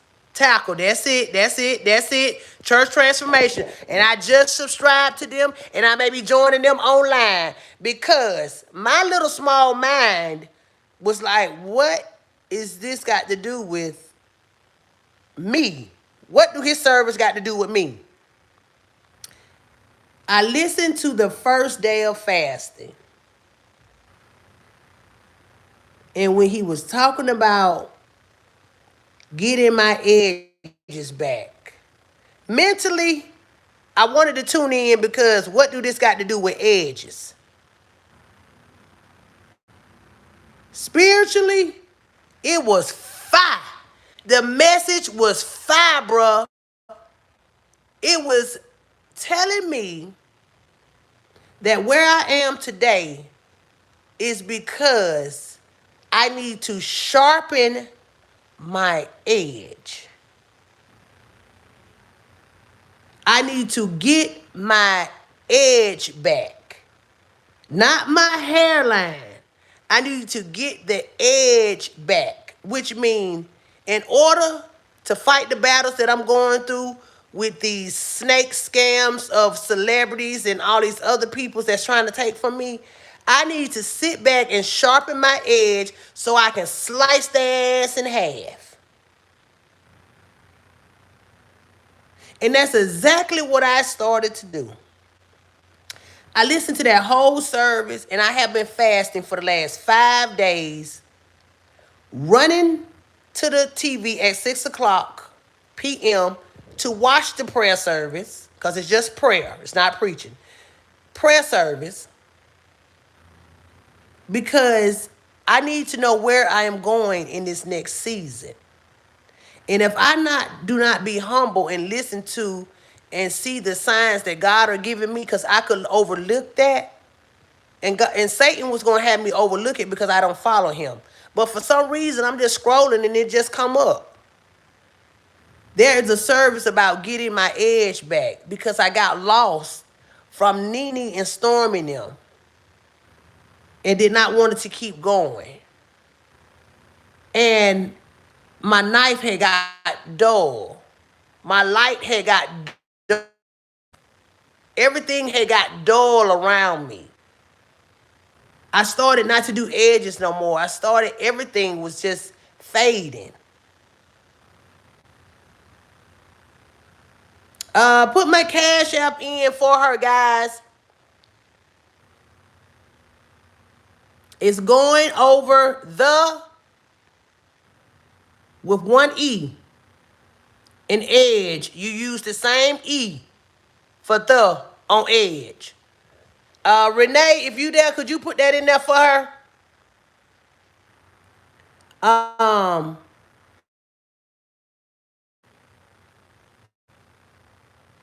don't have a church at home. That's it right there, guys. I've started going to another church at home. And It's 90% white. I had to stray away from my black churches. They were meaning me no good. No shade to the black churches, but they weren't meaning me no good here. And they opened their doors to me. And the first day I didn't join. I just went for service to check it out. They were in 21 days of fasting, along with Michael Todd in the 21 days of fasting. So the church that I'm going through to is fasting for 21 days at 6 a.m. to 7 a.m. Todd started fasting 6 p.m. to 7 p.m. I've never fasted a day in my life. I've been fasting 6 a.m. in the morning and 6 p.m. in the afternoon. I don't know nothing about fasting. And let me tell you how the devil been working on me. And I don't want to give him praise, but he been trying to, I'm late. Oh, it's cold in Florida. Oh, I gotta be there. I gotta leave the house at 5:30 to get to church. I ain't never been to church at 5:30. I get to work late every day. Every day I'm late for work. So how you finna make it to church? You ain't even Holy Spirit. You ain't even holy like that, Steph. This me, beat myself up. Girl, you finna. I've been getting there. 5 days in, y'all. I've been getting to church. 6 a.m., 6:07, 6:15. I've been getting there. That's for this first week. The Todd show, I'm always busy. Ask my baby. I've been setting an alarm at 4:30. Tune in to the Michael Todd. Hurry up and get home. You got 2 hours to get home.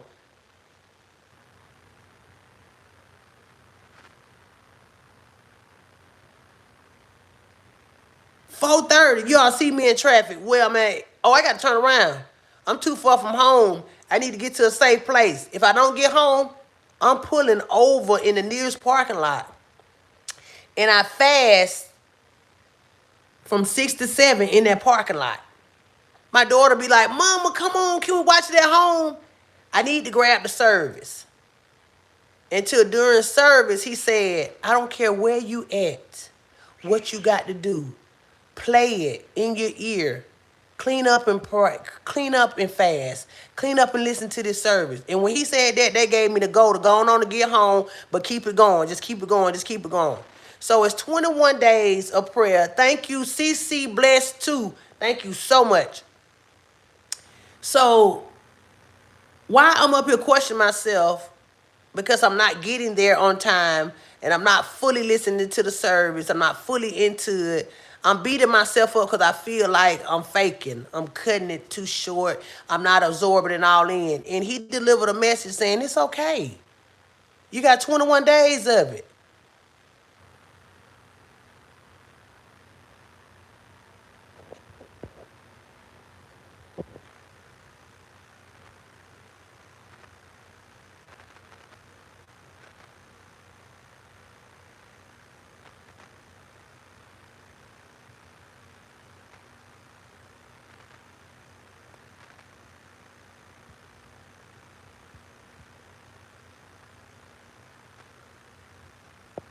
Brown, don't scare me. What you talking about? Is that related to you, Brown?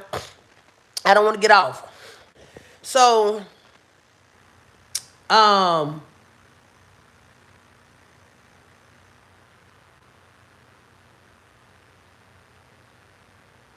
so I forgot what I was going to say.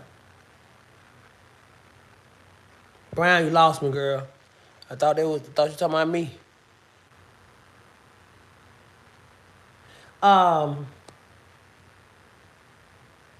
Where I was, y'all. Brown got fasting.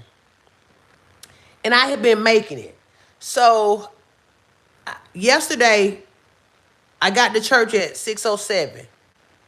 It's been so much danger in church. The church was locked and I couldn't get nobody attention. Thank you so much.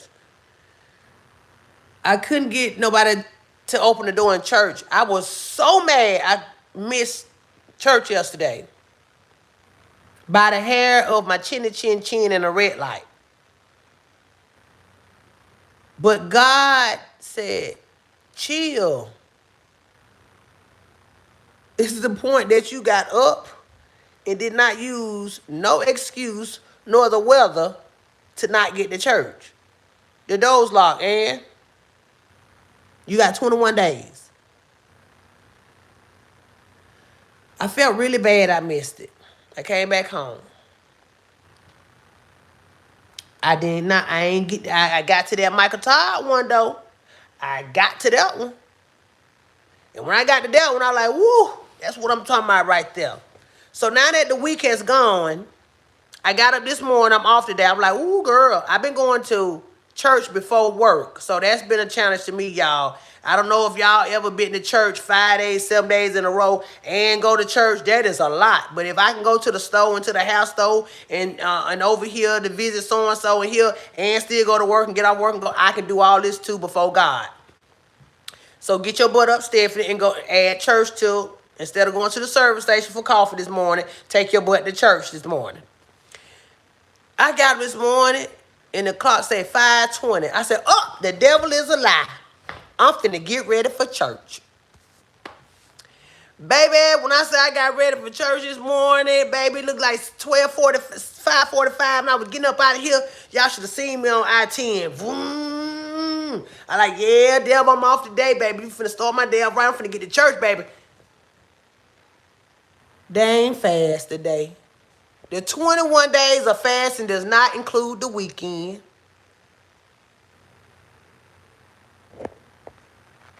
It's okay. It's okay, Brown. Sometimes we get lost in the sauce, baby. I was just making sure you ain't see no horses about me, baby, because, ooh-wee. But anyhow, it was about sharpening the edge, so you may want to go look at, it's not the fast, you may want to go look at last Sunday service when he was talking about we're getting lost in our sauce because we're not sharpening our edge.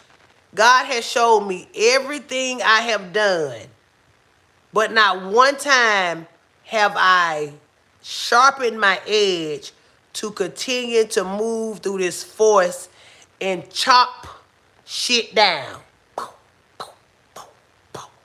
I ain't chopping it down because my ex, he was talking about an ex. My ex have got dull. I was at one time I was on go with this, but now so much stuff have came in my way and invaded my space, but I'm still pushing through. But I was spending more energy chopping instead of slicing. It's a difference, y'all. I'm getting through what I'm getting through, but I'm chopping at it. Chopping at it instead of slicing it. You got to watch the service to see what I was talking about. It was about a man, an old man and a young man chopping down trees. Whoever can get the most trees chopped down win. Well, this young guy looked nice and buff, and he was chopping down the tree, putting in all the work chopping down trees. Every time he looked over his shoulder, he seen the old man sitting down. He like, yeah, I'm finna beat this old man. Same thing with me. I'm on social media looking at these comedians and these ignorant peoples with all of these views, smashing the internet. Looking at Cat Williams' interview, smashing the internet. I know how much YouTube paying them. I already know how much their check is. I'm on YouTube too, but I'm chopping. They smashing. I'm chopping. They smashing. Back to the story. The man chopping, putting in work. He just know he finna beat this old man. The old man over here, every time he see him, the old man sitting down. Yeah, old man, you sit down. You ain't making no move. At the end of the race, the old man wins.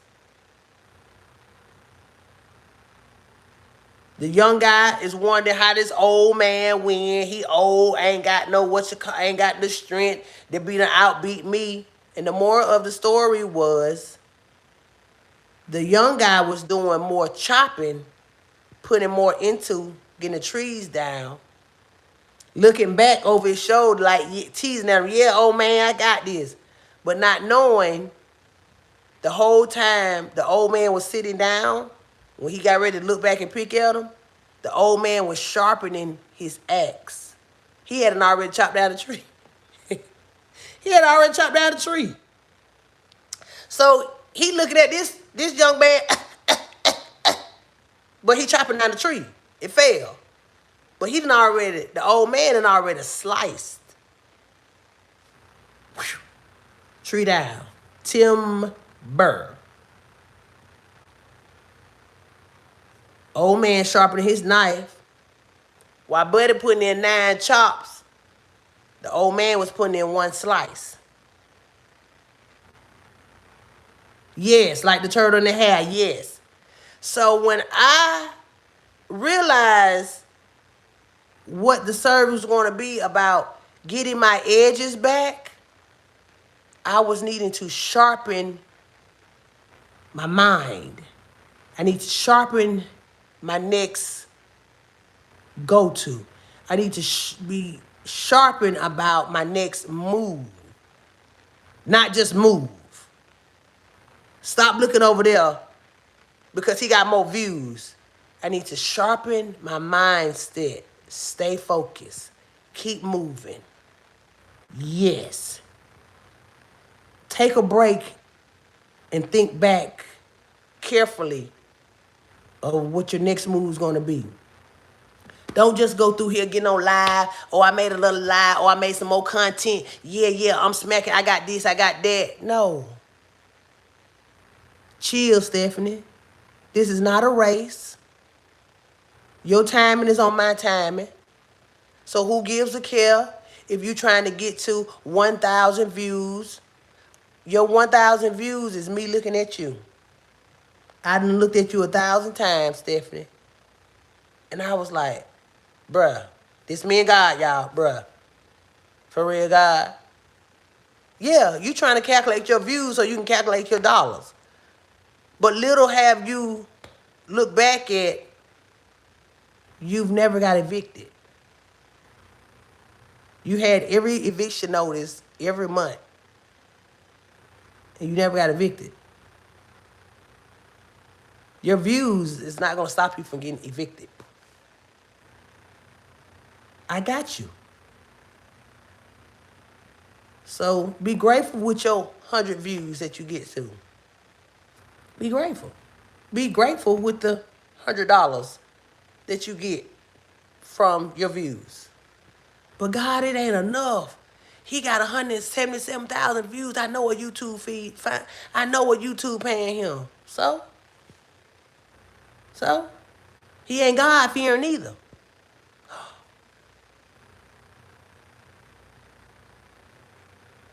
But God ain't talking about nobody. He just telling me, hush.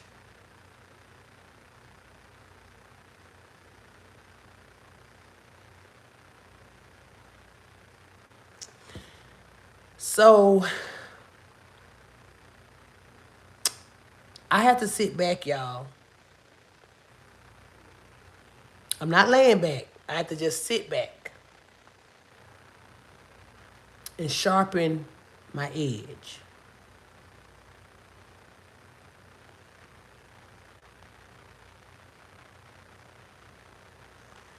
In March, thank y'all so much. Thank you so much.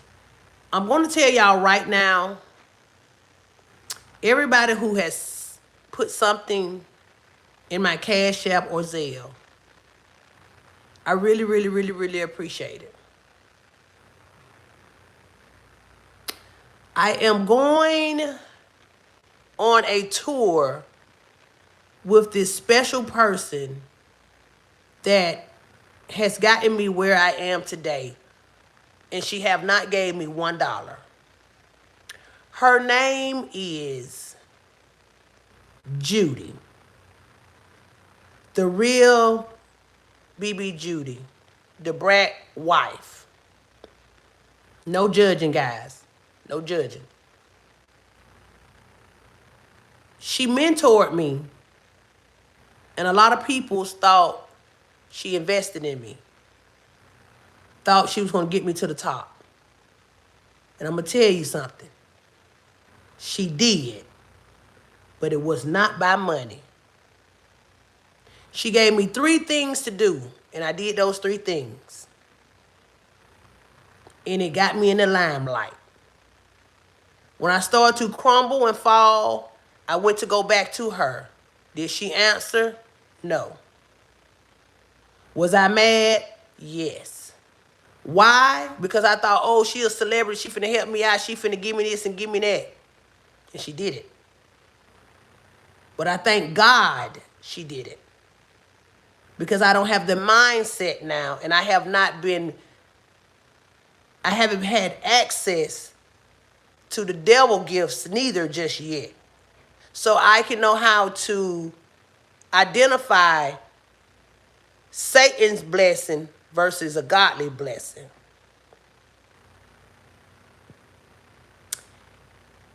And I'm going on tour. She's doing a part 2 of teaching us how to keep going. What's the next level? She gave me levels. She gave me lessons that got me to the level I'm at now. And I'm like reading a book. I need to know what's the next. I don't know how to run a business. Yes, I've been praying for God to teach me how to run the business, and He has. He has. And He's not teaching me by sending me back to school. He's not sending me back to get a business course. He is actually putting courses out there that I can relate to.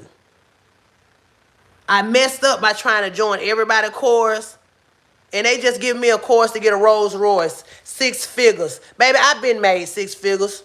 When you had children, we done made 6 figures on top of 6 figures on top of 6 figures. So y'all don't get discouraged by not making 6 figures. 6 figures. If you have kids, you have made 6 figures numerous times. You just have had to use them. So I'm going on tour. So if y'all see me again, I will be I will be going to this class to show me the next business move. The next business move, to show me the next business move, whether I can relate to it now or later. But I need that education, guys. And I'm telling you guys this so you won't think I'm having a good time with your $1 or your $200 that you just have sowed a seed into me. I need this knowledge. I need this knowledge.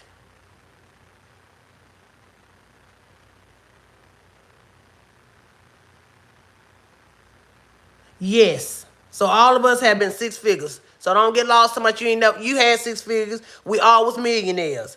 Time them children food, Miss Brown. Time them children food. 3 times a day, time 365 days, times 29 years. Girl, you been rich. You been rich. So this has allowed me, because I did not know how I was fixing to go to this event and learn this and be able to come back and what I've learned from Judy to bring back and put it into my business. Because everybody that want to help me in my business move forward wants $1. Where I charge this for an hour, I can run your business this, or I could be your operator. I had an operator that I was paying, he was taking a lot of money out of the business. My business sank when I had an operator manager because he wanted operator pay. I didn't know what operator pay was. I was just paying him whatever he wanted to stay on my team. But he robbed me blind as hell, him and his wife. And that's a part of the book I need y'all to see too. I got T on that. I got all my text messages with me and my operator manager going back where he just taking the business, what he want to do with it, when he want to do with it. And I was telling him no, he wanted to lead a business.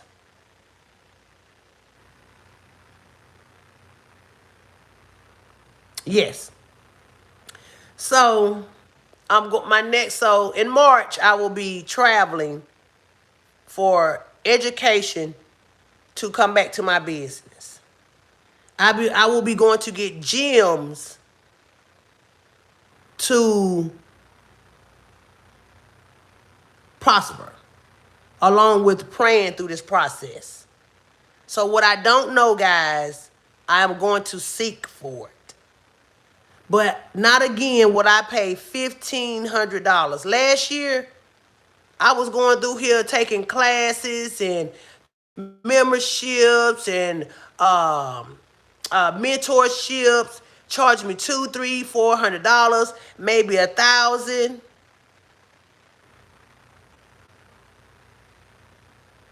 Yes, I'm so glad that she gave me what she gave me, cause I would have ran off, and y'all know I'm whole. I would have ran off. I don't know how. But being humble, patient, and listening to the Holy Spirit. If you don't listen to that Holy Spirit, you ain't listen to nothing. So I started to listen to the voices in my mind that my therapist wanted to give me to take freaking medicine to stop thinking of. So I'm going to get me some more gems to bring it back to my dinner table, so I can have my fixings for my food and for the peoples that I'ma feed. Because when I get where I'm going, this journey has been nothing but a lesson. It has been very hurtful. My family has not turned from me, but they have gave me a deaf ear. Stephanie, all you do is talk about this business. No, my family don't believe in me. Do I beat them up for it? No, they don't know no better. They laugh at me. Girl, you're crazy. I'm not crazy, Mom. Not crazy, Dad. Granny, I'm not crazy. And I love my family. I love them to death, so don't get this. I love them. But I know they never had a business mindset. And they probably only listened to their Holy Spirit when it was time to get a house or a car, I guess. But the material stuff that I hear, I'm following what I hear. And when I start hearing, oh, you need a car, like my car right now whining, about to blow up. If you strike a match, it sounds like if you strike a match, it's going to blow up. But that's nothing but a distraction. Get a car, $400-$500 car note, $200 insurance. That's the business right there. I can't make another edge with a car note. Do I need a car? I do. But in God's timing, I have learned. Turn the music up if I don't want to hear the whining. I do get distracted because people be saying, I thought you was rich. I am, in my mind. In my mind, I always be wealthy. Yeah, in the high. So, I get it all the time. Oh my God, I thought you was rich. And I be like, oh my God, I am in my head. My daughter and my son, Mama, you went viral. You should not be driving a regular Jeep. I say, hey. My Jeep will still give me the A to B. Okay? It's giving me A to B, son. My son eat me up all the time about what I'm driving. Mom, I'm gonna buy you a new car. If you're not gonna pay for it cash, son, if you think you just finna go pay that down payment and give me these car notes, baby, you got another thing coming. Mama finna whine out to the top. You hear me?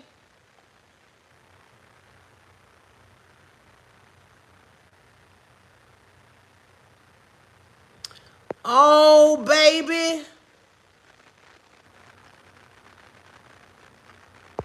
So, and you may need to be cut off, brown. I don't know why.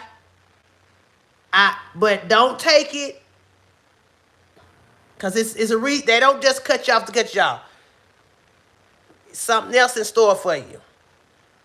When I tell you something, you ain't finna die for not being cut off. You not finna go hungry not for being cut off. You not finna go homeless for not being cut off. And Brown, if you do go homeless, it's probably for a reason. I've been homeless, Brown. On this mission, I got receipts. I'm in the car. When I first started following Judy, I was in my Jeep that I'm in now,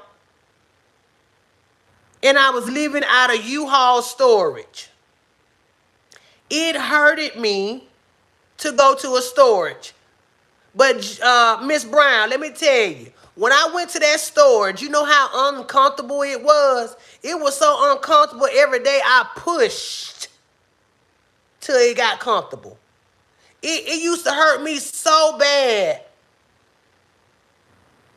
I be crying. But let me tell you, that hurt was dope. Y'all, when I was in that storage, I got a climate control storage at that. So I can have a little air. I was making edges in a storage because my family wouldn't allow me to bring all my edge stuff to their house. Bougie. You ain't bringing all that stuff over here. So I was in a storage for $56 a month. This guy was liking me, and when he found out I was in the storage, he kind of was like, ugh. So I lost him. He never became my boyfriend because he was like, you in a storage? So he didn't believe me. He visited me one day there, and I was like, ta-da, this is my little home. And I think I got that on my Instagram. And he was like, you for real? I was like, yeah. So you not? No, I'm not getting a house. Was I homeless? Yes, I was homeless. Was I broke? No, I had 2 jobs. Then when I came homeless, I didn't have a home to go to, so I got 3 jobs. So was I homeless then? No, because I do in-home health care. And I got an overnight. I made my in-home health care go to overnight. So I was sleeping in people's home with them. Don't tell nobody. You know, I would nod off a little bit on auntie them. And then when I get off of work at 6 in the morning, I will go to the storage and sleep till about 9 before the storage unit will open up and realize that I was sleeping in the storage, because if they find that you're sleeping in the storage, you know, you'll be in trouble. So I had my shit mapped out. You hear me? So it got hot one summer. And baby, that climate control was not climbing.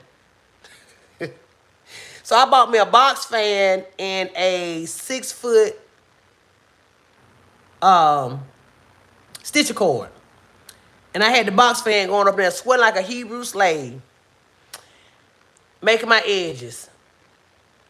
Didn't want nobody to know I had stayed there. My family and them thought I was staying somewhere else. You ain't staying in no storage. You ain't staying in no storage. And I showed my mom one day I was staying in the storage. You don't have to stay in the storage. You're putting this before everything. You're putting the cart before the horse. That's what my mama told me.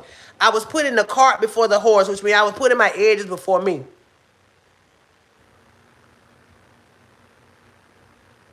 Yes. When it came to cooking and eating, remind y'all, I don't have nowhere to stay. I got 3 jobs. I treated myself once a month to the finest hotel room. Finest, not the cheapest. The finest. I had to put myself where I was going to see myself when I get up out of this pit of a Daniel lion den that I was in. I've been living. I'm in a den of lions right now, y'all. I am, and I'm tipping through them. I don't want to wake up. I don't want to wake up these peoples that's thinking I'm not going anywhere. But anyhow,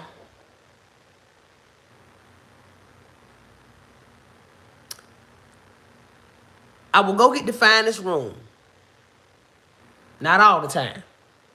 I will eat at the finest restaurant.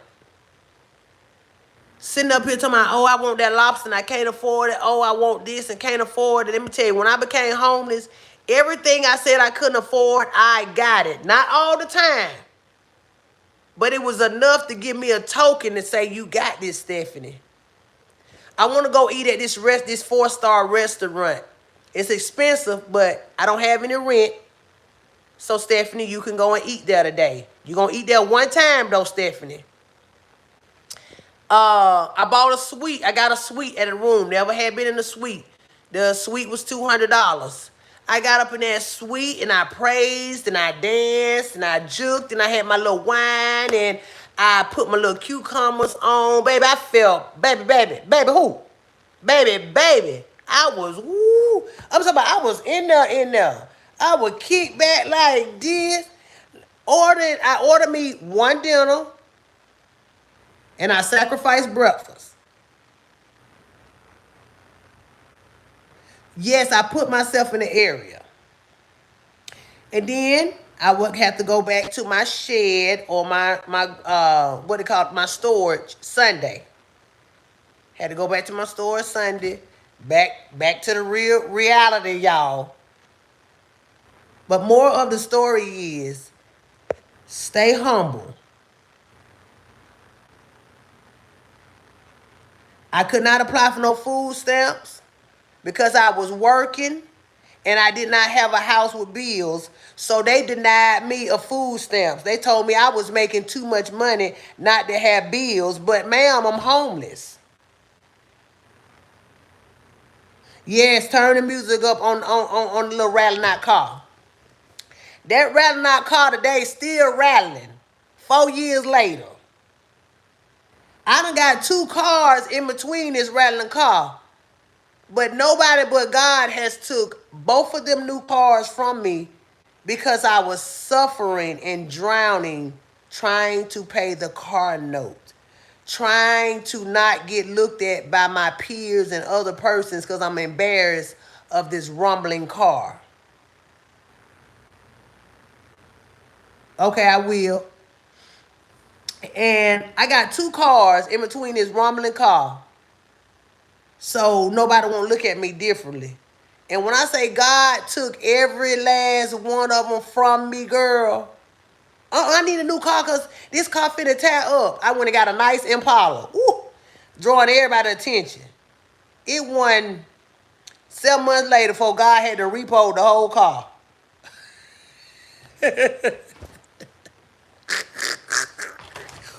Woo, girl, God had to repo the whole car. Like, and I'm like, I gotta get my car back. I called a dealership, tried to get it back, and man, that man had to gave me a price of repo, this and that, and all this to get it back. Now, Stephanie, if you can do all that, you can put all this into your business. Thank you so much, Vanessa. I ain't mean to preach to y'all, but I'm telling you, y'all got to see this book. I want my stuff out there for young women that think they can just give up. Don't give up, Brown. I have ate noodles till I had to find another way to eat them, Brown. I started snacking on noodles. I got tired of them being soaked in water. I had to start crunching them up, girl, putting a little season, a little ranch in them, girl, and I would eat them like that. But it made a way. Thank you so much. I got to go do my inventory on my edge because somebody just placed the order. And I know ain't nothing on there but number 4s and 2s and 27 and some grays. Ain't no blacks. So thank you for the order, and I will fill you today. So anyhow, so I wouldn't feel so bad. Well, God took the cars from me, y'all. First repo till I couldn't get it back no more. I said, I got the money in the bank. God said, you're not finna take that money and get that damn car back and still be around here struggling and keep praying to me. And God, and he wasn't lying. I pray for God for that car note every time I turn around. He like, you want to pray for the car and the edges. Now, one or the other. Now, Steph, you got a lot going on. You wouldn't have got this car and I already had you on the road for the edge. Now you wouldn't have got this car. I will let you know when you need a car. No, your rumbling car cannot take you out of town. I wouldn't dare tell you, and you better not have that much dumb sense to put this rumbling car on the road knowing you don't have no family or no friends that will get you off the side of the road if something happened to you. So be mindful, Stephanie. This regular car is just to get you from A to B. But you do not have a home right now. So you do have a little money. So if you have to go out of town to get a service or go to an event for investors, rent you a car, baby. You so welcome. So while I was trying to be pity to po, just be pity. Don't be po, because we ain't po. I was being pitied, and I know I was not poor because I had 3 jobs and I wasn't paying nothing but $56 for a storage. But it was not what I wanted, Miss Brown. I was very uncomfortable. I was thinking of what other people was thinking about me. And my God, when I look at what I came through today, I'm Gucci. Gucci. So after the Impala, I could not get it out of repo. My credit, I didn't know my credit was that good. And it wasn't that good. It's just that the guy at the dealership found out I had a business and had me to, oh, you business, you can get a car on your business. So I got a nice Honda Accord in my name, but with the business receipts. Honey child, with them business receipts, he gave me a car note out the world. Baby, when I say he gave me a car note, the car was no down payment on nothing. 500 Accord, really not the color I wanted.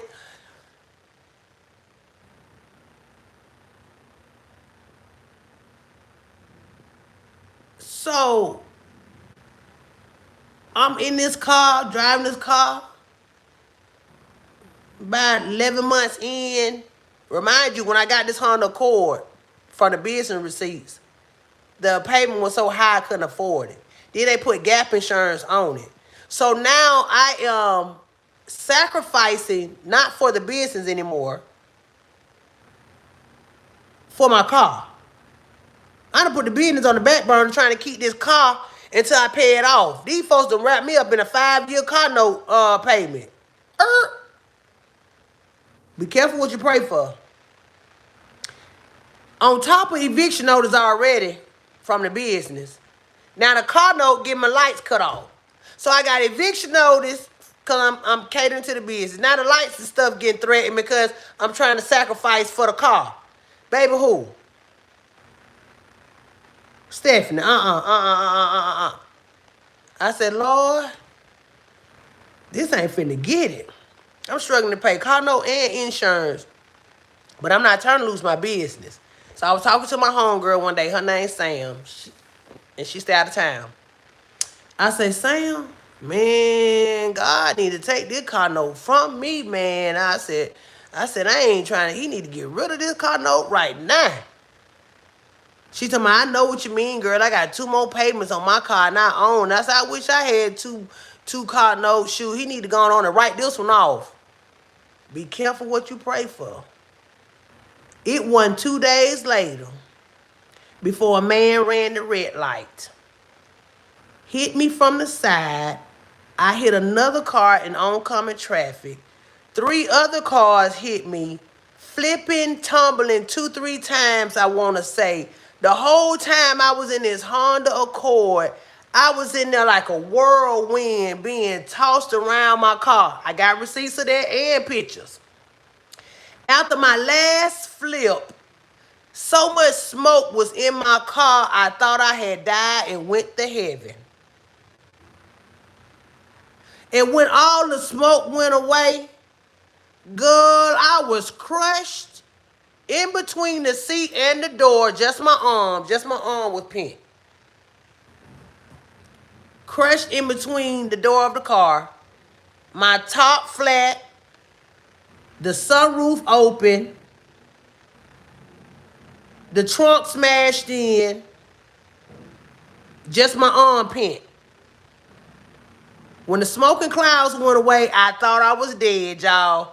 I am not lying. I thought I was dead. Until I looked around and I heard, are you okay? Are you okay? Coming from the sunroof. And I looked up and I was like, I didn't even know if I could answer because I thought I was in heaven or hell. I don't know what the hell I thought I was in. I couldn't even answer, was I okay? Because I just remember being tumbled and hit about 7 times. And I heard this little boy say, Mama, that look like the YouTube lady. And I heard the lady say, it is, ain't it? Then I heard this other white guy say, ma'am, we got to get you out of there. We got to get you out of this car. And I'm like, get me out of the car. So he takes a knife, and I see this knife coming through my window. The window was broke, but the airbags had blowed up on me. So he cut the airbag, and when he cut the airbag from the side, he said, "Are you okay?" And I was pouring in sweat. I still did not know to say, was I okay or not, because was I in a car accident? So they end up getting me some water, and the guy say, I'm putting some water on you. I'm not trying to rub on you or anything, and I'm just gonna put some water on you and stuff, okay? Stay calm until the paramedics get here. And I was like, okay, okay. And he said, I'm gonna rub down your chest a little bit because it's really hot out here. It was about 100 degrees out here. He was splashing me with water, and when he told me, I'm gonna touch your neck and put some water on, I said, he looked so good, y'all. I'm so crazy. I said, ooh, touch me, baby. I'm a fool, y'all. I'm just sorry. But I said, no, man, you can touch me, baby. It was crazy, guys. So now the ambulance is here, and they was like, hold on 1 minute. We're waiting on Jaws. What is Jaws? Jaws of life. You're pent in the car. I was crushed in my car. Right after telling my homegirl, God got to take this car note some kind of way away from me. It took them about 20 minutes to, the fire department came and put a blanket in my sunroof and said, we're going to cover you up because we got to get a saw to cut you out. And I was like, for real? He puts the fire department blanket in on me. He said, cover up with this. Remind you, I am pent. I got one hand free. I cover up, and the guy coming on the other side and puts the rest of the cover over me. And all I hear is,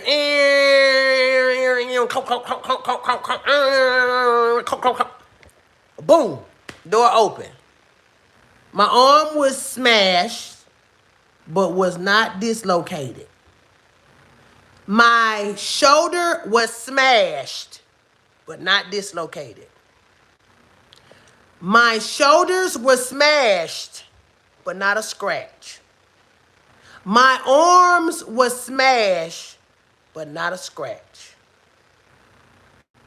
Not a bruise, not a nothing. I thought I was finna come up out of there and get the plate of, you know how you get the plate of, nothing. My hair was laid, fried, dyed to the side. I had my Flyers Target outfit on, and I was untouched. Baby, when them people put me on the stretcher, I heard one lady say, you look nice today. I look nice. I did not know how I was looking yet, though. She said, where you was going, pretty lady? Home. I got in the stretcher, and they wanted to get me all checked out. Go to the emergency room. They released me in about an hour. CAT scans came back, blood work, nothing. No pain medicine, no Tylenol. I'm going to do a short, y'all, to show y'all my car. My car was crushed like a can. Like a can. I didn't have a blood spot on my Target outfit, and I didn't have no chip polish on my pretty toes that was in my sandals. I was in sandals. Baby, when I tell you I was amazed, I was. I'm so amazed I don't want to go up into the, ooh, baby, because God be saying, what are you expecting? I'm here for you. Every time I get to tell this story, it's like I want to tell the worst of it, but he's like, there's no worse. Every time I tell this story, I want to tell the worst part of it. There was not a worst part of it. I want to tell the part, oh, I had to wear a spleen in my arm and I got to go have surgeries. I've seen people with car accidents that I was in that go in immediately surgery. I had no surgery. No nothing. Them people wouldn't even give me no pain medicine, even if I wanted to. They told me, ma'am, you're fine. So now my car is towed to this recovery site where I have to go and get my belongings out of it. And when I get there, I immediately start crying because I didn't see the car, y'all. They took me out the car because they thought I was in bad shape. Sit still, you're in bad shape. I go see this car, and it's cut in 5, 6 pieces. Both doors sliced off. The hood went on. The tires was leaned up against the car like the tires I had lost tires, child. And it wasn't really enough for me to get in there, but some little stuff that I probably was wanting. I don't know. I just went to go check. I got my tag off the car, and right then it was totaled out. Remind you, I had this big car note and it had Gap insurance. I was arguing with this man, why you putting Gap insurance on there? Because he said if you ever get in a car accident, you're not going to be able to pay the other half of the car, or you're going to be responsible for that much of the car, whatever the insurance pays off. And I'm like, man, you know how bad I wanted to not get that Gap insurance? And I'm like, man, I ain't going to be in no car accident. I ain't been in one my whole life. Why would I need Gap insurance now? I needed that Gap insurance. God told me I needed that Gap insurance. Because when your little fast ass get to complaining about you tired of this car note when I gave you one out there rumbling without a car note, and you done took your little hot tamale behind out there because you done got an income tax check and done bought a brand new car knowing you need to invest in yourself. Well, this is what happens, Stephanie. So you better pay for this Gap insurance, because I'm finna make a gap in your life and take this car from you. And he did. I had full coverage insurance. They paid, my car was $40,000.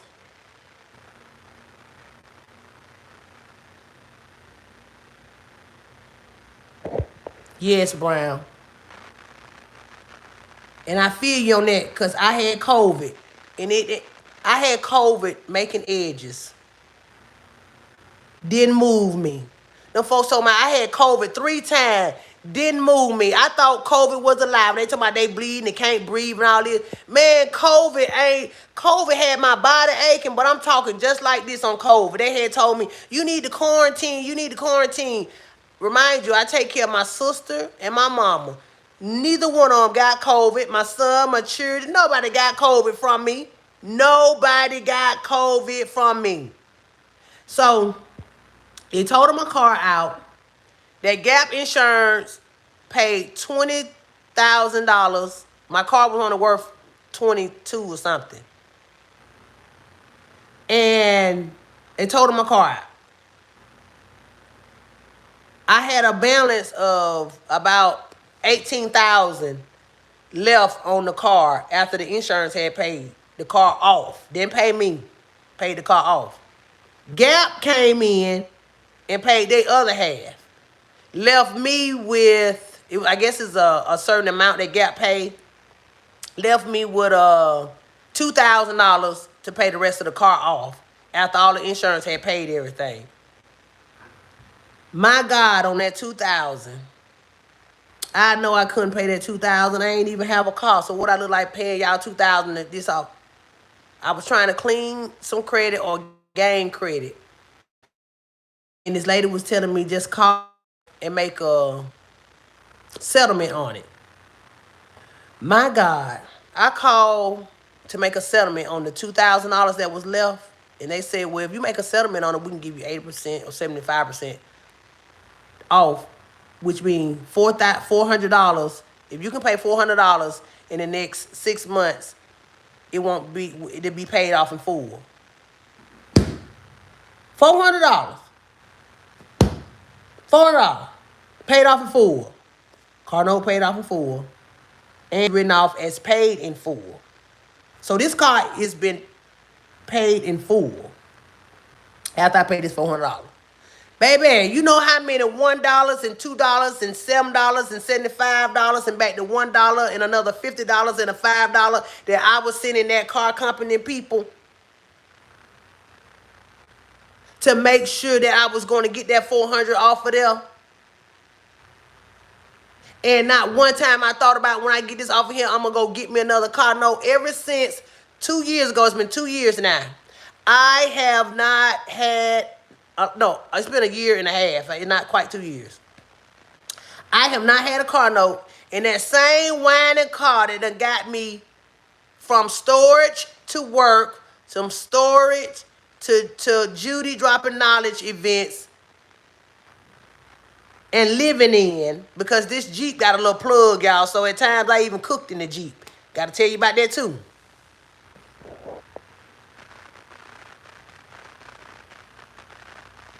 Yep, you ain't need that $400.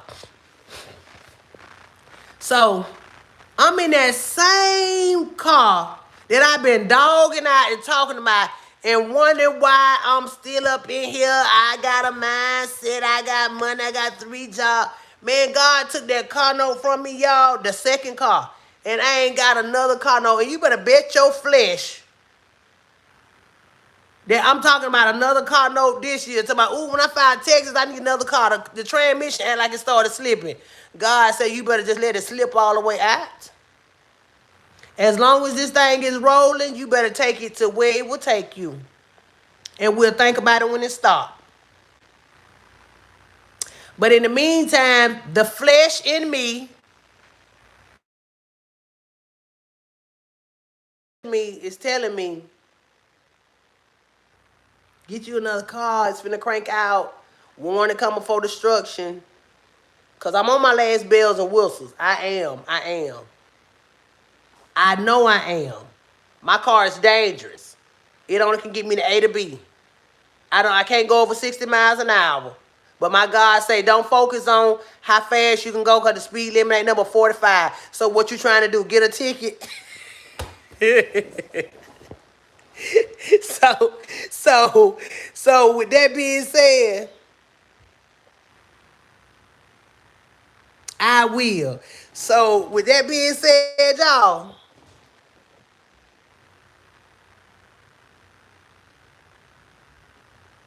yes, virtual therapy session. I know that's right. So y'all, I'm up there talking to that car every day. And I had to look up at God and say, look, I ain't got no other car. Please don't take this one because I'm talking about it.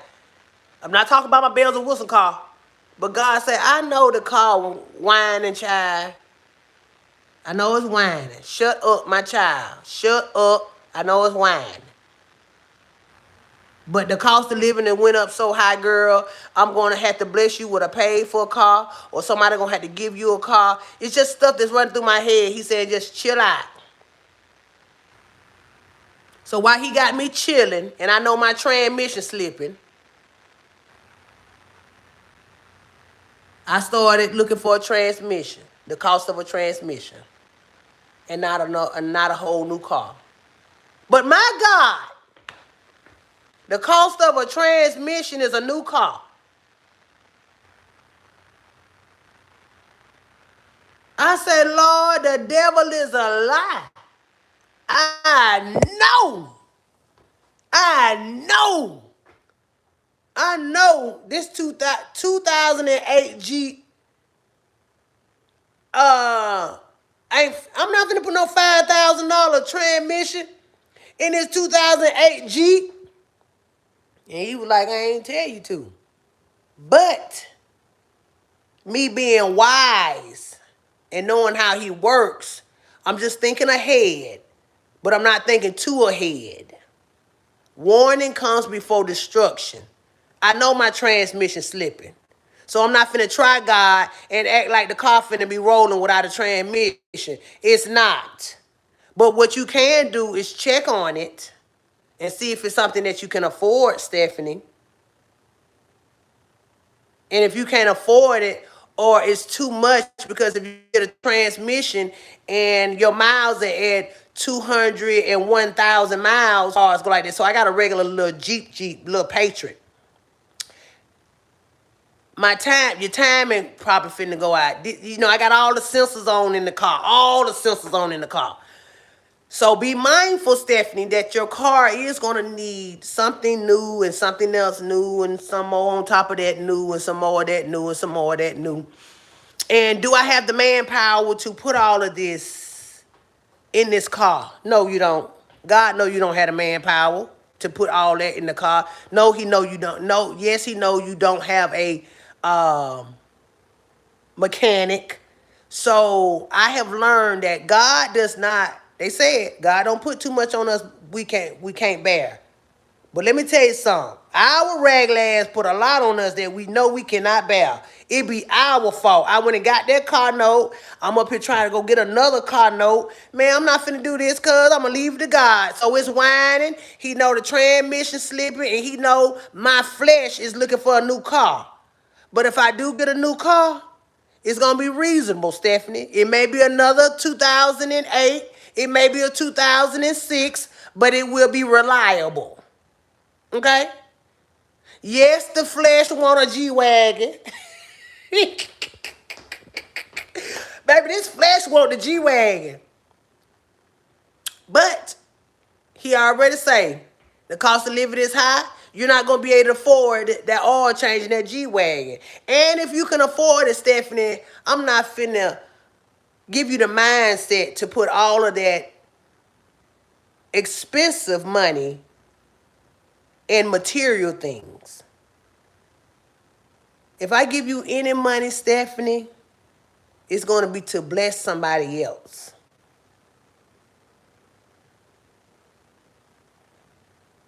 Before I run and get a brand new car, whatever God blesses me with, I am going to be sure to visit the cancer sites.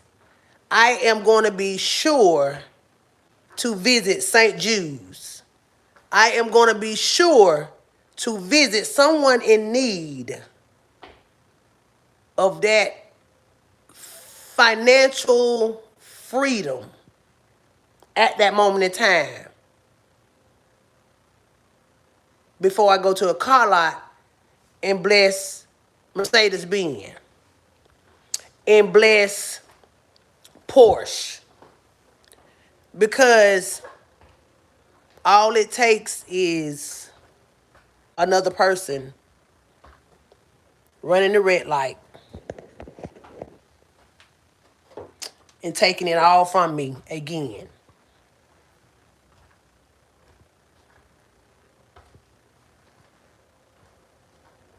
So I'm going to be very mindful of how I invest the next dollar I make. I need to invest it in something beneficial. And when I say beneficial, not because I'm gonna go get my car, it's gonna have me driving around town, I know I needed a car. When I say invest in something beneficial, when I can turn someone cry into a smile. When I can turn a bald head into a temporary hairline. I'm going to be very careful and mindful of my next investment. I've learned material things come and go.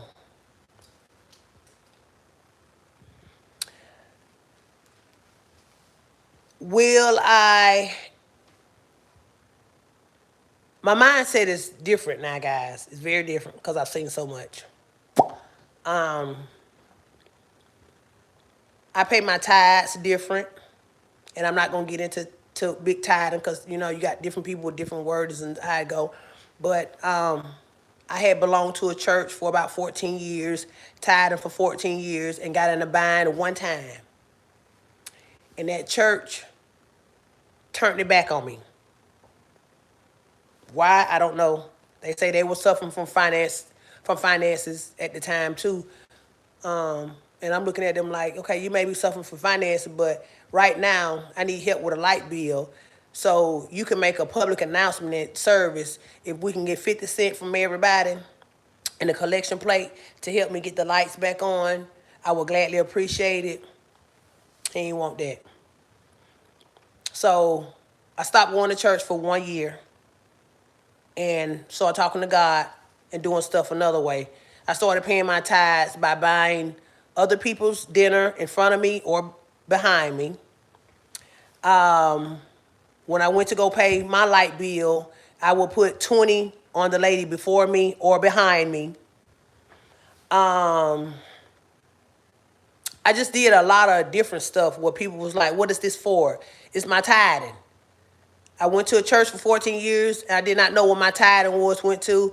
I never seen the church clap and help another hand out. It was always a bake sale. They always was making money, but I never seen the church give back. The give back was always making money. I never seen it. So I removed myself from that church and I became my own church.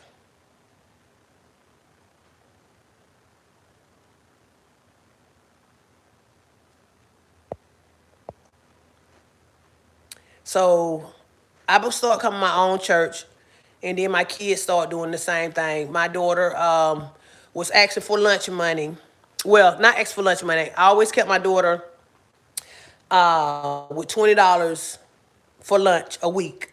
Some days, whatever they didn't have for school lunch, she didn't want it. So she would, 1 month, she asked for lunch money every day. And I'm like, how much you got money in your account? Yes, that's exactly what I did. So the stuff that I started doing when I became my own church, guys, because people was, you need to find another home. First of all, I need to seek God first before I go back into finding another church. So if I seek God first, he will guide me to which church I need to be in, whether it's in the house, online, or over there. And with me doing all that, it rolled over to my daughter. She's asking for money every day to put money in her account for food, saying she's low. She wasn't lying. She was just saying she was low. And I would give it to her. And one day they had something at school and she needed. I said, girl, you got enough money in your account now. You don't eat every day. I started going off on her. She was like, well, Mom, it's this girl that hasn't been eating lunch. And she ain't had no lunch money. She haven't had any lunch money, but my daughter was blessed to have lunch money.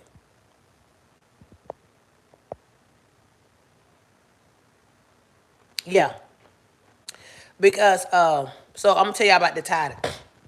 So my daughter was paying for this girl lunch that didn't get free lunch.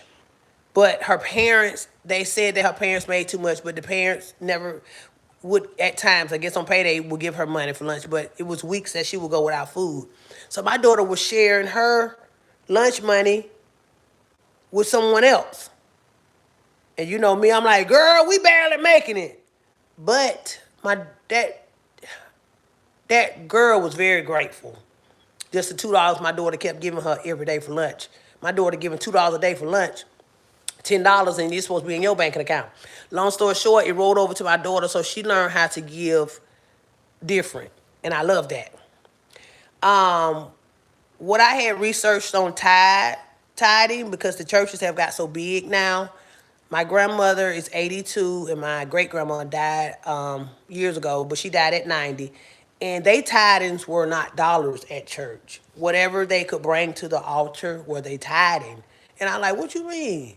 My granny said, if I baked cookies and bread, that was a tithing. My granddaddy, he had a cotton field and something else my granddad did, but he would bring tools and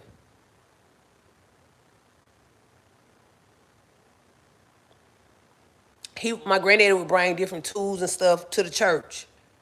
My granddad just passed this year. He was last year at 90. But I had heard some amazing tithing from my older grandparents.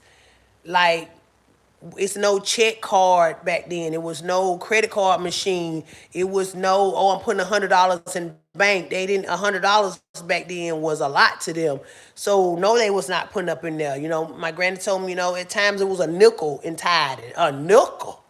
Yeah. Or some biscuits rolled up. Or freaking eggs. My granddad used to bring eggs to the church. That the chickens had. And I was like, wow, and we serving the same God? So why is it such a big deal now? because things have changed. People have a different perspective of stuff. But it's the same thing going on.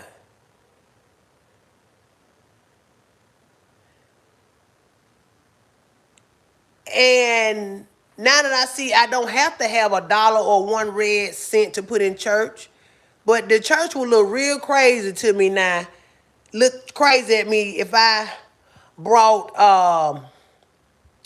if I bought some paper towels to the church, or if I bought tissue, or if I bought cold medicines or blankets or something, if I bought it to the altar for tithe, and they would look really crazy at me. But learning back then, they took anything for tithing. It's crazy. So my thing on tithing, y'all may not agree with me, which is fine. You do you. You do you. But at times when I don't have a dollar, I don't use that excuse. I can't tithe in church. Can I sweep the floor?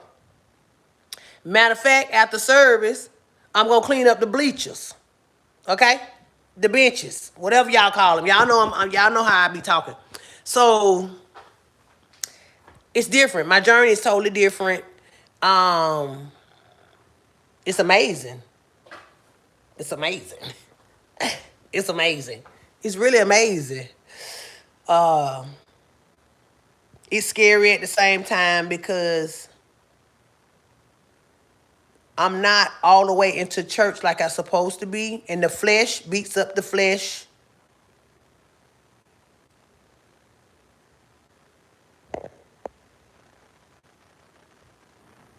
And my mama, I used to see my mama tithe $150 every Sunday. $75 Bible study. I thought my mama was crazy out her head. Because the church never came and seen her out of the 13 brain surgeries that she had said. The church had not said one prayer during altar call for my mama. My mama used to write big checks for the church. Big checks. I used to be like, my mama used to give me money to go to church and put it in tithes, and I wouldn't put it in there. She'd be so mad. So now she started sending me with a check. Put it in church. And when I used to open my mama checks, I was like, oh, you gave this much? Wow, mama. And now to this day, even though my mama got them, put them big church checks in church, it ain't paid for no better cost of living. It didn't pay for her surgeries. It didn't pay for it. It didn't. The church don't even exist anymore. But I do say this: them big checks that she was writing was out the kindness of her heart.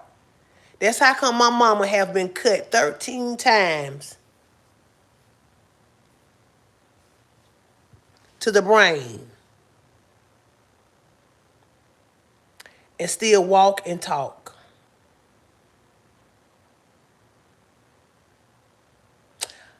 My mother has been through a lot, but to see her come out has been nothing but miracles on top of miracles. 13 surgeries, she's fed up. But she's fed up of surgeries. But when she get out of recovery, my mama be recovering like in 30 days, y'all. Like, my mama head got the size of a tire after surgery. They had to cut it and took out part of her skull. They took out part of my mama's skull. My sister has a half a skull, and my mama has a half a skull. Both of them have an artificial brain flap. God has allowed me to see them to still talk and walk to me with a half a skull. My mama's head was dented in because we were waiting on a brain flap. My sister, top of her head was sunk in where I could see my sister's little pulse moving in the top of her head, waiting on a brain flap. So now they all have artificial brain flaps and they even their head out. My mom she done had a few surgeries now, so we went from 20 to probably 19. My sister had more than 20. The doctor stopped counting at 20. She's had a couple brain surgeries moved. So my sister probably is about at 15 brain tumors now. And if I could just go live with my sister and my mom and stuff, wow. But where you can tell they probably had some trauma, but they good. They like dope, y'all. Like, they fine. They fire. Like, whoo. I don't even want to get into it because this ain't church today. It's tomorrow. But I got friends that mama go through surgery and never walked again. Never talked. Had to put them in a facility. My sister and my mama did it. It's crazy. It's crazy, just like the thoughts in my head to even get to instant edges. But yeah. But I've been on here a long time, guys, and y'all have been nothing but amazing to me. Yes. I honor the I got an in-home healthcare lady I take care of, and her son don't believe. Bless his heart. Bless his heart. Bless his heart. Bless his... Do y'all know how I feel when I had to go over there? Bless your heart. Lord bless me. Go ahead and take care of the lady. Because this man over here, I'm in the house with him. I don't want to be in the house with him, but I had to be in the house with him. So I'm so glad y'all been loving it, and I thank y'all. Y'all been hanging on 100 people strong. So let me go and wake up my daughter because it's still early here. We're gonna go work on some edges because we do have some edges, but we don't have black. I did have a few orders come in while I was on here. So what I'm going to do, I'm going to fill those orders, and I really appreciate you guys.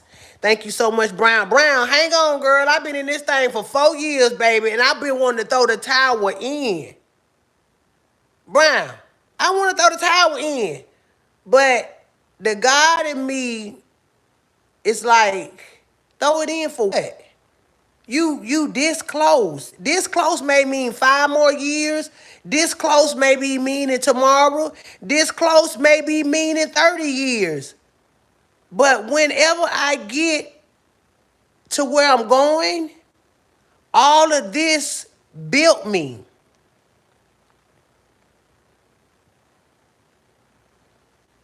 All of this built me. Like, it built me. I can recognize the real from the fake. I can recognize whether it's a godly act or a devilish act. And sometimes I can recognize just it's something that Stephanie just want to do right now because she want to stunt.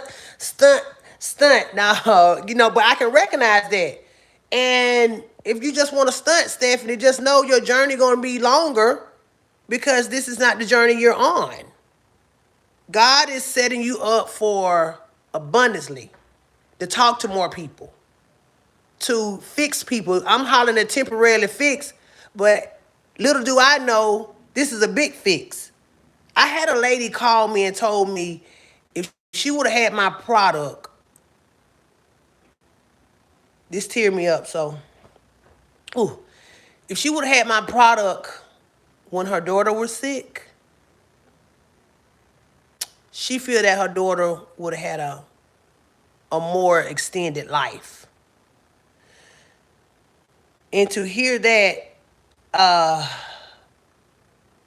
it did something to me because it's just edges. It's just a piece of hair. But this lady is looking at my piece of hair like, no, it would have been a miracle to my daughter. She was 14 years old and was in school. And I could only imagine the bullying or whatever she went through. Just wanting her hair like her, or just like, wow, but so I'm going to continue this journey, whether it hurt, whether it put me back in another garage.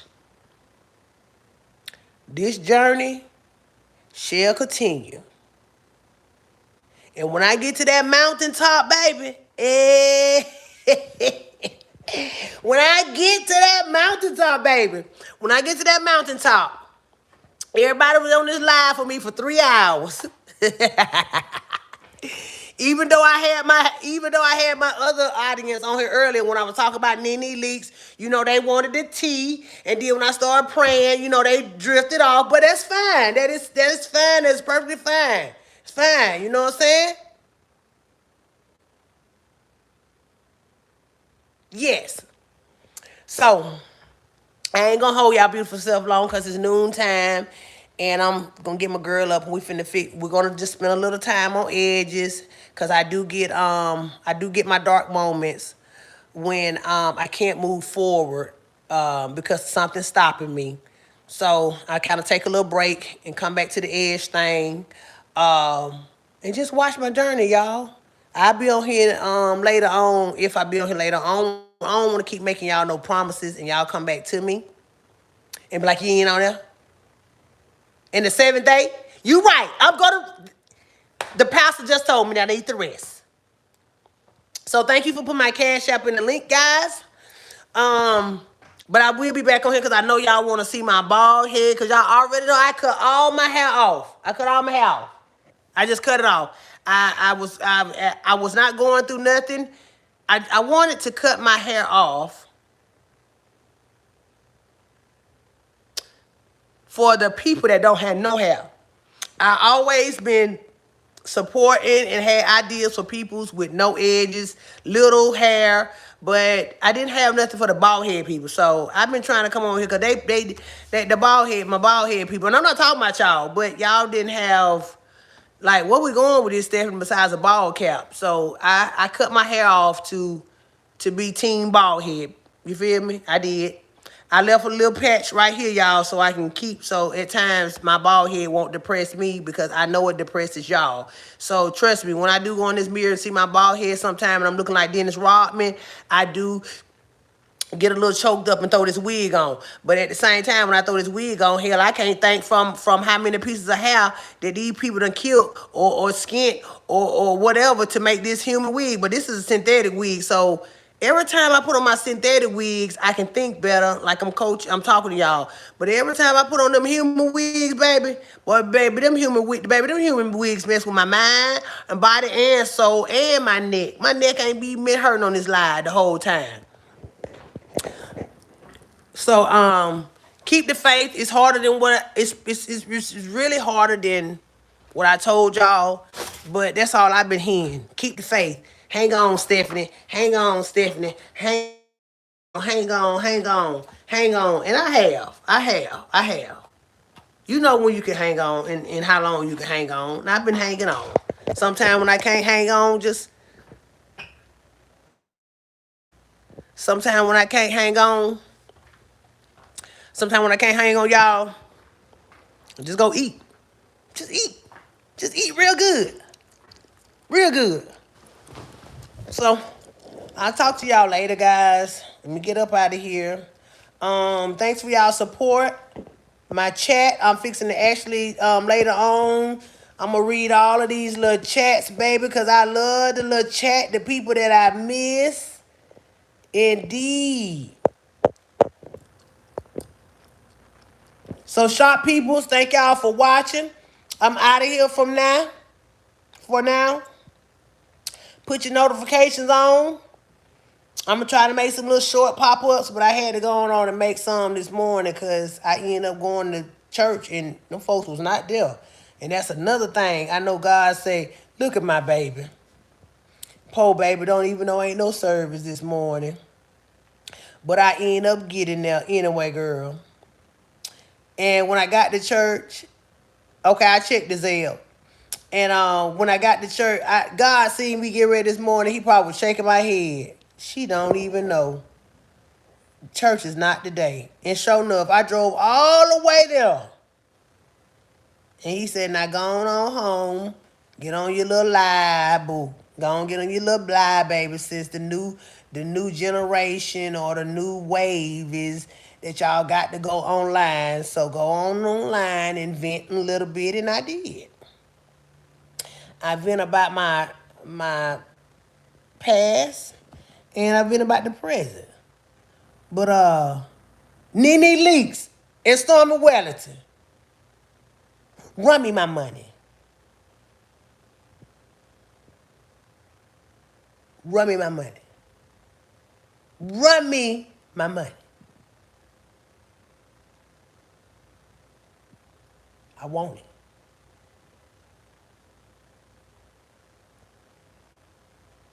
And I'm out.